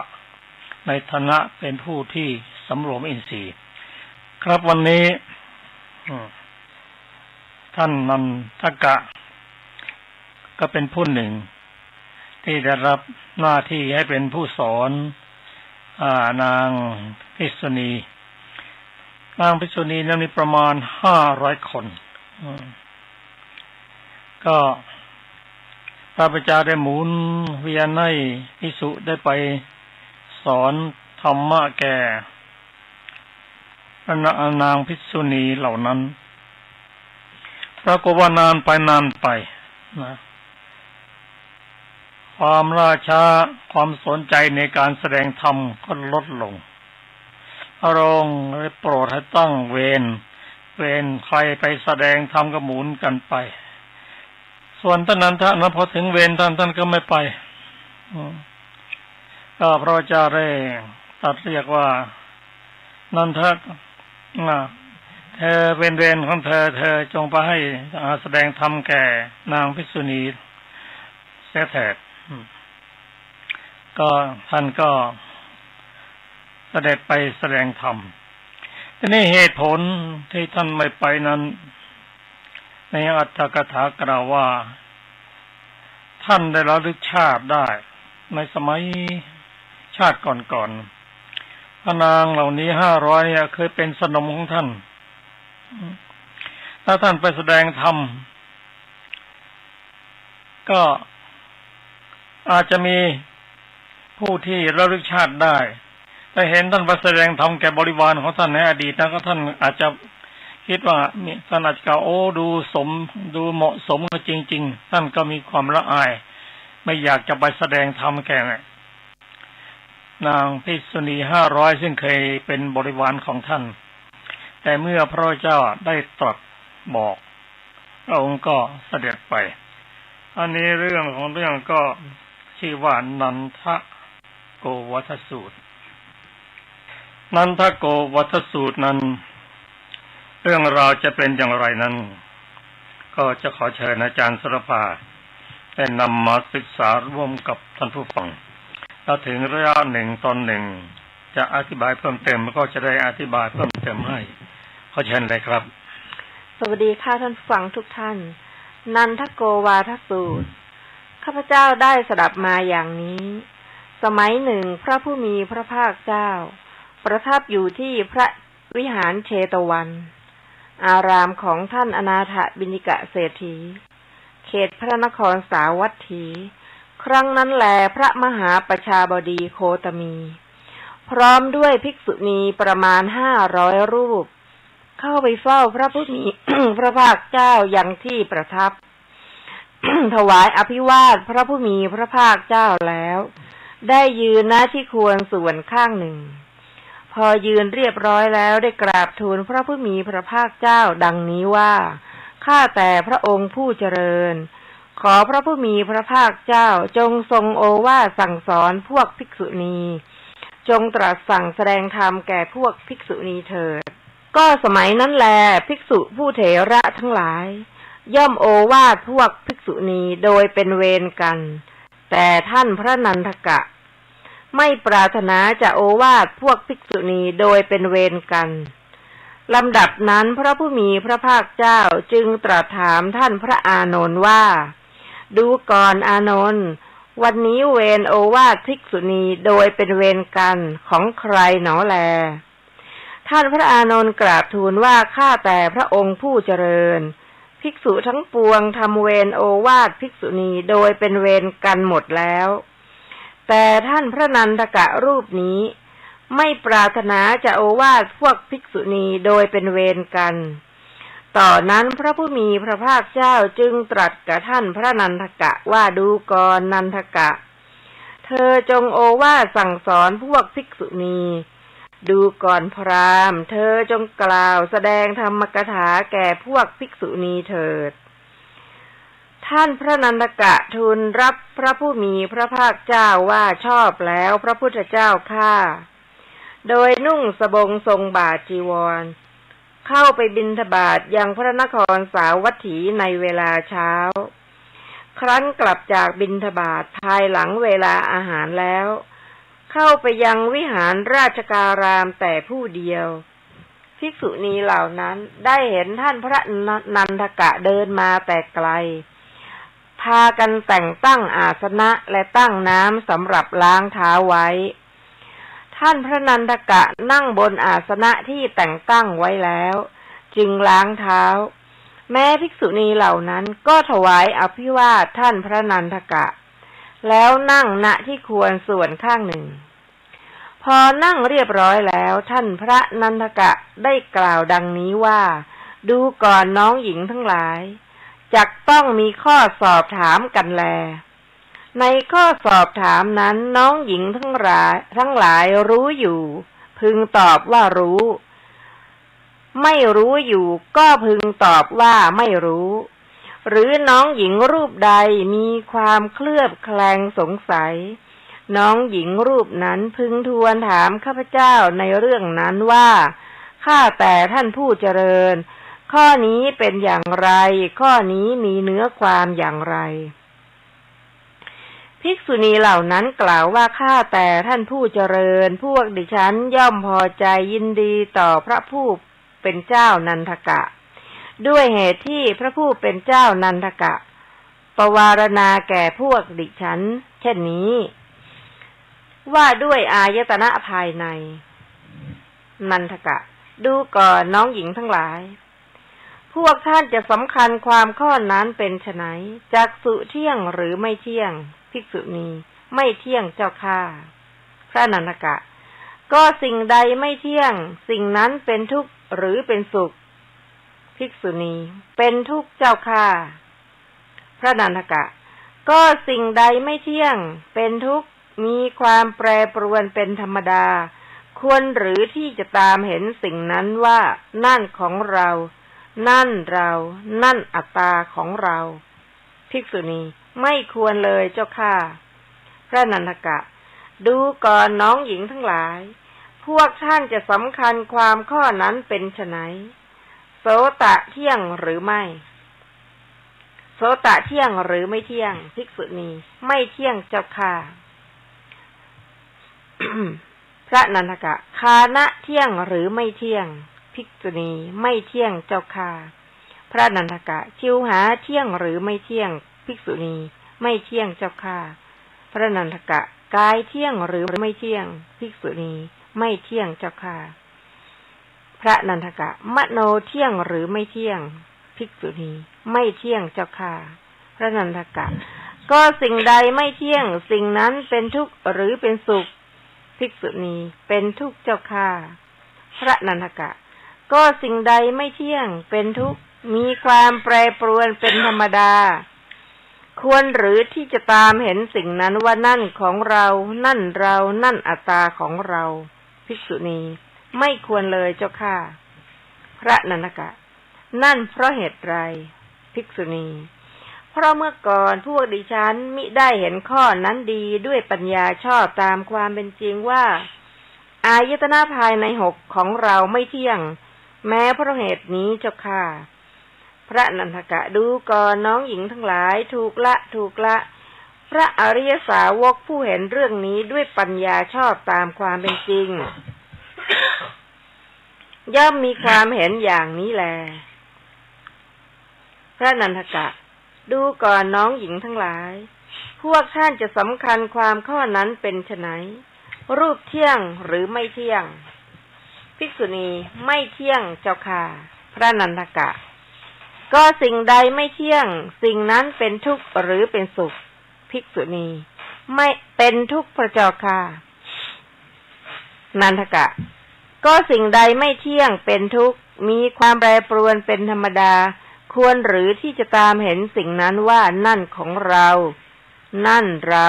นั่นอัตตาของเราภิกษุณีไม่ควรเลยเจ้าค่ะพระนันทกะดูก่อนน้องหญิงทั้งหลายพวกท่านจะสำคัญความข้อนั้นเป็นไฉนเสียงเที่ยงหรือไม่เที่ยงภิกษุณีไม่เที่ยงเจ้าค่ะพระนันทกะกลิ่นเที่ยงหรือไม่เที่ยงภิกษุณีไม่เที่ยงเจ้าค่ะพระนันทกะรสเที่ยงหรือไม่เที่ยงภิกษุณีไม่เที่ยงเจ้าค่ะพระนันทกะโพธพะเที่ยงหรือไม่เที่ยงภิกษุณีไม่เที่ยงเจ้าค่ะพระนันทกะธัมมารมณ์เที่ยงหรือไม่เที่ยงภิกษุณีไม่เที่ยงเจ้าค่ะพระนันทกะก็สิ่งใดไม่เที่ยงสิ่งนั้นเป็นทุกข์หรือเป็นสุขภิกษุณีเป็นทุกข์เจ้าค่ะพระนันทกะก็สิ่งใดไม่เที่ยงเป็นทุกข์มีความแปรปรวนเป็นธรรมดาควรหรือที่จะตามเห็นสิ่งนั้นว่านั่นของเรานั่นเรานั่นอัตตาของเราภิกษุณีตอบไม่ควรเลยเจ้าค่ะพระนันทกะนั่นเพราะเหตุไร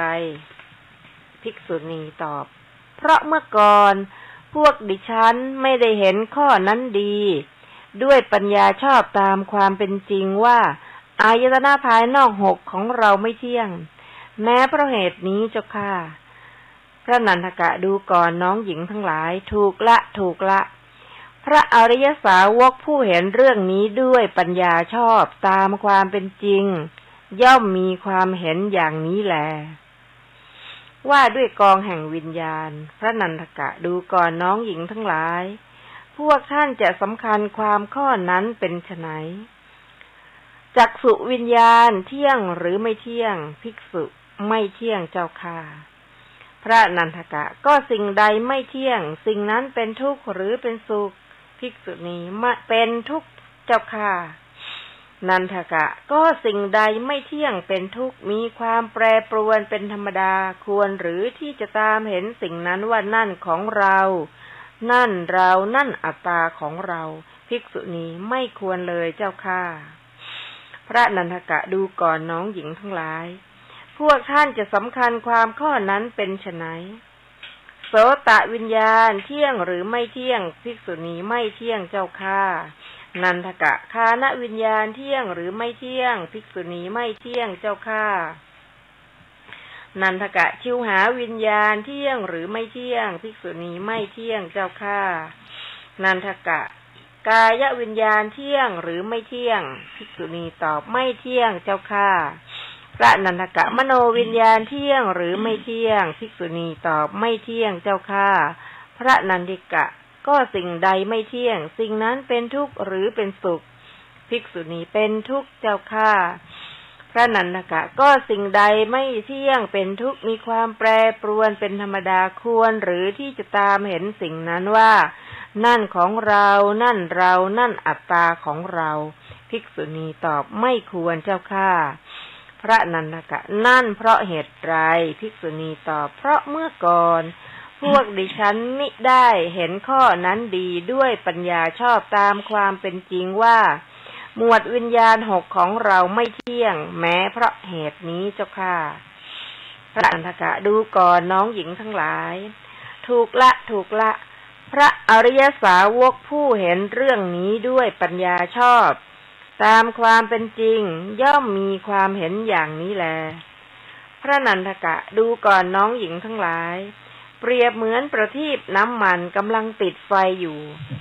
มีน้ำมันก็ไม่เที่ยงแปรปรวนไปเป็นธรรมดาไส้ก็ไม่เที่ยงแปรปรวนไปเป็นธรรมดาเปลวไฟก็ไม่เที่ยงแปรปรวนไปเป็นธรรมดาแสงสว่างก็ไม่เที่ยงแปรปรวนไปเป็นธรรมดาดูก่อนน้องหญิงทั้งหลายผู้ใดกล่าวอย่างนี้ว่าประทีปน้ำมันที่กำลังติดไฟอยู่โน้นมีน้ำมันก็ไม่เที่ยงแปรปรวนไปเป็นธรรมดาไส้ก็ไม่เที่ยงแปรปรวนไปเป็นธรรมดาเปลวไฟก็ไม่เที่ยงแปรปรวนไปเป็นธรรมดาแต่ว่าแสงสว่างของประทีปนั้นแลเที่ยงยั่งยืนเป็นไปติดต่อไม่มีความแปรปรวนไปเป็นธรรมดาผู้ที่กล่าวนั้นชื่อว่าพึงกล่าวชอบหรือหนอแลภิกษุณีหามิได้เจ้าค่ะพระนันทกะนั่นเพราะเหตุไรภิกษุณีตอบข้าแต่ท่านผู้เจริญเพราะประทีปน้ำมันที่กำลังติดไฟอยู่โน้นมีน้ำมันก็ไม่เที่ยงแปรปรวนไปเป็นธรรมดาไส้ก็ไม่เที่ยงแปรปรวนไปเป็นธรรมดาเปลวไฟก็ไม่เที่ยงแปรปรวนไปเป็นธรรมดาแสงสว่างของประทีปนั้นก็ต้องไม่เที่ยงแปรปรวนไปเป็นธรรมดาเช่นกันพระนันทกะดูก่อนน้องหญิงทั้งหลายชั้นใดเหมือนกันแลบุคคลใดพึงกล่าวอย่างนี้ว่าอายตนะภายใน6ของเราไม่เที่ยงแต่เราอาศัยอายตนะภายในสวยเวทนาใดเป็นสุขก็ตามเป็นทุกข์ก็ตามมิใช่ทุกข์มิใช่สุขก็ตามเวทนานั้นเที่ยงยั่งยืนเป็นไปติดต่อไม่มีความแปรปรวนไปเป็นธรรมดาบุคคลผู้กล่าวอย่างนั้นชื่อว่ากล่าวชอบหรือหนอแลภิกษุตอบว่าภิกษุณีตอบหาไม่ได้เจ้าค่ะพระนันทกะนั่นเพราะเหตุไรภิกษุณีตอบข้าแต่ท่านผู้เจริญเพราะเวทนาที่เกิดแต่อายตนะภายในนั้นๆอาศัยปัจจัยที่เกิดแต่อายตนะภายในนั้นๆแล้วจึงเกิดขึ้นได้เพราะปัจจัยที่เกิดแก่อายตนะภายในนั้นๆดับเวทนาที่เกิดแต่อายตนะภายในนั้นๆจึงดับไปพระนันทกะดูก่อนน้องหญิงทั้งหลายถูกละพระอริยสาวกผู้เห็นเรื่องนี้ด้วยปัญญาชอบตามความเป็นจริงย่อมมีความเห็นอย่างนี้แลพระนันทกะดูก่อนน้องหญิงทั้งหลายเปรียบเหมือนต้นไม้ใหญ่มีแก่นตั้งอยู่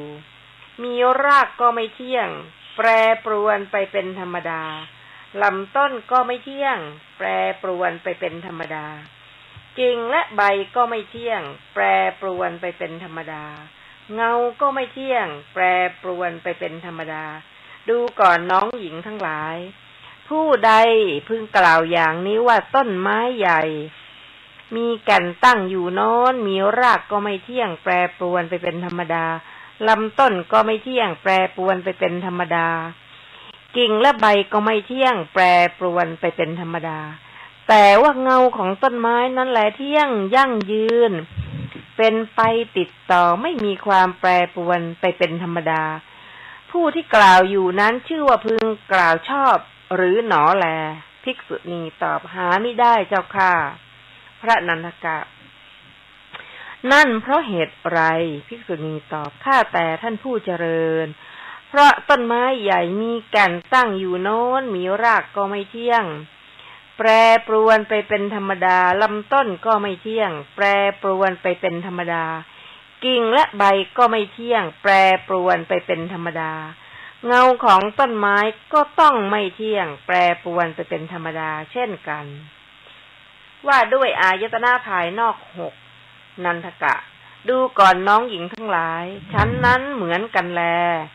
บุคคลใดพึงกล่าวอย่างนี้ว่าอายตนะภายนอก6ของเราไม่เที่ยง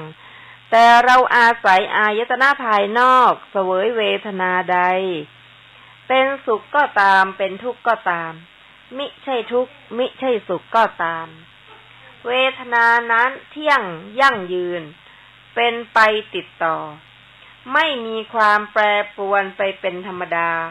บุคคลผู้กล่าวนั้นชื่อว่ากล่าวชอบหรือหนอแลภิกษุณีตอบหามิได้เจ้าข้าพระนันทกะนั่นเพราะเหตุไรภิกษุณีตอบข้าแต่ท่านผู้เจริญเพราะเวทนาที่เกิดแต่อายตนะภายนอกนั้นๆอาศัยปัจจัยที่เกิดแต่อายตนะภายนอกนั้นๆแล้วจึงเกิดขึ้นได้เพราะปัจจัยที่เกิดแต่อายตนะภายนอกนั้นๆดับ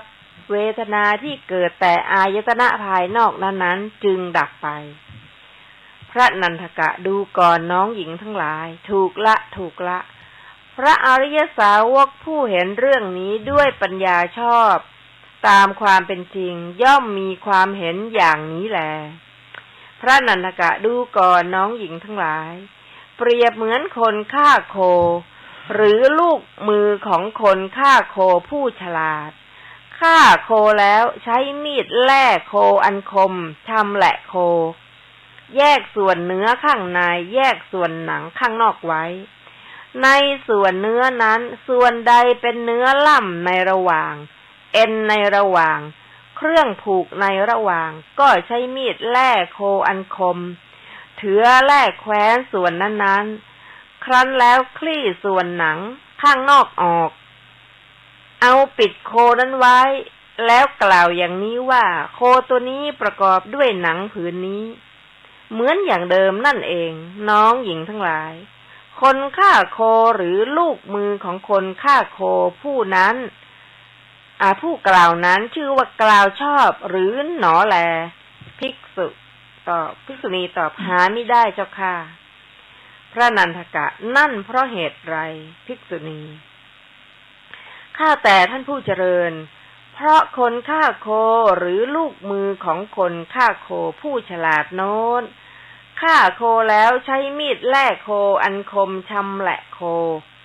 แยกส่วนเนื้อข้างในแยกส่วนหนังข้างนอกไว้ในส่วนเนื้อนั้นส่วนใดเป็นเนื้อล่ำในระหว่างเอ็นในระหว่างเครื่องผูกในระหว่างก็ใช้มีดแล่โคอันคมเถือแล่คว้านส่วนนั้นๆแล้วคลี่ส่วนหนังข้างนอกออกเอาปิดโคไว้แม้เขาจะกล่าวอย่างนี้ว่าโคตัวนี้ประกอบด้วยหนังผืนนี้เหมือนอย่างเดิมนั่นเองก็จริงแต่กระนั้นแลโคนั้นก็แยกกันแล้วจากหนังผืนนั้นน้องหญิงทั้งหลายเราเปรียบอุปมานี้เพื่อให้เข้าใจเนื้อความชัดเนื้อความในอุปมานั้นมีดังต่อไปนี้น้องหญิงทั้งหลายข้อว่าส่วนเนื้อข้างในนั้นเป็นชื่อของอายตนะภายใน6ส่วนหนังข้างนอกนั้นเป็นชื่อของอายตนะภายนอก6เนื้อล่ำในระหว่างเอ็นในระหว่างเครื่องผูกในระหว่างนั้นเป็นชื่อของนันทิราคะมีดแล่โคอันคมนั้นเป็นชื่อของปัญญาอันประเสริฐซึ่งใช้เถือแล่คว้านกิเลสในระหว่างสัญโยชน์ในระหว่างเครื่องผูกในระหว่างได้ท่านผู้ฟังที่เคารพครับเราจะหยุดตรงนี้สักครู่หนึ่งจะได้มาศึกษาถึงการแสดงธรรมของท่านนันทกะเราจะเห็นว่าท่านนันทกะหลังจากที่ได้รับเป็นผู้แสดงธรรมแก่นางภิกษุณี500ซึ่งเคยเป็นอดีตสนมของท่านในการแสดงธรรมของท่านนั้นเราจะเห็นความสนิทสนมเป็นกันเองตั้งแต่ท่านนันทกะได้เดินเข้ามาพอนางภิกษุณีทั้ง500เห็นแล้วก็รีบเตรียมตัวเพื่อที่จะพร้อมที่จะรับการสอนในการแสดงธรรมของท่านนันทกะนั้นท่านได้ตั้งข ข้อไว้ว่าหากนางภิกษุณีไม่เข้าใจในธรรมะก็จงบอกว่าไม่เข้าใจถ้าเข้าใจก็บอกว่าเข้าใจหรือเมื่อมีปัญหา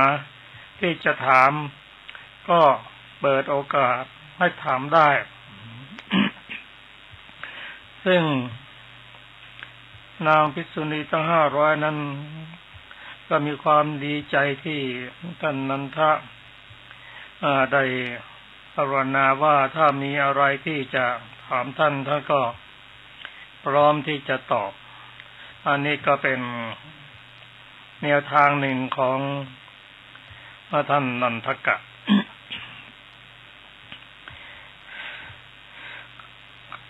ก็การแสดงธรรมของท่านนันทกะนั้นท่านเริ่มต้นด้วยอายตนะภายนอก6ขออภัยเริ่มต้นด้วยอายตนะ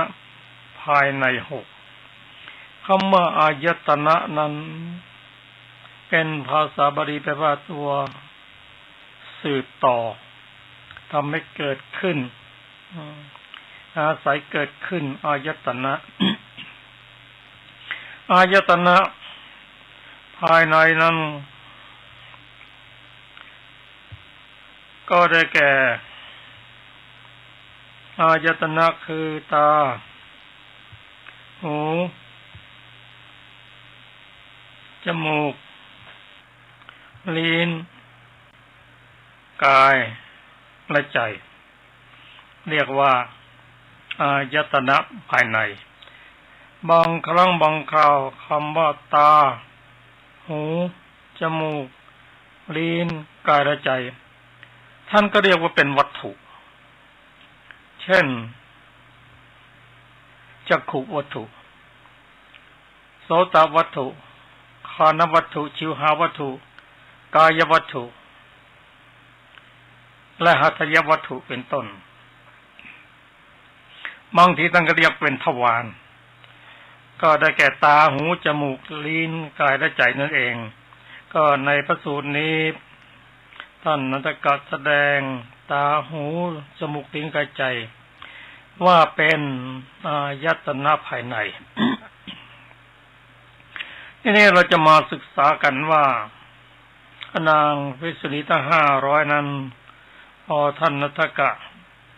ได้ตั้งคำถามว่าดูก่อนน้องหญิงทั้งหลายพวกท่านจะสำคัญความข้อนั้นเป็นไฉนจักษุเที่ยงหรือไม่เที่ยงภิกษุณีตอบว่าไม่เที่ยง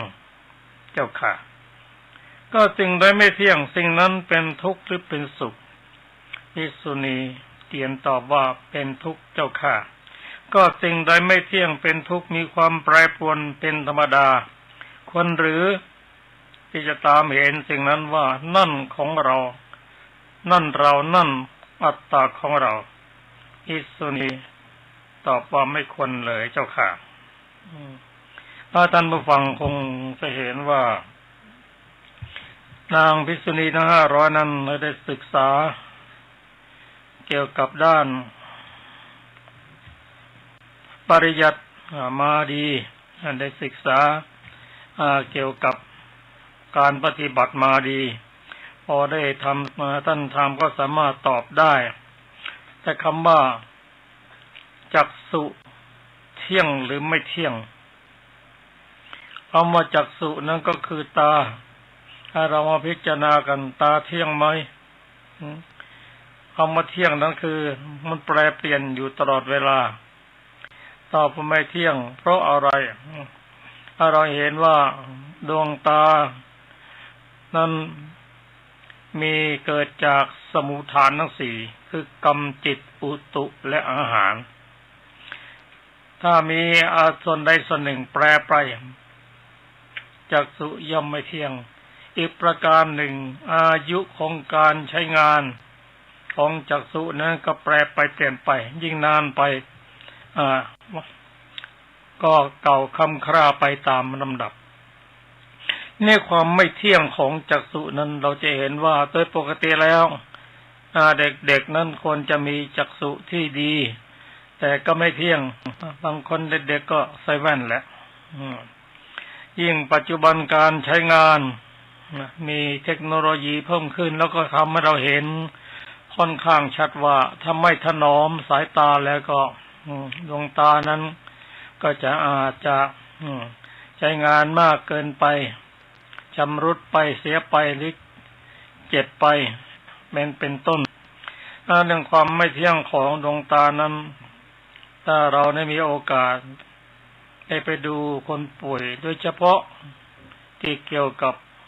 โรคของตาเราจะเห็นว่ามีคนทั้งหญิงทั้งชายทั้งเด็กและผู้ใหญ่ก็เจ็บไข้ได้ป่วยเกี่ยวกับดวงตาจำนวนมากมายดวงตานั้น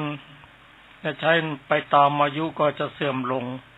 โดยเฉพาะผู้สูงอายุนั้นก็จะต้องอาศัยแว่นตา ความเจ็บป่วยกับดวงตานั้นเช่นเป็นต้อหินต้อเนื้อต้อกระจกก็เป็นโรคของตาเท่านั้นแหละมาทำให้ดวงตาที่เคยปกตินั้นเปลี่ยนไปไม่เที่ยงเรื่องนี้นางภิกษุณีท่านได้ตอบว่าไม่เที่ยงเจ้าค่ะก็สิ่งใดไม่เที่ยงดวงตามันไม่เที่ยงมันแปรไปเปลี่ยนไปนั้นเป็นสุขหรือเป็นทุกข์นางภิกษุณีบอกเป็นทุกข์แล้วเราคนนี้เราคงรับรองกันว่าทุกครั้งเมื่อตาของเราแปรไปเปลี่ยนไปไม่เป็นปกติแล้วก็มีความทุกข์ใจความที่เกิดขึ้นการป่วยเจ็บเกิดขึ้นนั้นเราจะกล่าวว่าขอดวงตาของฉันจงเป็นปกติเถิดจงแจ่มชัดเหมือนเดิมจะได้มีการเสื่อมไปเลยเราก็ไม่สามารถจะทำดังที่เราพูดได้เพราะอะไรเพราะความแปรปรวนเป็นธรรมดา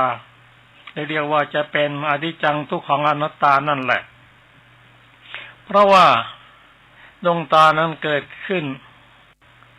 ด้วยเหตุด้วยปัจจัยดังที่ผมได้ทราบนั่นก็คือเกิดจากตัณหากรรมแล้วก็อุตุและอาหารมีส่วนประกอบสำคัญยาหยอดตาก็เป็นอาหารชนิดหนึ่งเอาโอชาที่นำไปเลี้ยงก็เป็นอาหารชนิดหนึ่งถ้าสิ่งที่เป็นปัจจัยแปรเปลี่ยนไปพร้อมกับอายุของการใช้งานก็เป็นเรื่องของธรรมดาที่ความแปรปรวนนี้จะเกิดขึ้นเราไม่สามารถที่จะบังคับบัญชาได้ความเป็นอนิจจังทุกขังอนัตตานั้นจะทำให้รู้ว่าเราไม่ควรที่จะตามเห็นว่าตาของเราตานั่นเรานั่นดวงตานั่นเป็นดวงตานั่นเป็นอัตตาของเราพอเราไปยึดมั่นถือมันว่าเป็นของเราความจริงมันไม่ใช่จะว่าไปก็เหมือนกับเขาให้เรายืมมาใช้ชั่วระยะหนึ่งเช่นนั้นเองอันนี้นางภิกษุณีนั้นท่านตอบได้ว่าแม้แต่ตาหูจมูกลิ้นกายและใจก็ไม่เที่ยงซึ่งท่านนันทกะได้ตรัสว่าสิ่งใดไม่เที่ยงเป็นทุกข์มีความแปรปรวนเป็นธรรมดาคนหรือที่จะตามเห็นว่าอายตนะภายในของเราทั้งหมดนั้น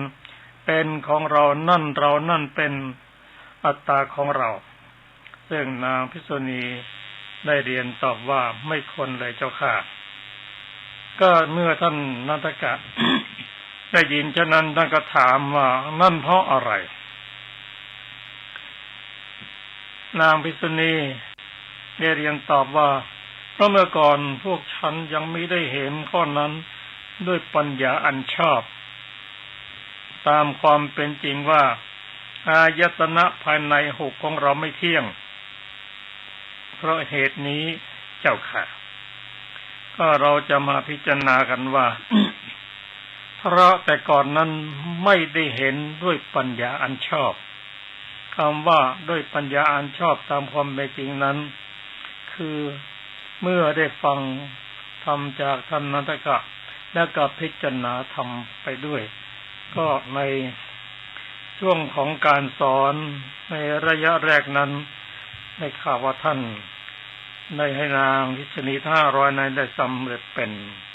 พระโสดาบันก็จะน้อมนำสิ่งนี้มาพิจารณามาศึกษาดูเราก็จะค่อยเห็นชัดว่าตาหูจมูกลิ้นกายและใจสิ่งพระสูตรนี้กล่าวว่ากล่าวถึงว่าเป็นอายตนะภายในเราจะเห็นความไม่เที่ยงเป็นทุกข์ถ้าเราเข้าใจอย่างนั้นเราก็จะได้ยดความยึดมั่นถือมั่นว่าตาหูจมูกลิ้นกายใจมีธรรมดาเป็นธรรมดาอย่างนั้นแหละมันจะต้องไม่เที่ยงไม่เที่ยงเราก็เป็นทุกข์ถ้าเราเข้าใจเพิ่มขึ้นว่ามันไม่ใช่ของเราไม่ใช่ตัวตนของเราเราก็จะลดความยึดมั่นถือมั่นลงไปความทุกข์ของเราก็จะลดลงไปตามส่วนของความยึดมั่นถือมั่นนั้นต่อไปนี้ก็เป็นช่วงแรกของการศึกษาต่อไปก็เราจะไม่ศึกษากันแต่ระหว่างที่พระองค์ที่ท่านนันทกะได้สอนนางภิกษุณีนั้นท่านได้ยกอุปมาประไมยไว้หลายอย่างด้วยกันถ้ามีเวลาเราจะได้ศึกษากันต่อตอนนี้ขอเชิญอาจารย์สุรภาได้อ่านต่อจากที่ค้างไว้เมื่อสักครู่นี้ว่าด้วยโพชฌงค์ 7 ดูก่อนน้องหญิงทั้งหลายโพชฌงค์ที่ภิกษุเจริญแล้วทำให้มากแล้วเป็นเหตุย่อมเข้าถึงเจโตวิมุตติปัญญาวิมุตติอันหาอาสวะมิได้เพราะอาสวะทั้งหลายสิ้นไปทำให้แจ้งเพราะรู้ยิ่งด้วยตนเองในปัจจุบันอยู่เหล่านี้มี7 อย่างแล7 อย่างเป็นไฉนดูก่อนน้องหญิงทั้งหลายคือภิกษุในธรรมพระธรรมวินัยนี้ย่อมเจริญสติสัมโพชฌงค์อันอาศัยวิเวกอาศัยวิราคะอาศัยนิโรธอันน้อมไปเพื่อความปลดปล่อยย่อมเจริญธรรมวิจยะสัมโพชฌงค์อันอาศัยวิเวกอาศัยวิราคะอาศัยนิโรธอันน้อมไปเพื่อความปลดปล่อยย่อมเจริญวิริยะสัมโพชฌงค์อันอาศัยวิเวกอาศัยวิราคะอาศัยนิโรธอันน้อมไปเพื่อความปลดปล่อยย่อมเจริญปีติสัมโพชฌงค์อันอาศัยวิเวกอาศัยวิราคะอาศัยนิโรธอันน้อมไปเพื่อความปลดปล่อยย่อมเจริญปัสสัทธิสัมโพชฌงค์อันอาศัยวิเวกอาศัยวิราคะอาศัยนิโรธอันน้อมไปเพื่อความปลดปล่อยย่อมเจริญสมาธิสัมโพชฌงค์อันอาศัยวิเวกอาศัยวิราคะอาศัยนิโรธอันน้อมไปเพื่อความปลดปล่อยย่อมเจริญอุเบกขาสัมโพชฌงค์อันอาศัยวิเวกอาศัยวิราคะอาศัยนิโรธอันน้อมไปเพื่อความปลดปล่อยดูก่อนน้องหญิงทั้งหลายเหล่านี้แหละโพชฌงค์ 7ที่ภิกษุเจริญแล้วทำให้มากแล้วเป็นเหตุย่อมเข้าถึงเจโตวิมุตติปัญญาวิมุตติอันหาอาสวะมิได้เพราะอาสวะทั้งหลายสิ้นไปทำให้แจ้งเพราะรู้ยิ่งด้วยตนเองในปัจจุบันอยู่ครั้นท่านพระนันทกะกล่าวสอนภิกษุณีเหล่านั้นด้วยโอวาทนี้แล้วจึงส่งไปด้วยคำว่าดูก่อนน้องหญิงทั้งหลายพวกท่านจงไปเถิดสมควรแก่เวลาแล้วลำดับนั้นภิกษุณีเหล่านั้นยินดีอนุโมทนาภาสิทธิ์ของท่านพระนันทกะแล้วลุกจากอาสนะอภิวาทท่านพระนันทกะกระทำประทักษิณเข้าไปเฝ้าพระผู้มีพระภาคเจ้าอย่างที่ประทับแล้วถวายอภิวาทพระผู้มีพระภาคเจ้ายืนณที่ควรส่วนข้างหนึ่งพ พอยืนเรียบร้อยแล้วพระผู้มีพระภาคเจ้าได้ตรัสดังนี้ว่าดูก่อนภิกษุณีทั้งหลายพวกเธอจงไปเถิดสมควรแก่เวลาต่อนั้นภิกษุณีเหล่านั้นได้ถวายอภิวาทพระผู้มีพระภาคเจ้ากระทำประทักษิณแล้วหลีกไปครั้งนั้นแลพระผู้มีพระภาคเจ้าเมื่อภิกษุณีเหล่านั้นหลีกไปแล้วไม่นานได้ตรัสกับภิกษุทั้งหลายว่าดูก่อนภิกษุทั้งหลายในทุกวันอุโบสถ14 ค่ำนั้นชนเป็นอันมากไม่มีความเคลือบแคลงหรือสงสัยว่าดวงจันทร์พร่องหรือเต็มหนอแต่แท้ที่จริงดวงจันทร์ก็ยังพร่องอยู่ทีเดียวฉันใดดูก่อนภิกษุทั้งหลายภิกษุณีเหล่านั้นย่อมเป็นผู้ชื่นชมธรรมเทศนาของนันทกะทั้งที่ยังไม่มีความดำริบริบูรณ์เลย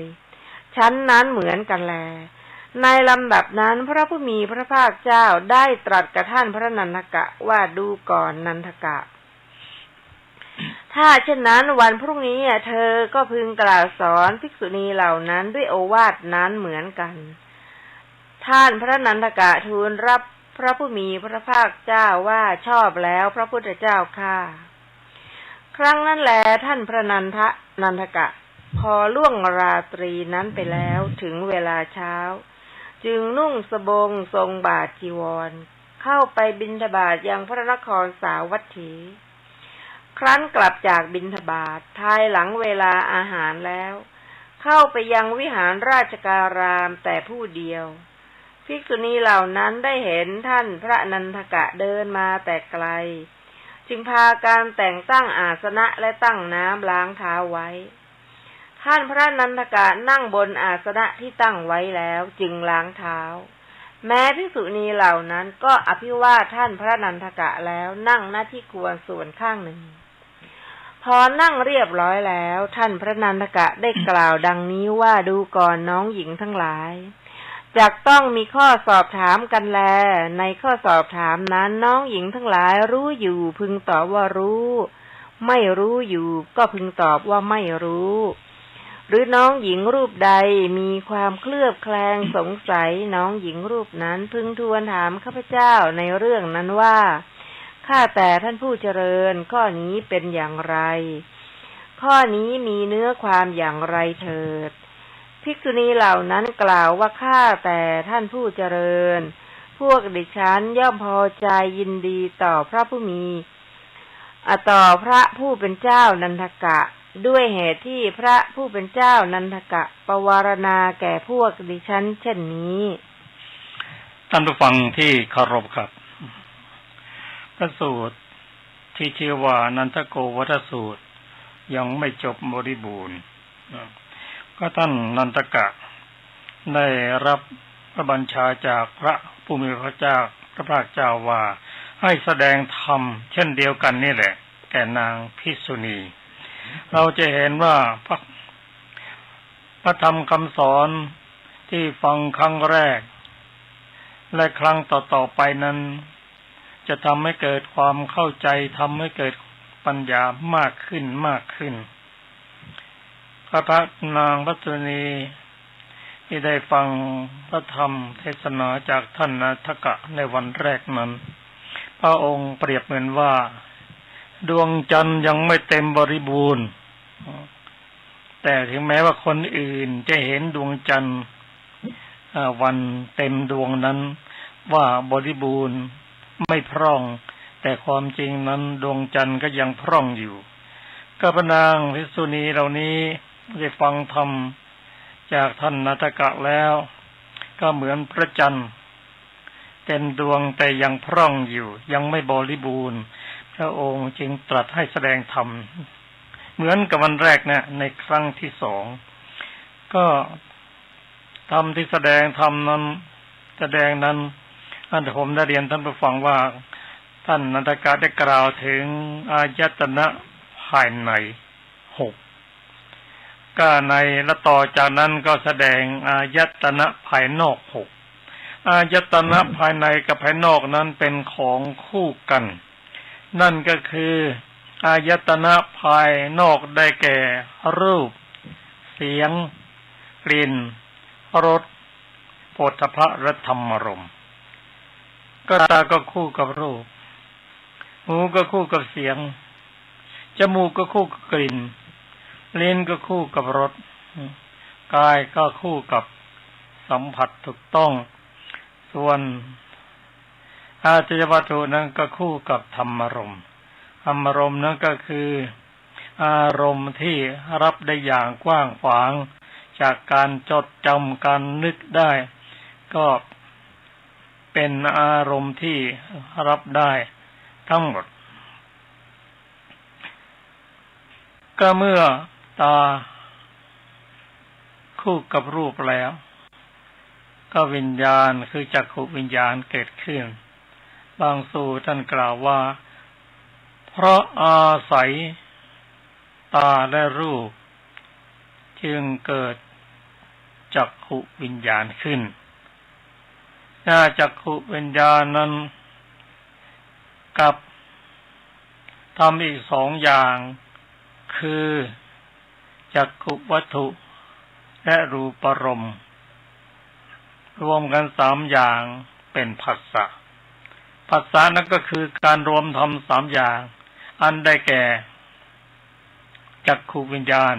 จักขุวัตถุและรูปารมณ์ก็ผัสสะเป็นปัจจัยให้เกิดเวทนาโดยเฉพาะรูปารมณ์นั้นเป็นรูปารมณ์ที่น่าดูน่าชมเรียกว่าเป็นอารมณ์ที่ถูกอกถูกใจก็จะได้เวทนาที่เป็นสุขก็บางคนบางท่านที่พระองค์ได้ตรัสไว้ว่ารู้ว่าเหมือนกันว่าตาไม่เที่ยงรูปไม่เที่ยง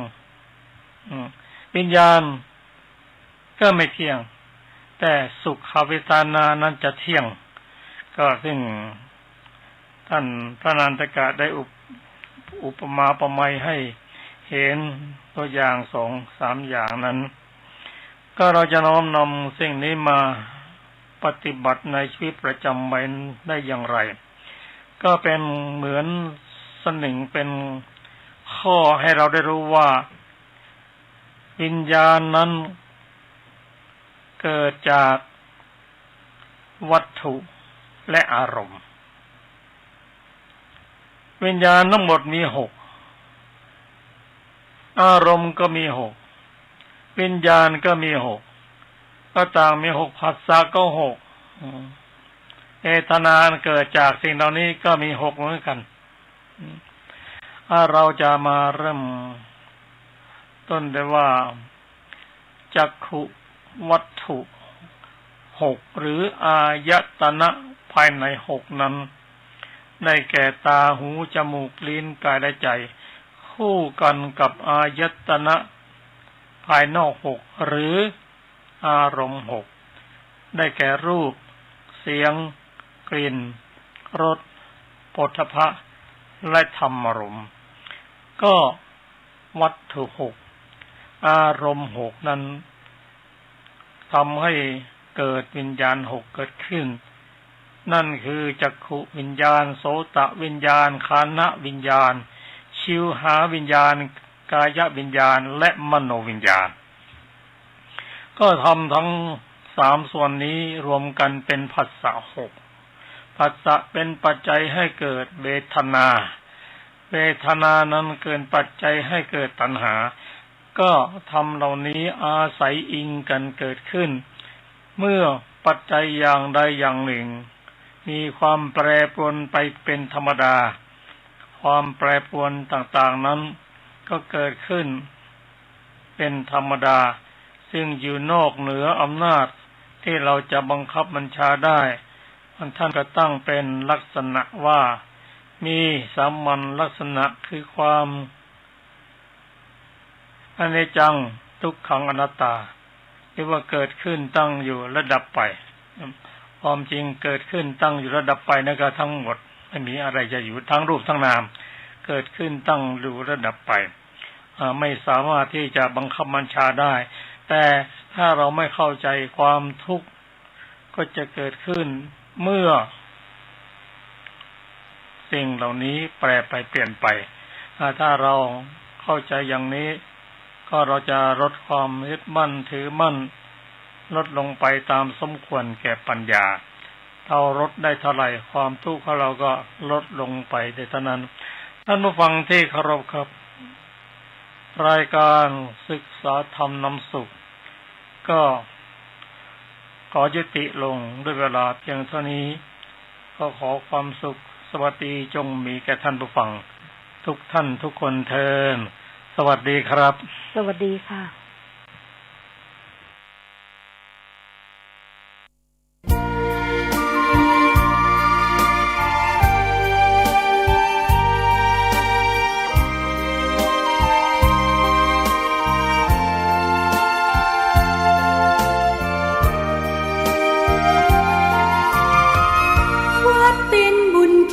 วิเศษสถา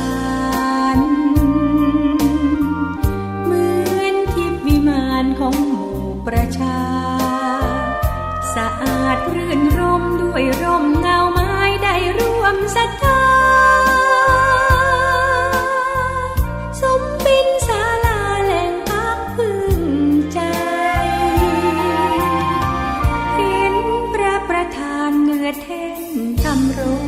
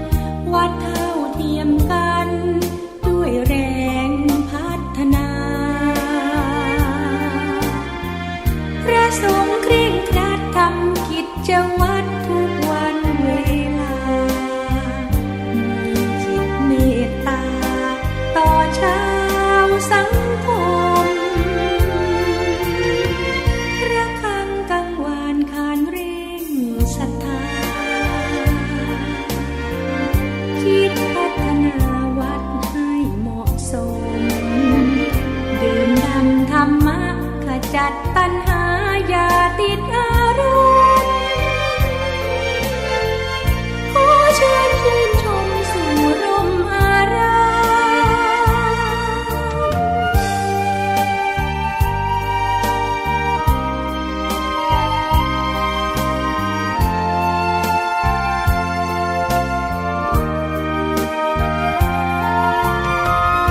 วัดเล็กหรือใหญ่นั้นไม่สำคัญ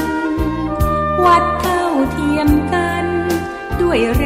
งพัฒนาพระสงฆ์เคร่งครัดทำกิจวัตรทุกวันเวลามีจิตเมตตาต่อชาวสังคมเสียงธรรมแสงอรุณและรายการอู้จาภาษาธรรมพร้อมไปด้วยต่างท่านครูบาอาจารย์ภิกษุสามเณรทุกรูปทุกองค์